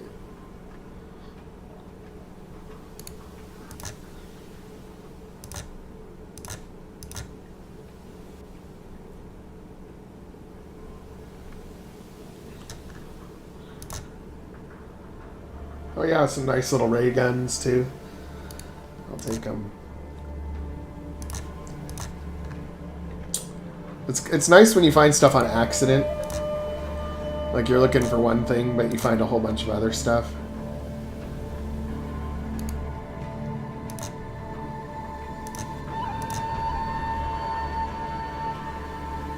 Oh yeah, that's a nice little gauntlet. Yeah.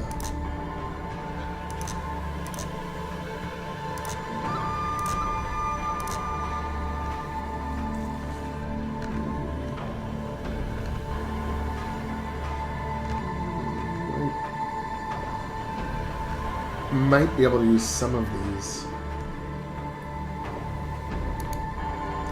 Yeah, for like the drugs and stuff.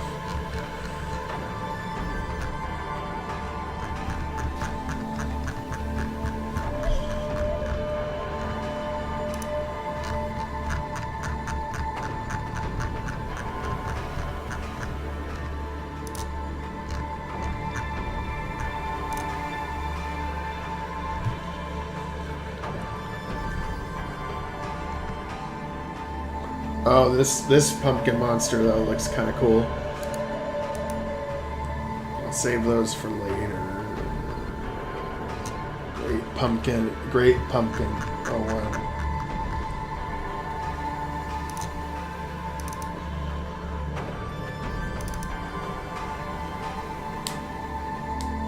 Like we could change its color and it would look totally alien.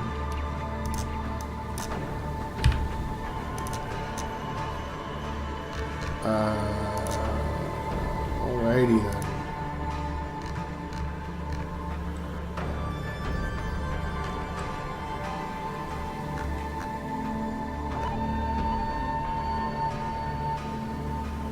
Okay, so I guess we could use some of those as monsters, but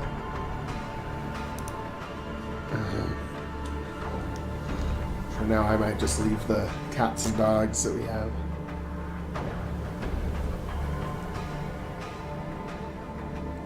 Oh, okay. I see what you're saying. Okay. Take away the fog.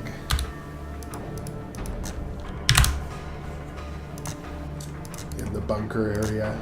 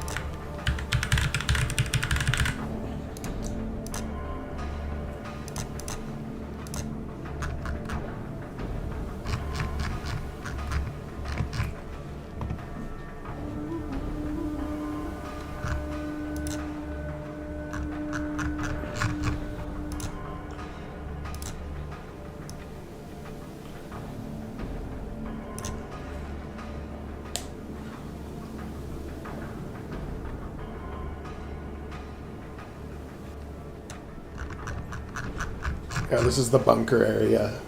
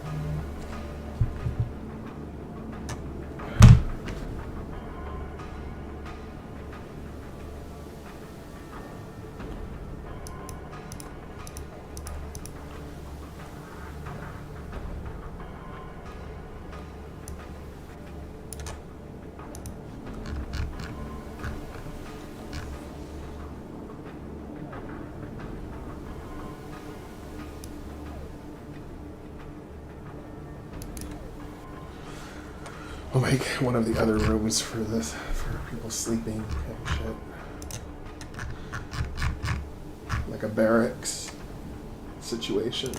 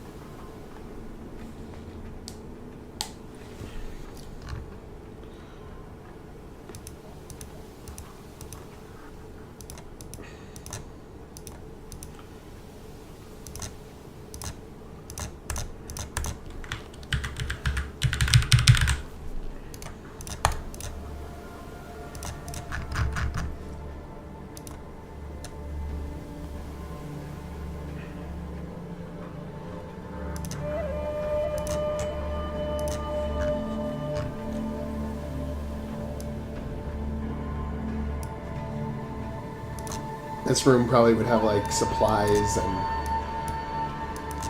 provisions and stuff.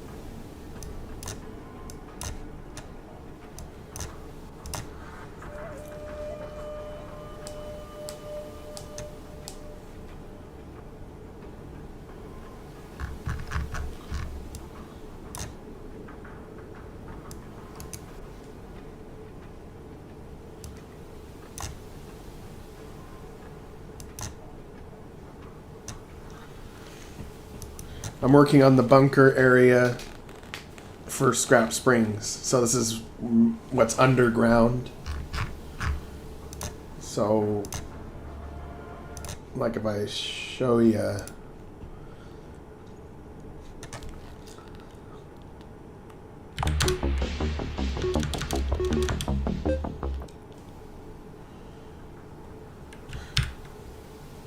So, like if you go to one of these little triangle houses, it's just a bunker entrance that goes underground. And if you go underground, that's what I'm making.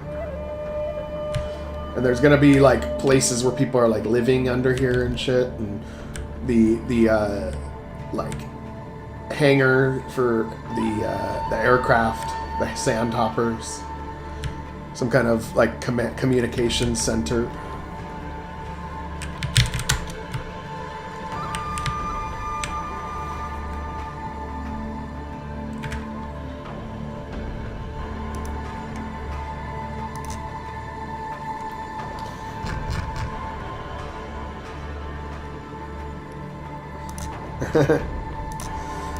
Yep, it's safer too. The only thing that keeps Scrap Springs off the map is the camouflage field that they already think they've destroyed the town, but they haven't.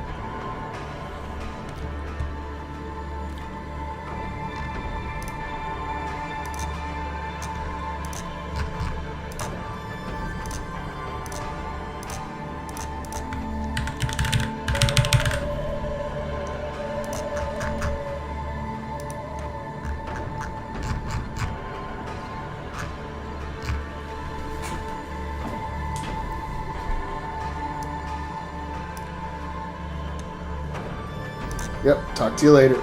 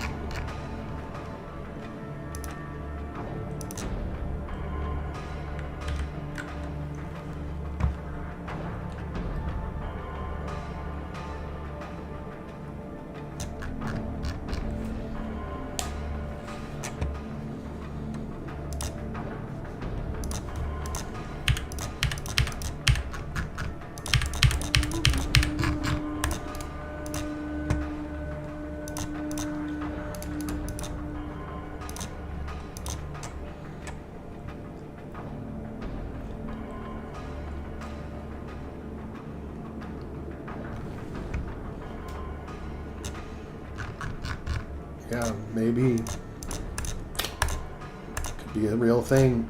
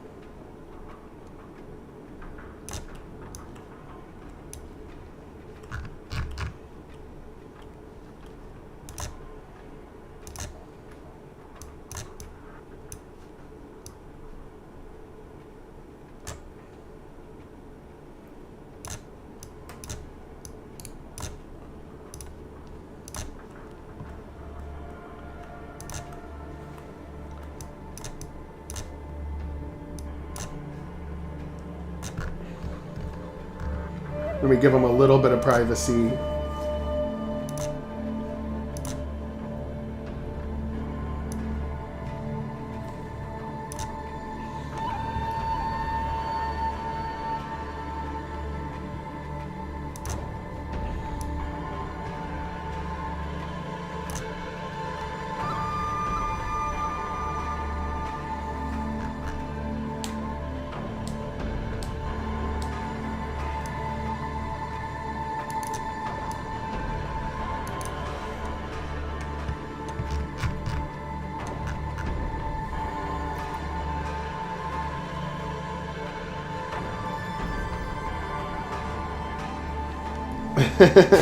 Yeah.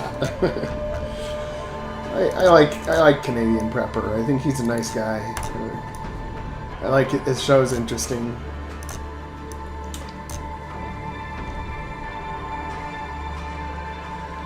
Yeah.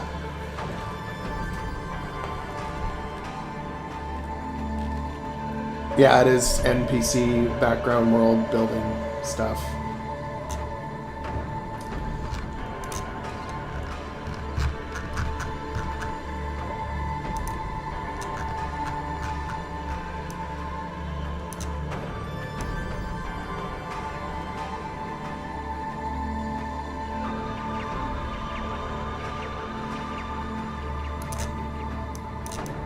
Maybe they get like a little desk too.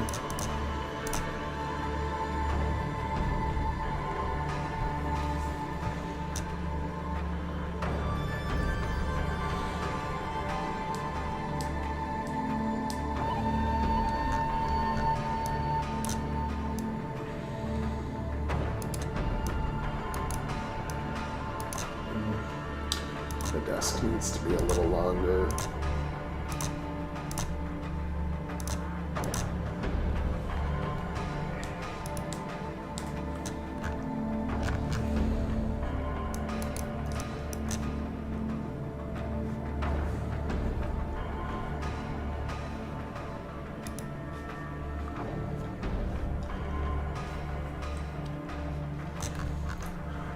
The room might be a little narrow. Giving them one more striplet of space will probably be a good thing for their peace of mind.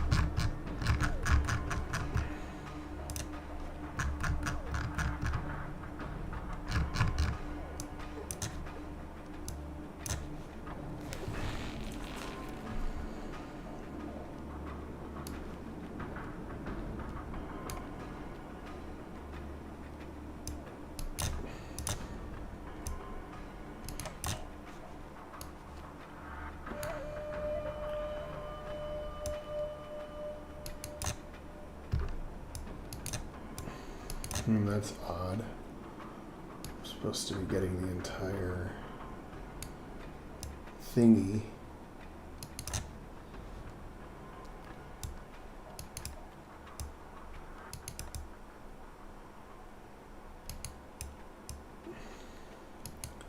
It's weird that it doesn't copy it properly.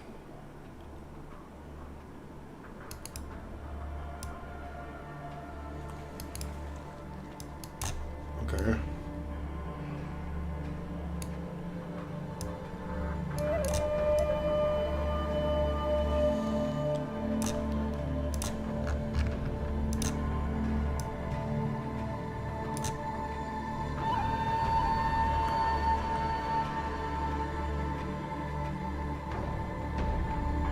Yeah, I know. I love glitches. They're so fun.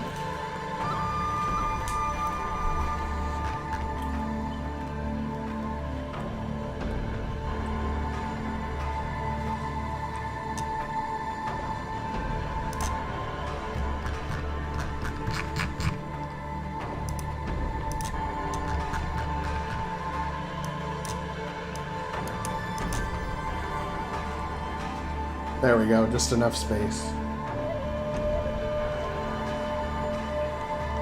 Yeah, it's not a bad idea to take your time. I mean, I think this game's a better game that I didn't rush it.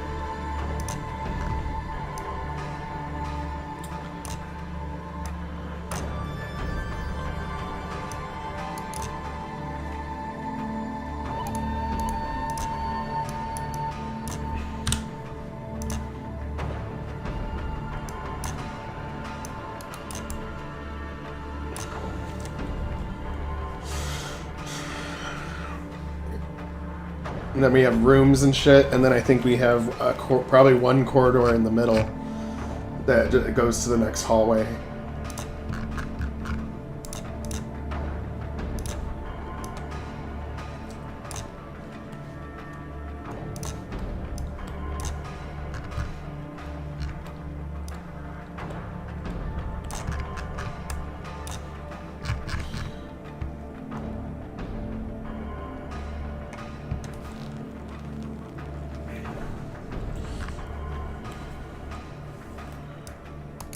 This one right here.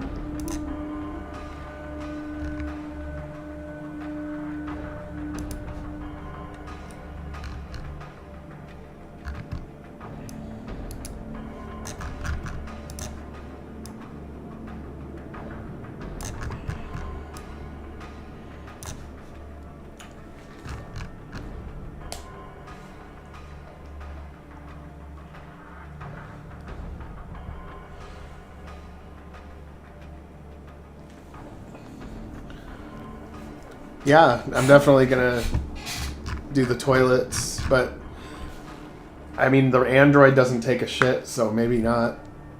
Maybe one of your characters goes, "Excuse me a moment," but that would be a little too.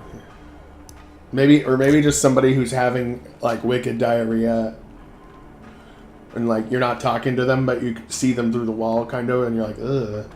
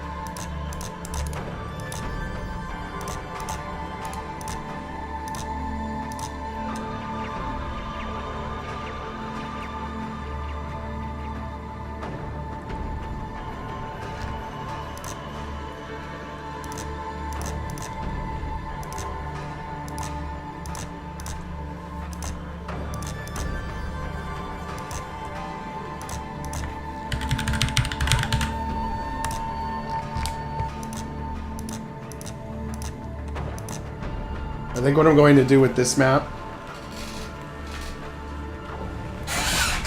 this needs to be some kind of like power core or some kind of thing that's important for this base.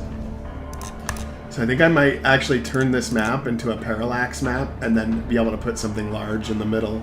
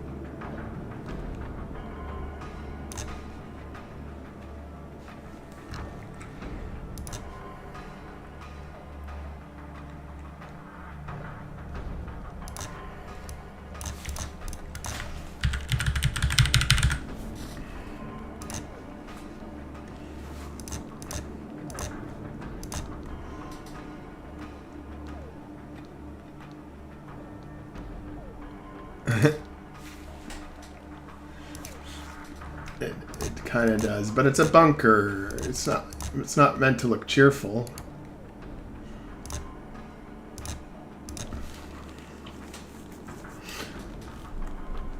And if an enemy was invading you, you know, you would be the boss inside your bunker. It's like if the tables were turned.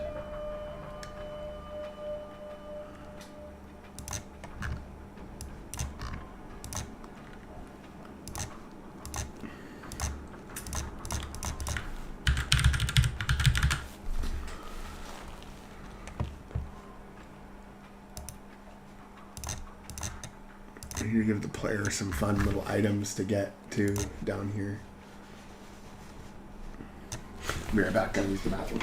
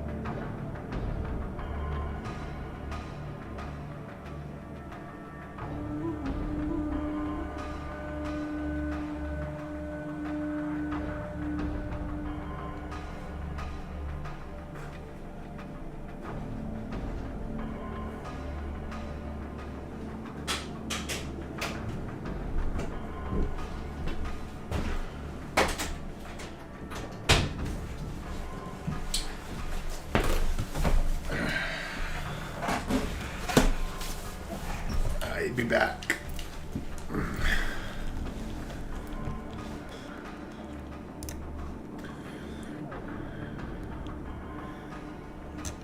gonna open this thing again and make something like a power core or something to that effect.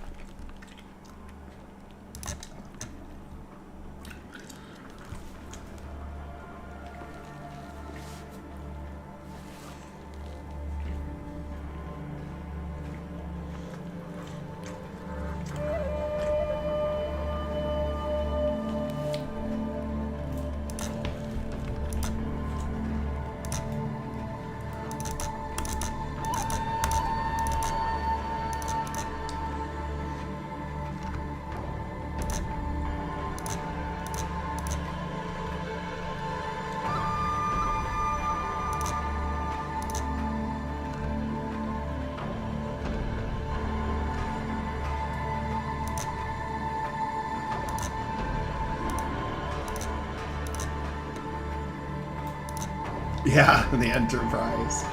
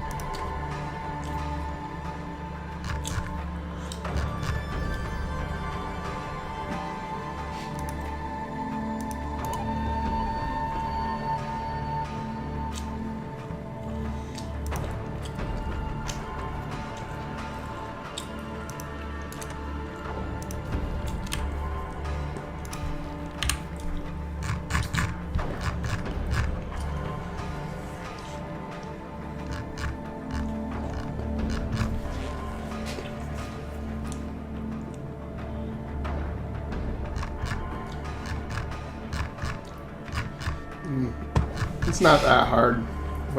The hard part is knowing which parts are available when you have to like just scroll up and down, up and down.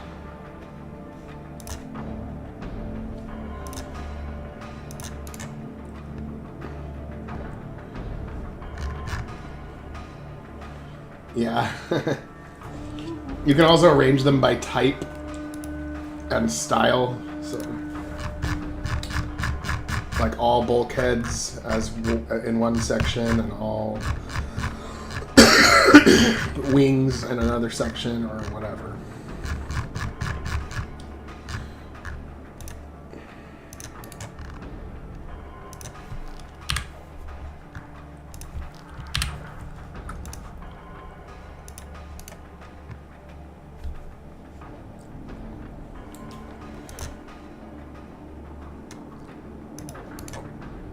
Make it look like a warp core from Star Trek.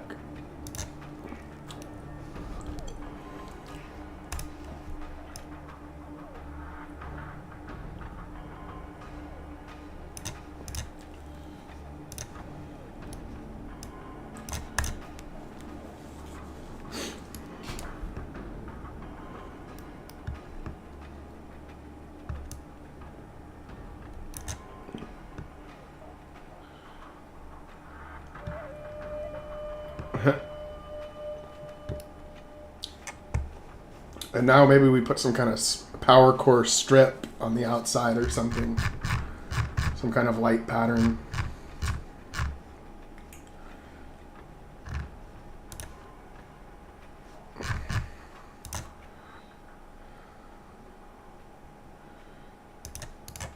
Kinda, but not sticking out.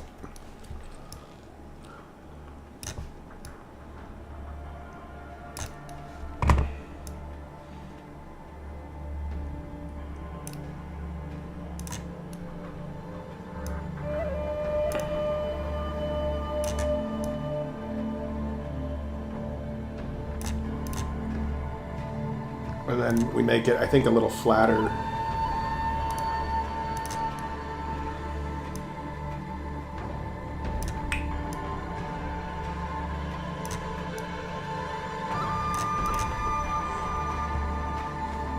Yeah,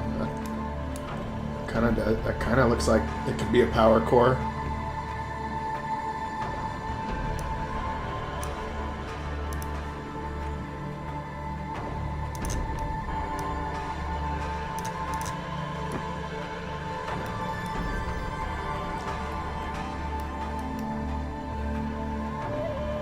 The only thing I'm thinking of is these little things that look like windows. Swapping those out for something.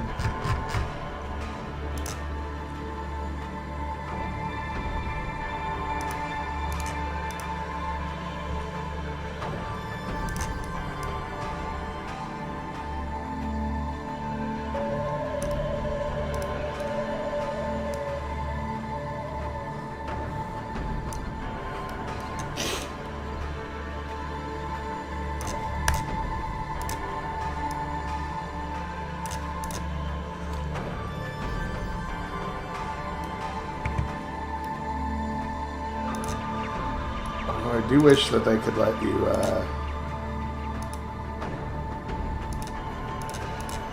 that you could copy and paste with parameters, but it doesn't let you do that.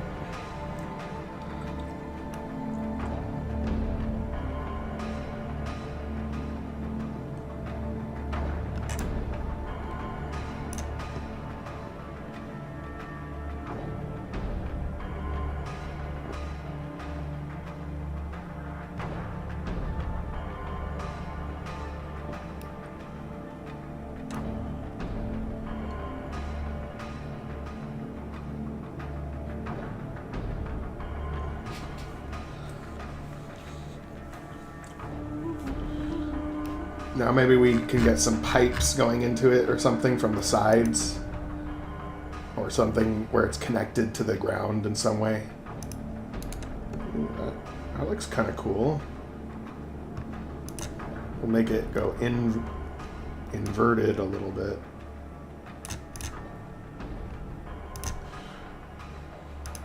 Yeah, I like that.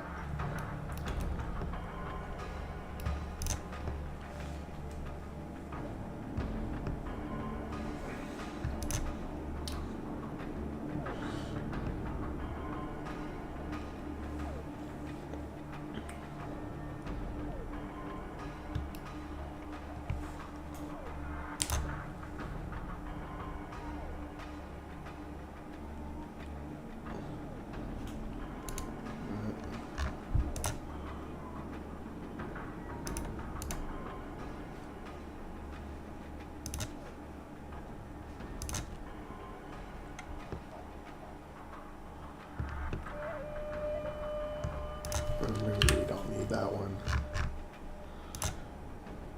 Ooh, I kind of like that.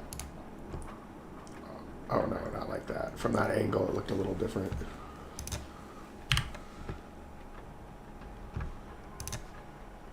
Maybe these could be on the vertical as well.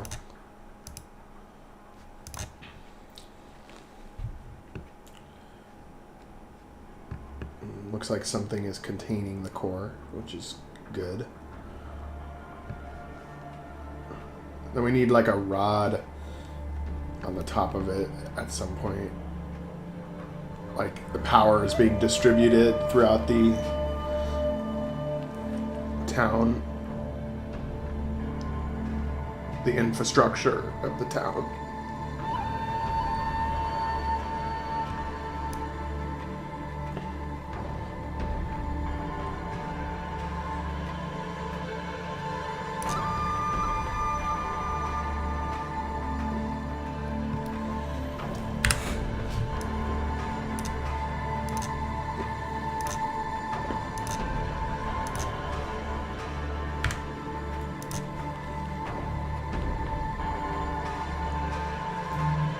Yeah, it's a portable nuclear reactor, an old design.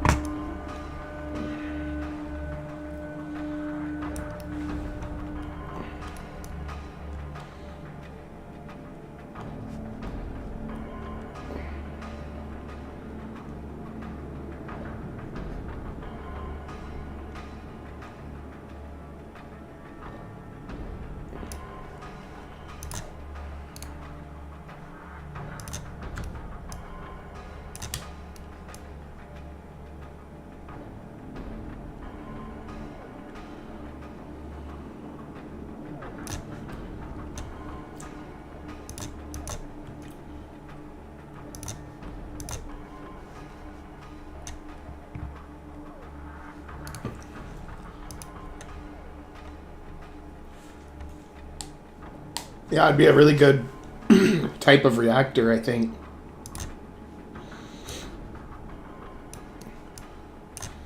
I'm just surprised that the environmentalists aren't in support of nuclear power, because it would fix a lot of problems as far as tons of energy availability with no emissions. I mean, it just makes sense.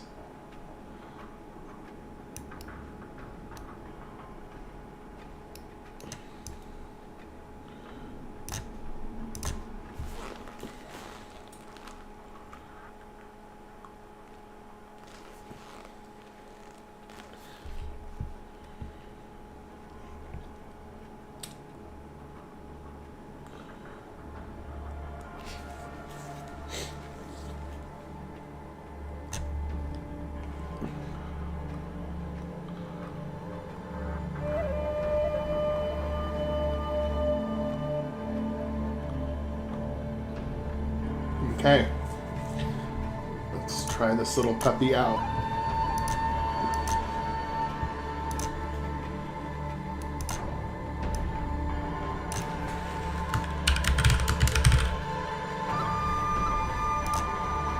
What layer can we sacrifice?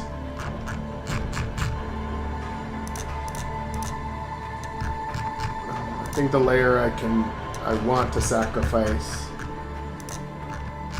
is probably layer E, because it's their kind of like their power core room and command center. There wouldn't be a lot of junk or boxes or stuff in it, so layer E.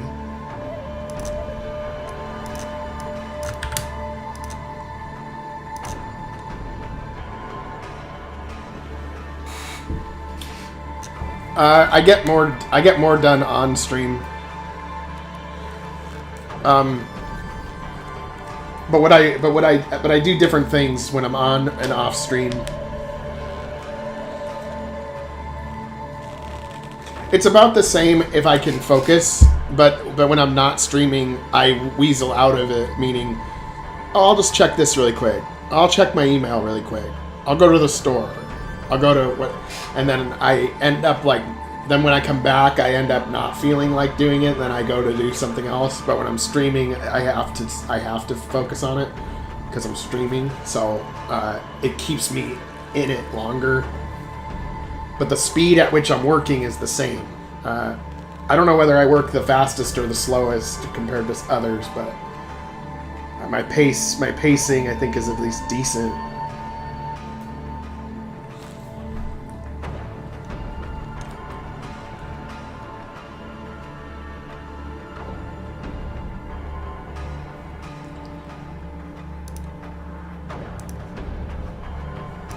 For me, it's just the distraction of other stuff can take me out of the game making. But if I'm streaming, I'm like, okay, I'm streaming my game, so I have to be working on it. And for me, it helps me focus more. But I don't know, maybe I'm weird.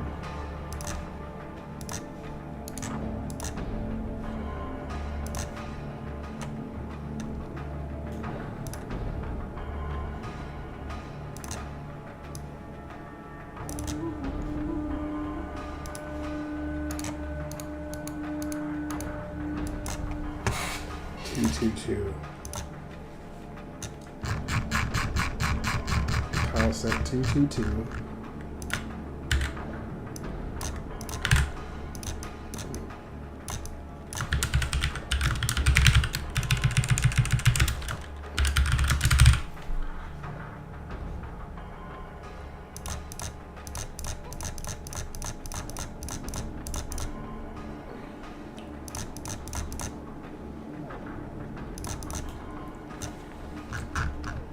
Might as well do it there too.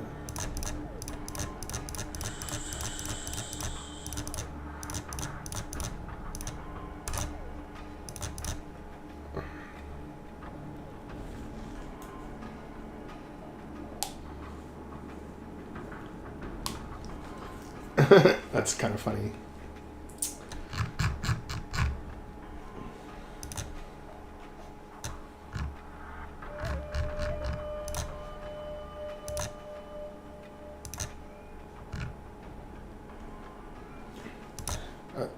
Sorry, my cat's crying. One sec.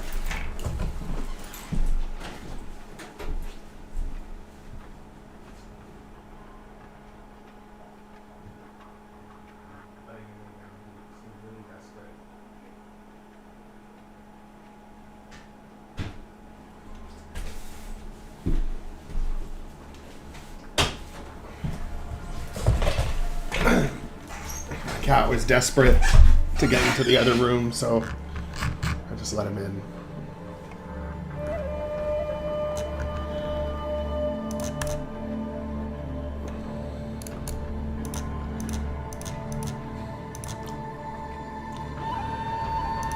Gotta do what's right for the cats.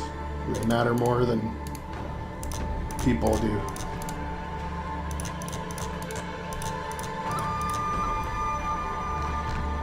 Can't do wrong by them.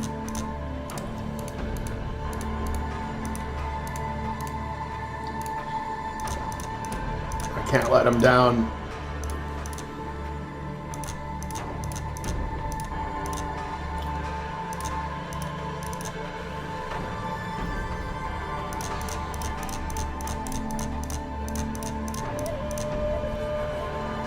God, I hate this passability shit.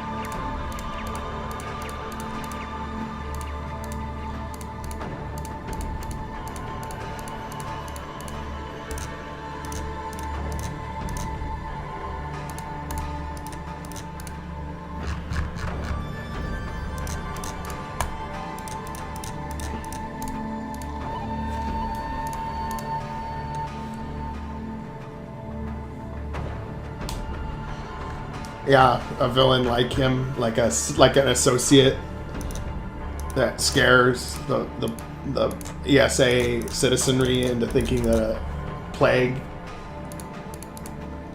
is going to take them out.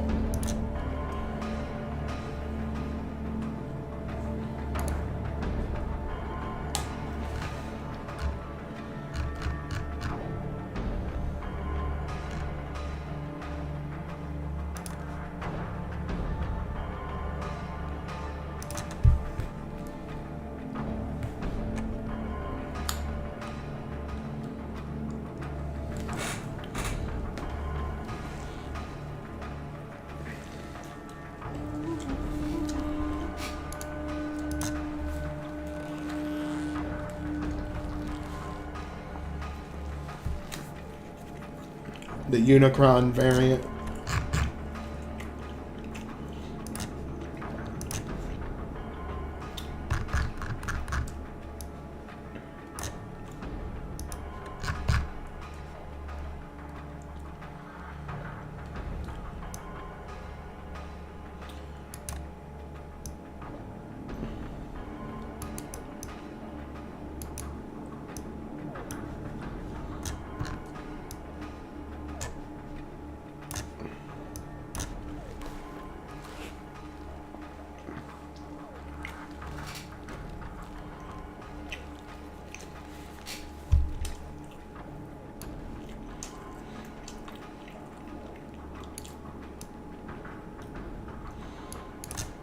You can call it the unicorn variant.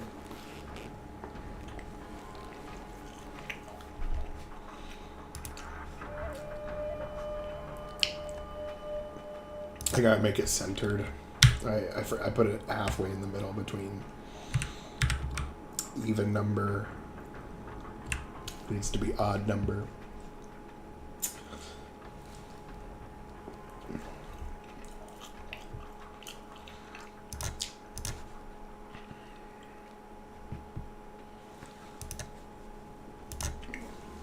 You can probably get away with it.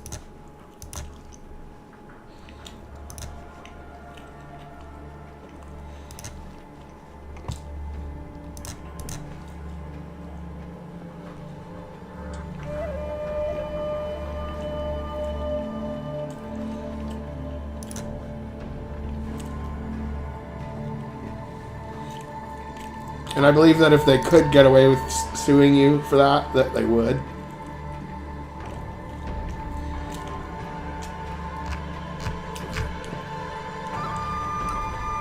You know, just like Facebook trying to copyright the word face.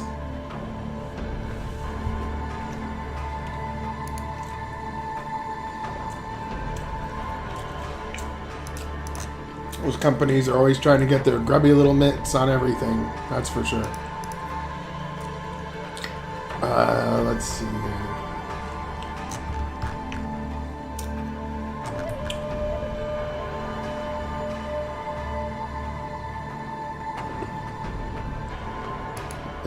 Yeah.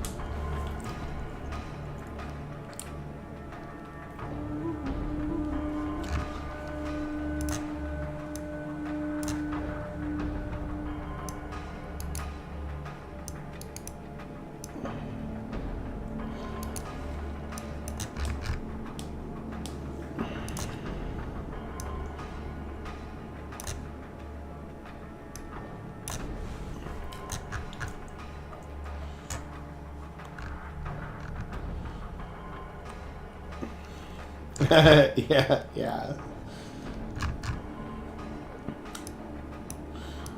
Well, this reactor is much safer than the other models. Oh, you know what I need to do, though? Is I need to put I know what I need to do for this reactor. I need to put the nuclear symbol on the front of it.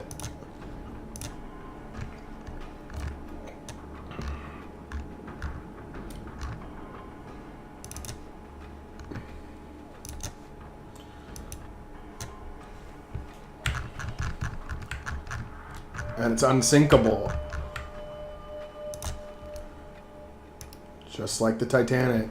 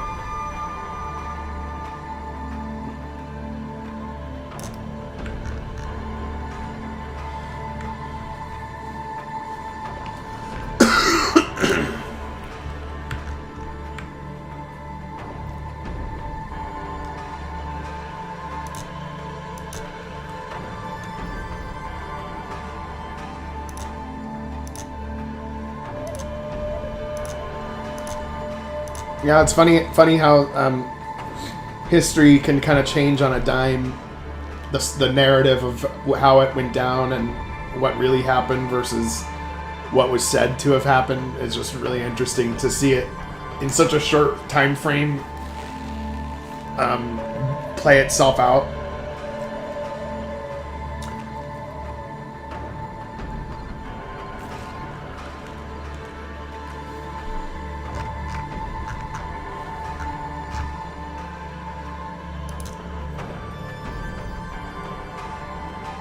Oh yeah, no, I 2 years ago there's a video of me saying I think that this is overblown, but we just have to do the best we can or something like that.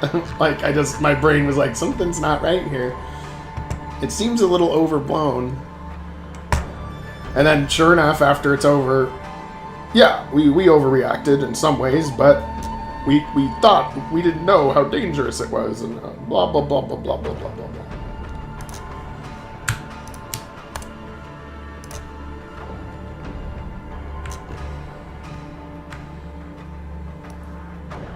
Now we have to have the reactor pulsating. How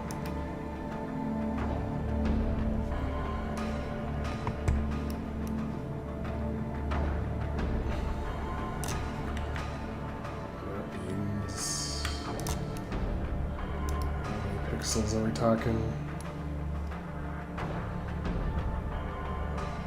336 by 240.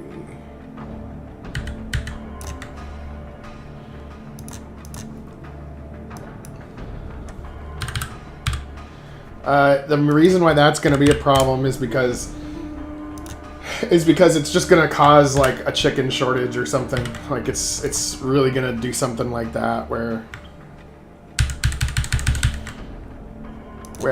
you just won't be able to get chicken, you know, because they killed them all because they might have had bird flu.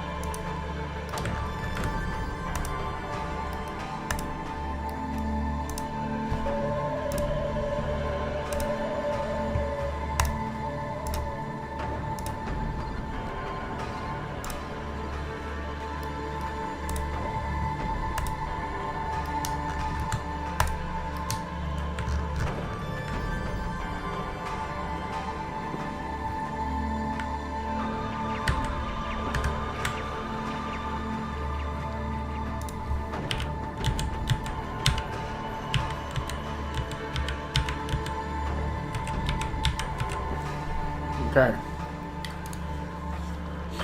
I'm going to give it a little bit of a color hue shift.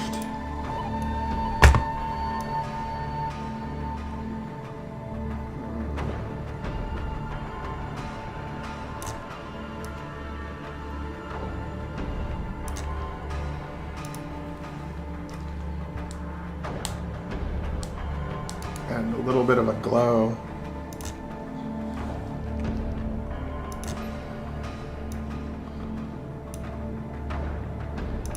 Maybe an inner glow.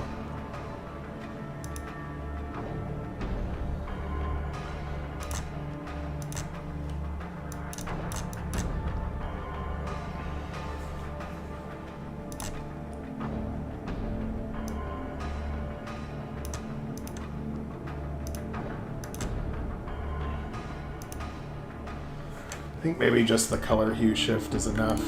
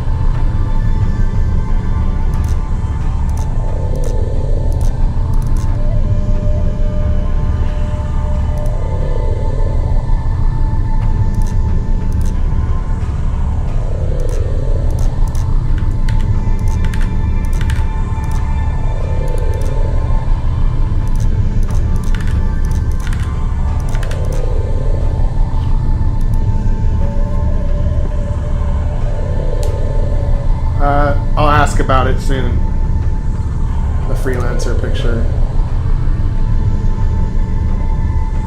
He usually takes longer than what he says he is gonna take, but he puts a lot of actual care into it, and it ends up looking really good. So I just said, take your time, take as much time as you need. He periodically updates me, but I'll ask today. See where it's at.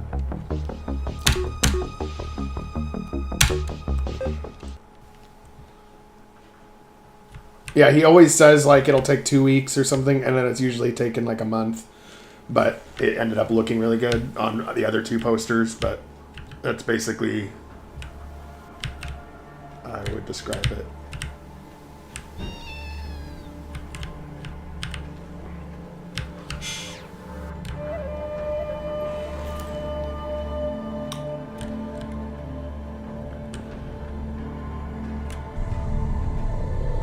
Looks like a sexy little nuclear reactor.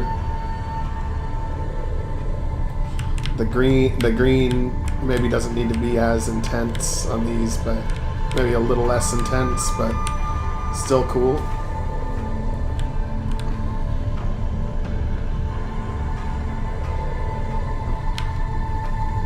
Power regulation.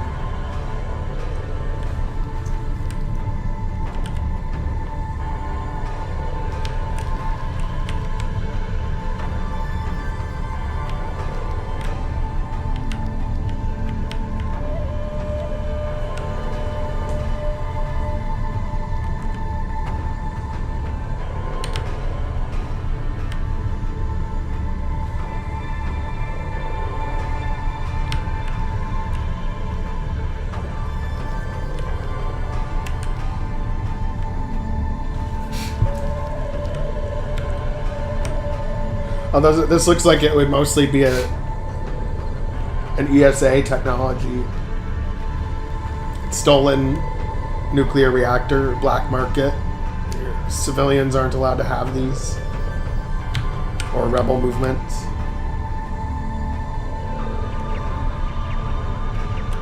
I'm thinking we need some wires coming out of this thing and then like diagonally going up into the ceiling.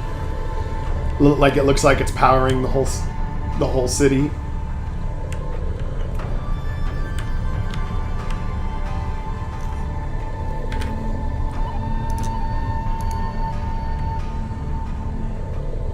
Yeah, pretty much.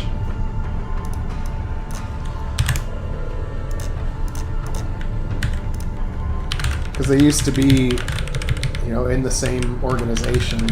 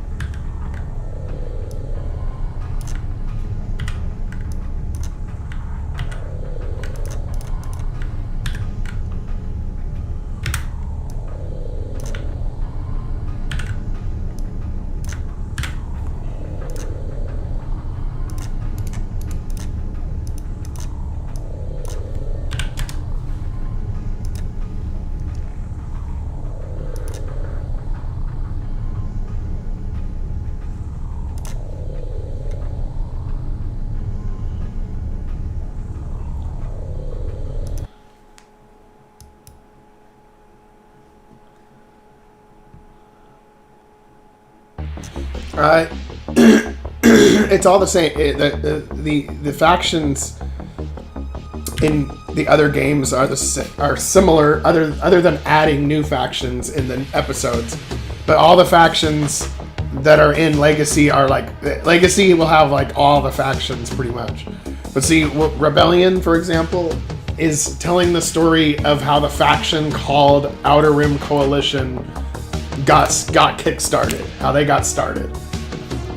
Whereas Origins tells the story of how the Order of Restoration got started. In other words, the original crew trying to restore things back to the way they were. That's a faction.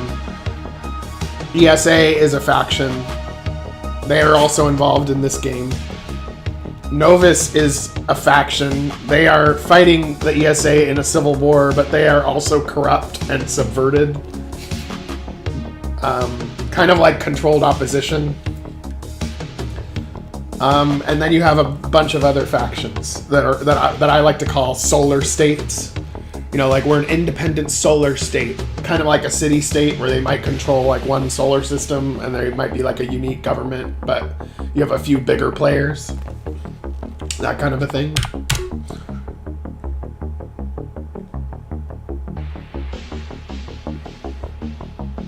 Yeah, the ESA are the main bad guys, and they're the main bad guys in all of this because of Kern.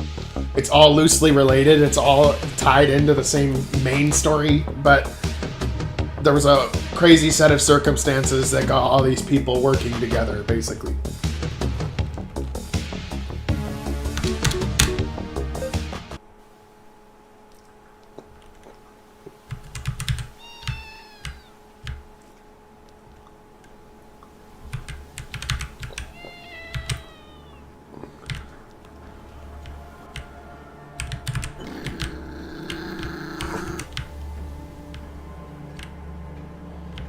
There's a lot of cats.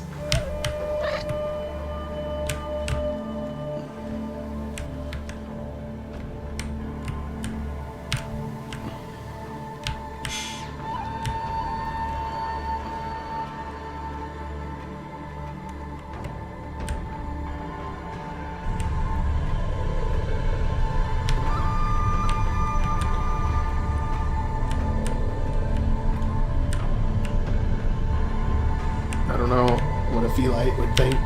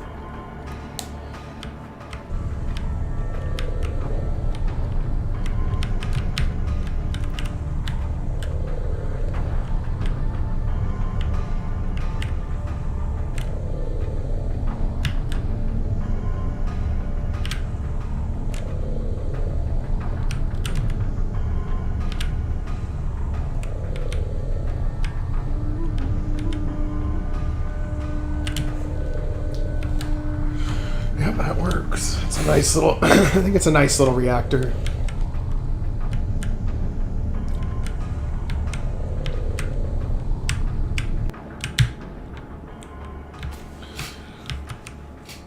Oh yeah, there's gonna be, I'm looking forward to releasing some tile sets after this game is done. I'll probably rearrange some of them around a little bit so that they make more sense than how I put them together, but yeah.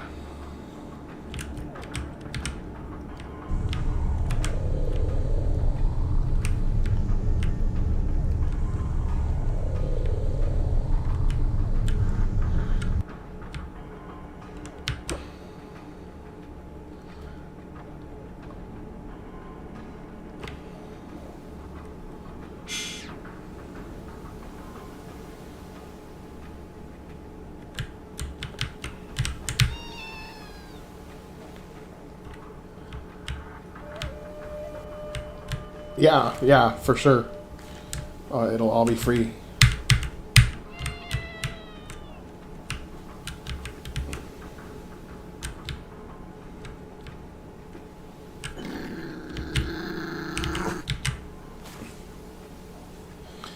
And I dare people to make a good game with him, too. I dare them.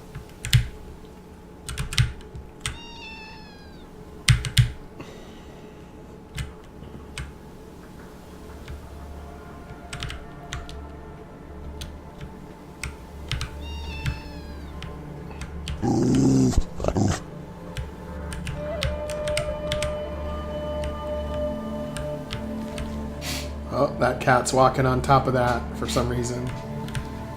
Don't know how it's able to do that. Probably another stupid passability thing. Yeah.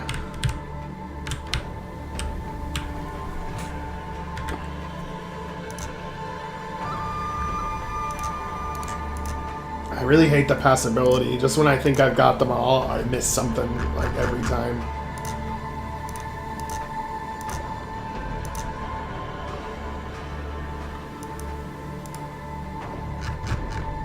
Oh, yep, there we go.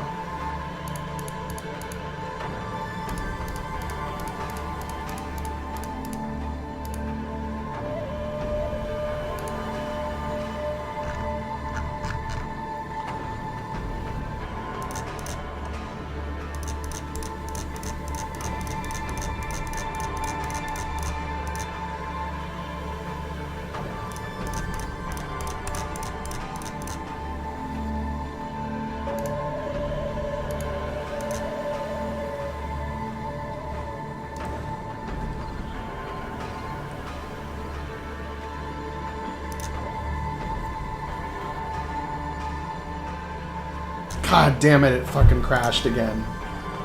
This thing it seems to be happening more and more.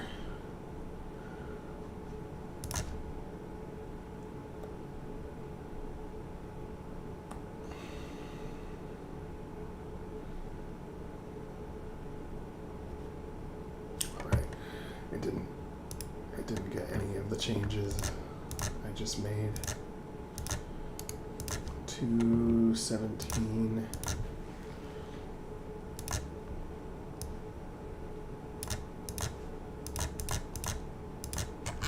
It always happens right after I've done a repetitive activity.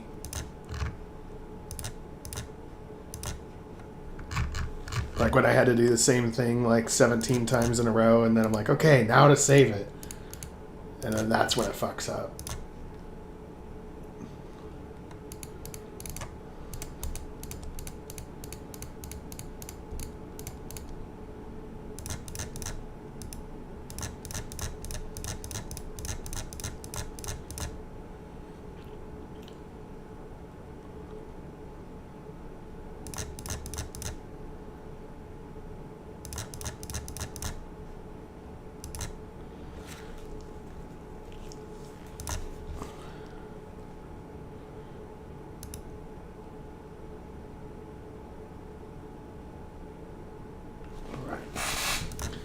It only reverted me to the passability thing I was just working on.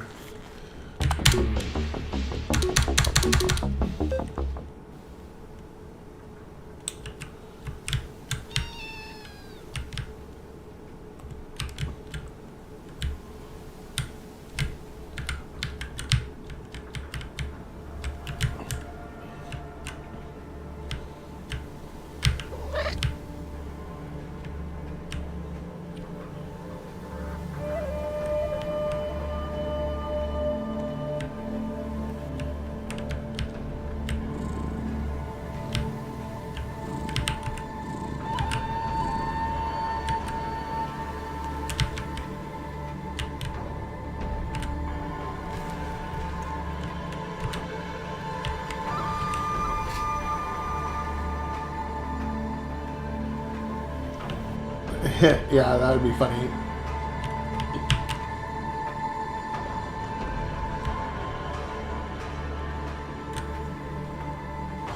Yeah, maybe the signs that I use in here would look okay on the outside of the building, too.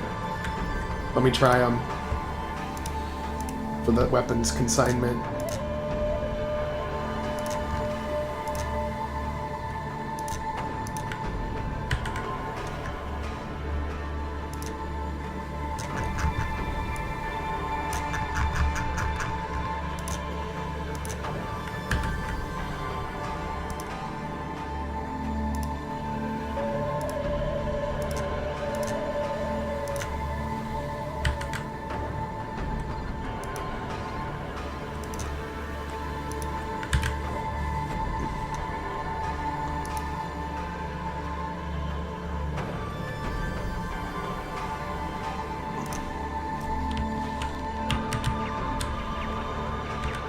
No.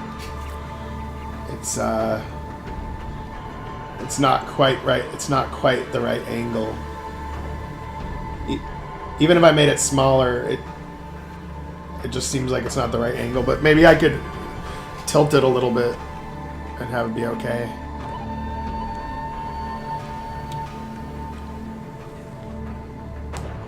I don't know. I didn't talk with every single little NPC. I think I'm gonna dive deeply into it when I do my playthrough.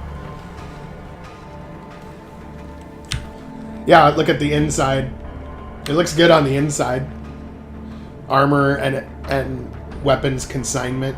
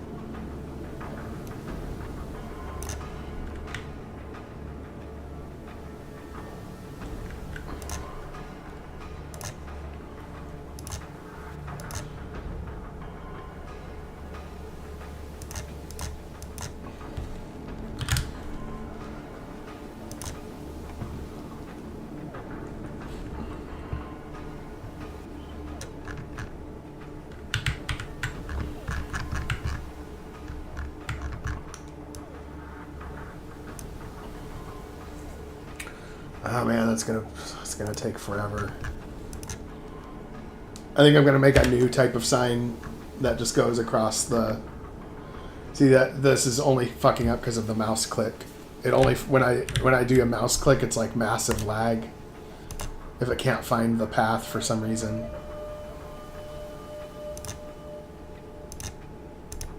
It doesn't do it with the keyboard, only when I click with the mouse. And then if I do it on land, then it's fine, but...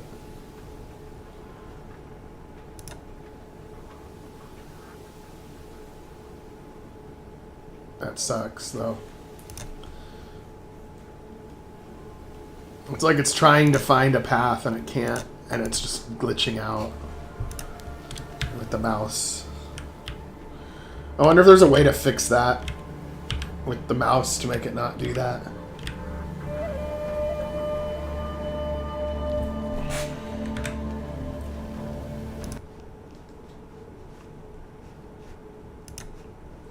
I think I'll just use a sign that is more circular, and it'll like flash between weapons. You know, weapons, ammo, you know, weapons, armor, accessories, weapons, armor, accessories, kind of thing. And if I was starting over again, I'm not going to do it, but if I was starting over again, I'd probably make this town as a parallax from the start. So I could make the buildings as big as I wanted. because it's a little bit like a TARDIS where you go inside the building and it's a lot bigger than the outside.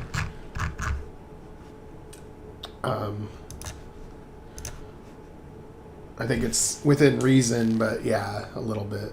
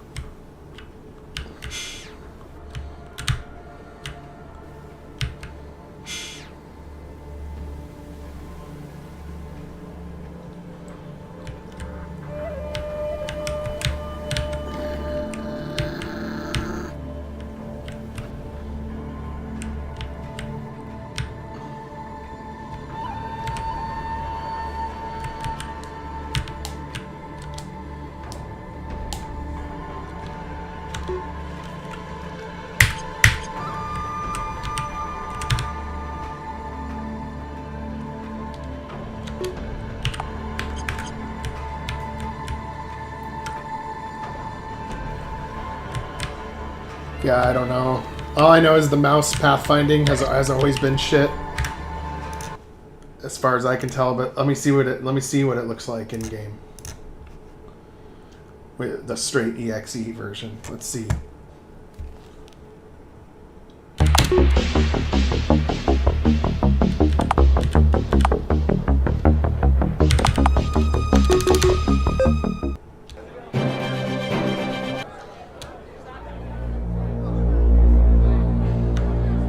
I've got to skip past this part.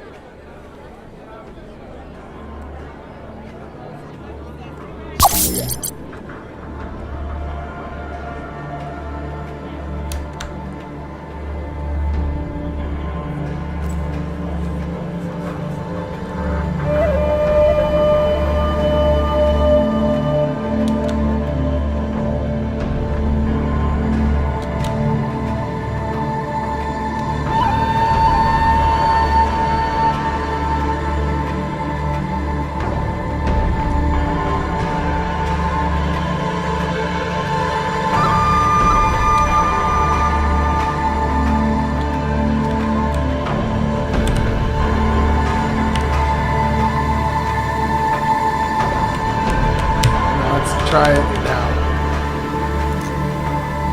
Yeah, it still does it.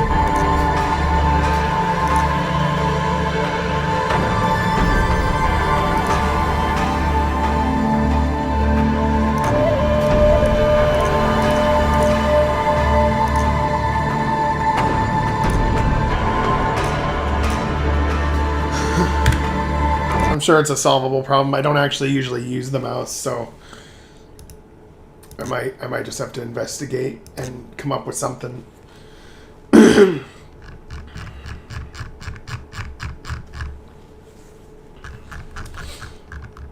Okay, I am about at the 7-hour mark. I'm probably good for now. I probably gotta go.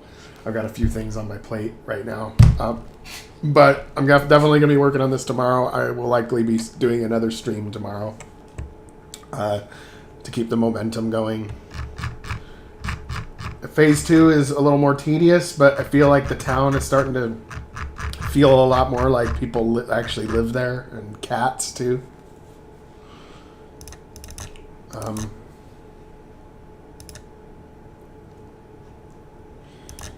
Beautiful cats.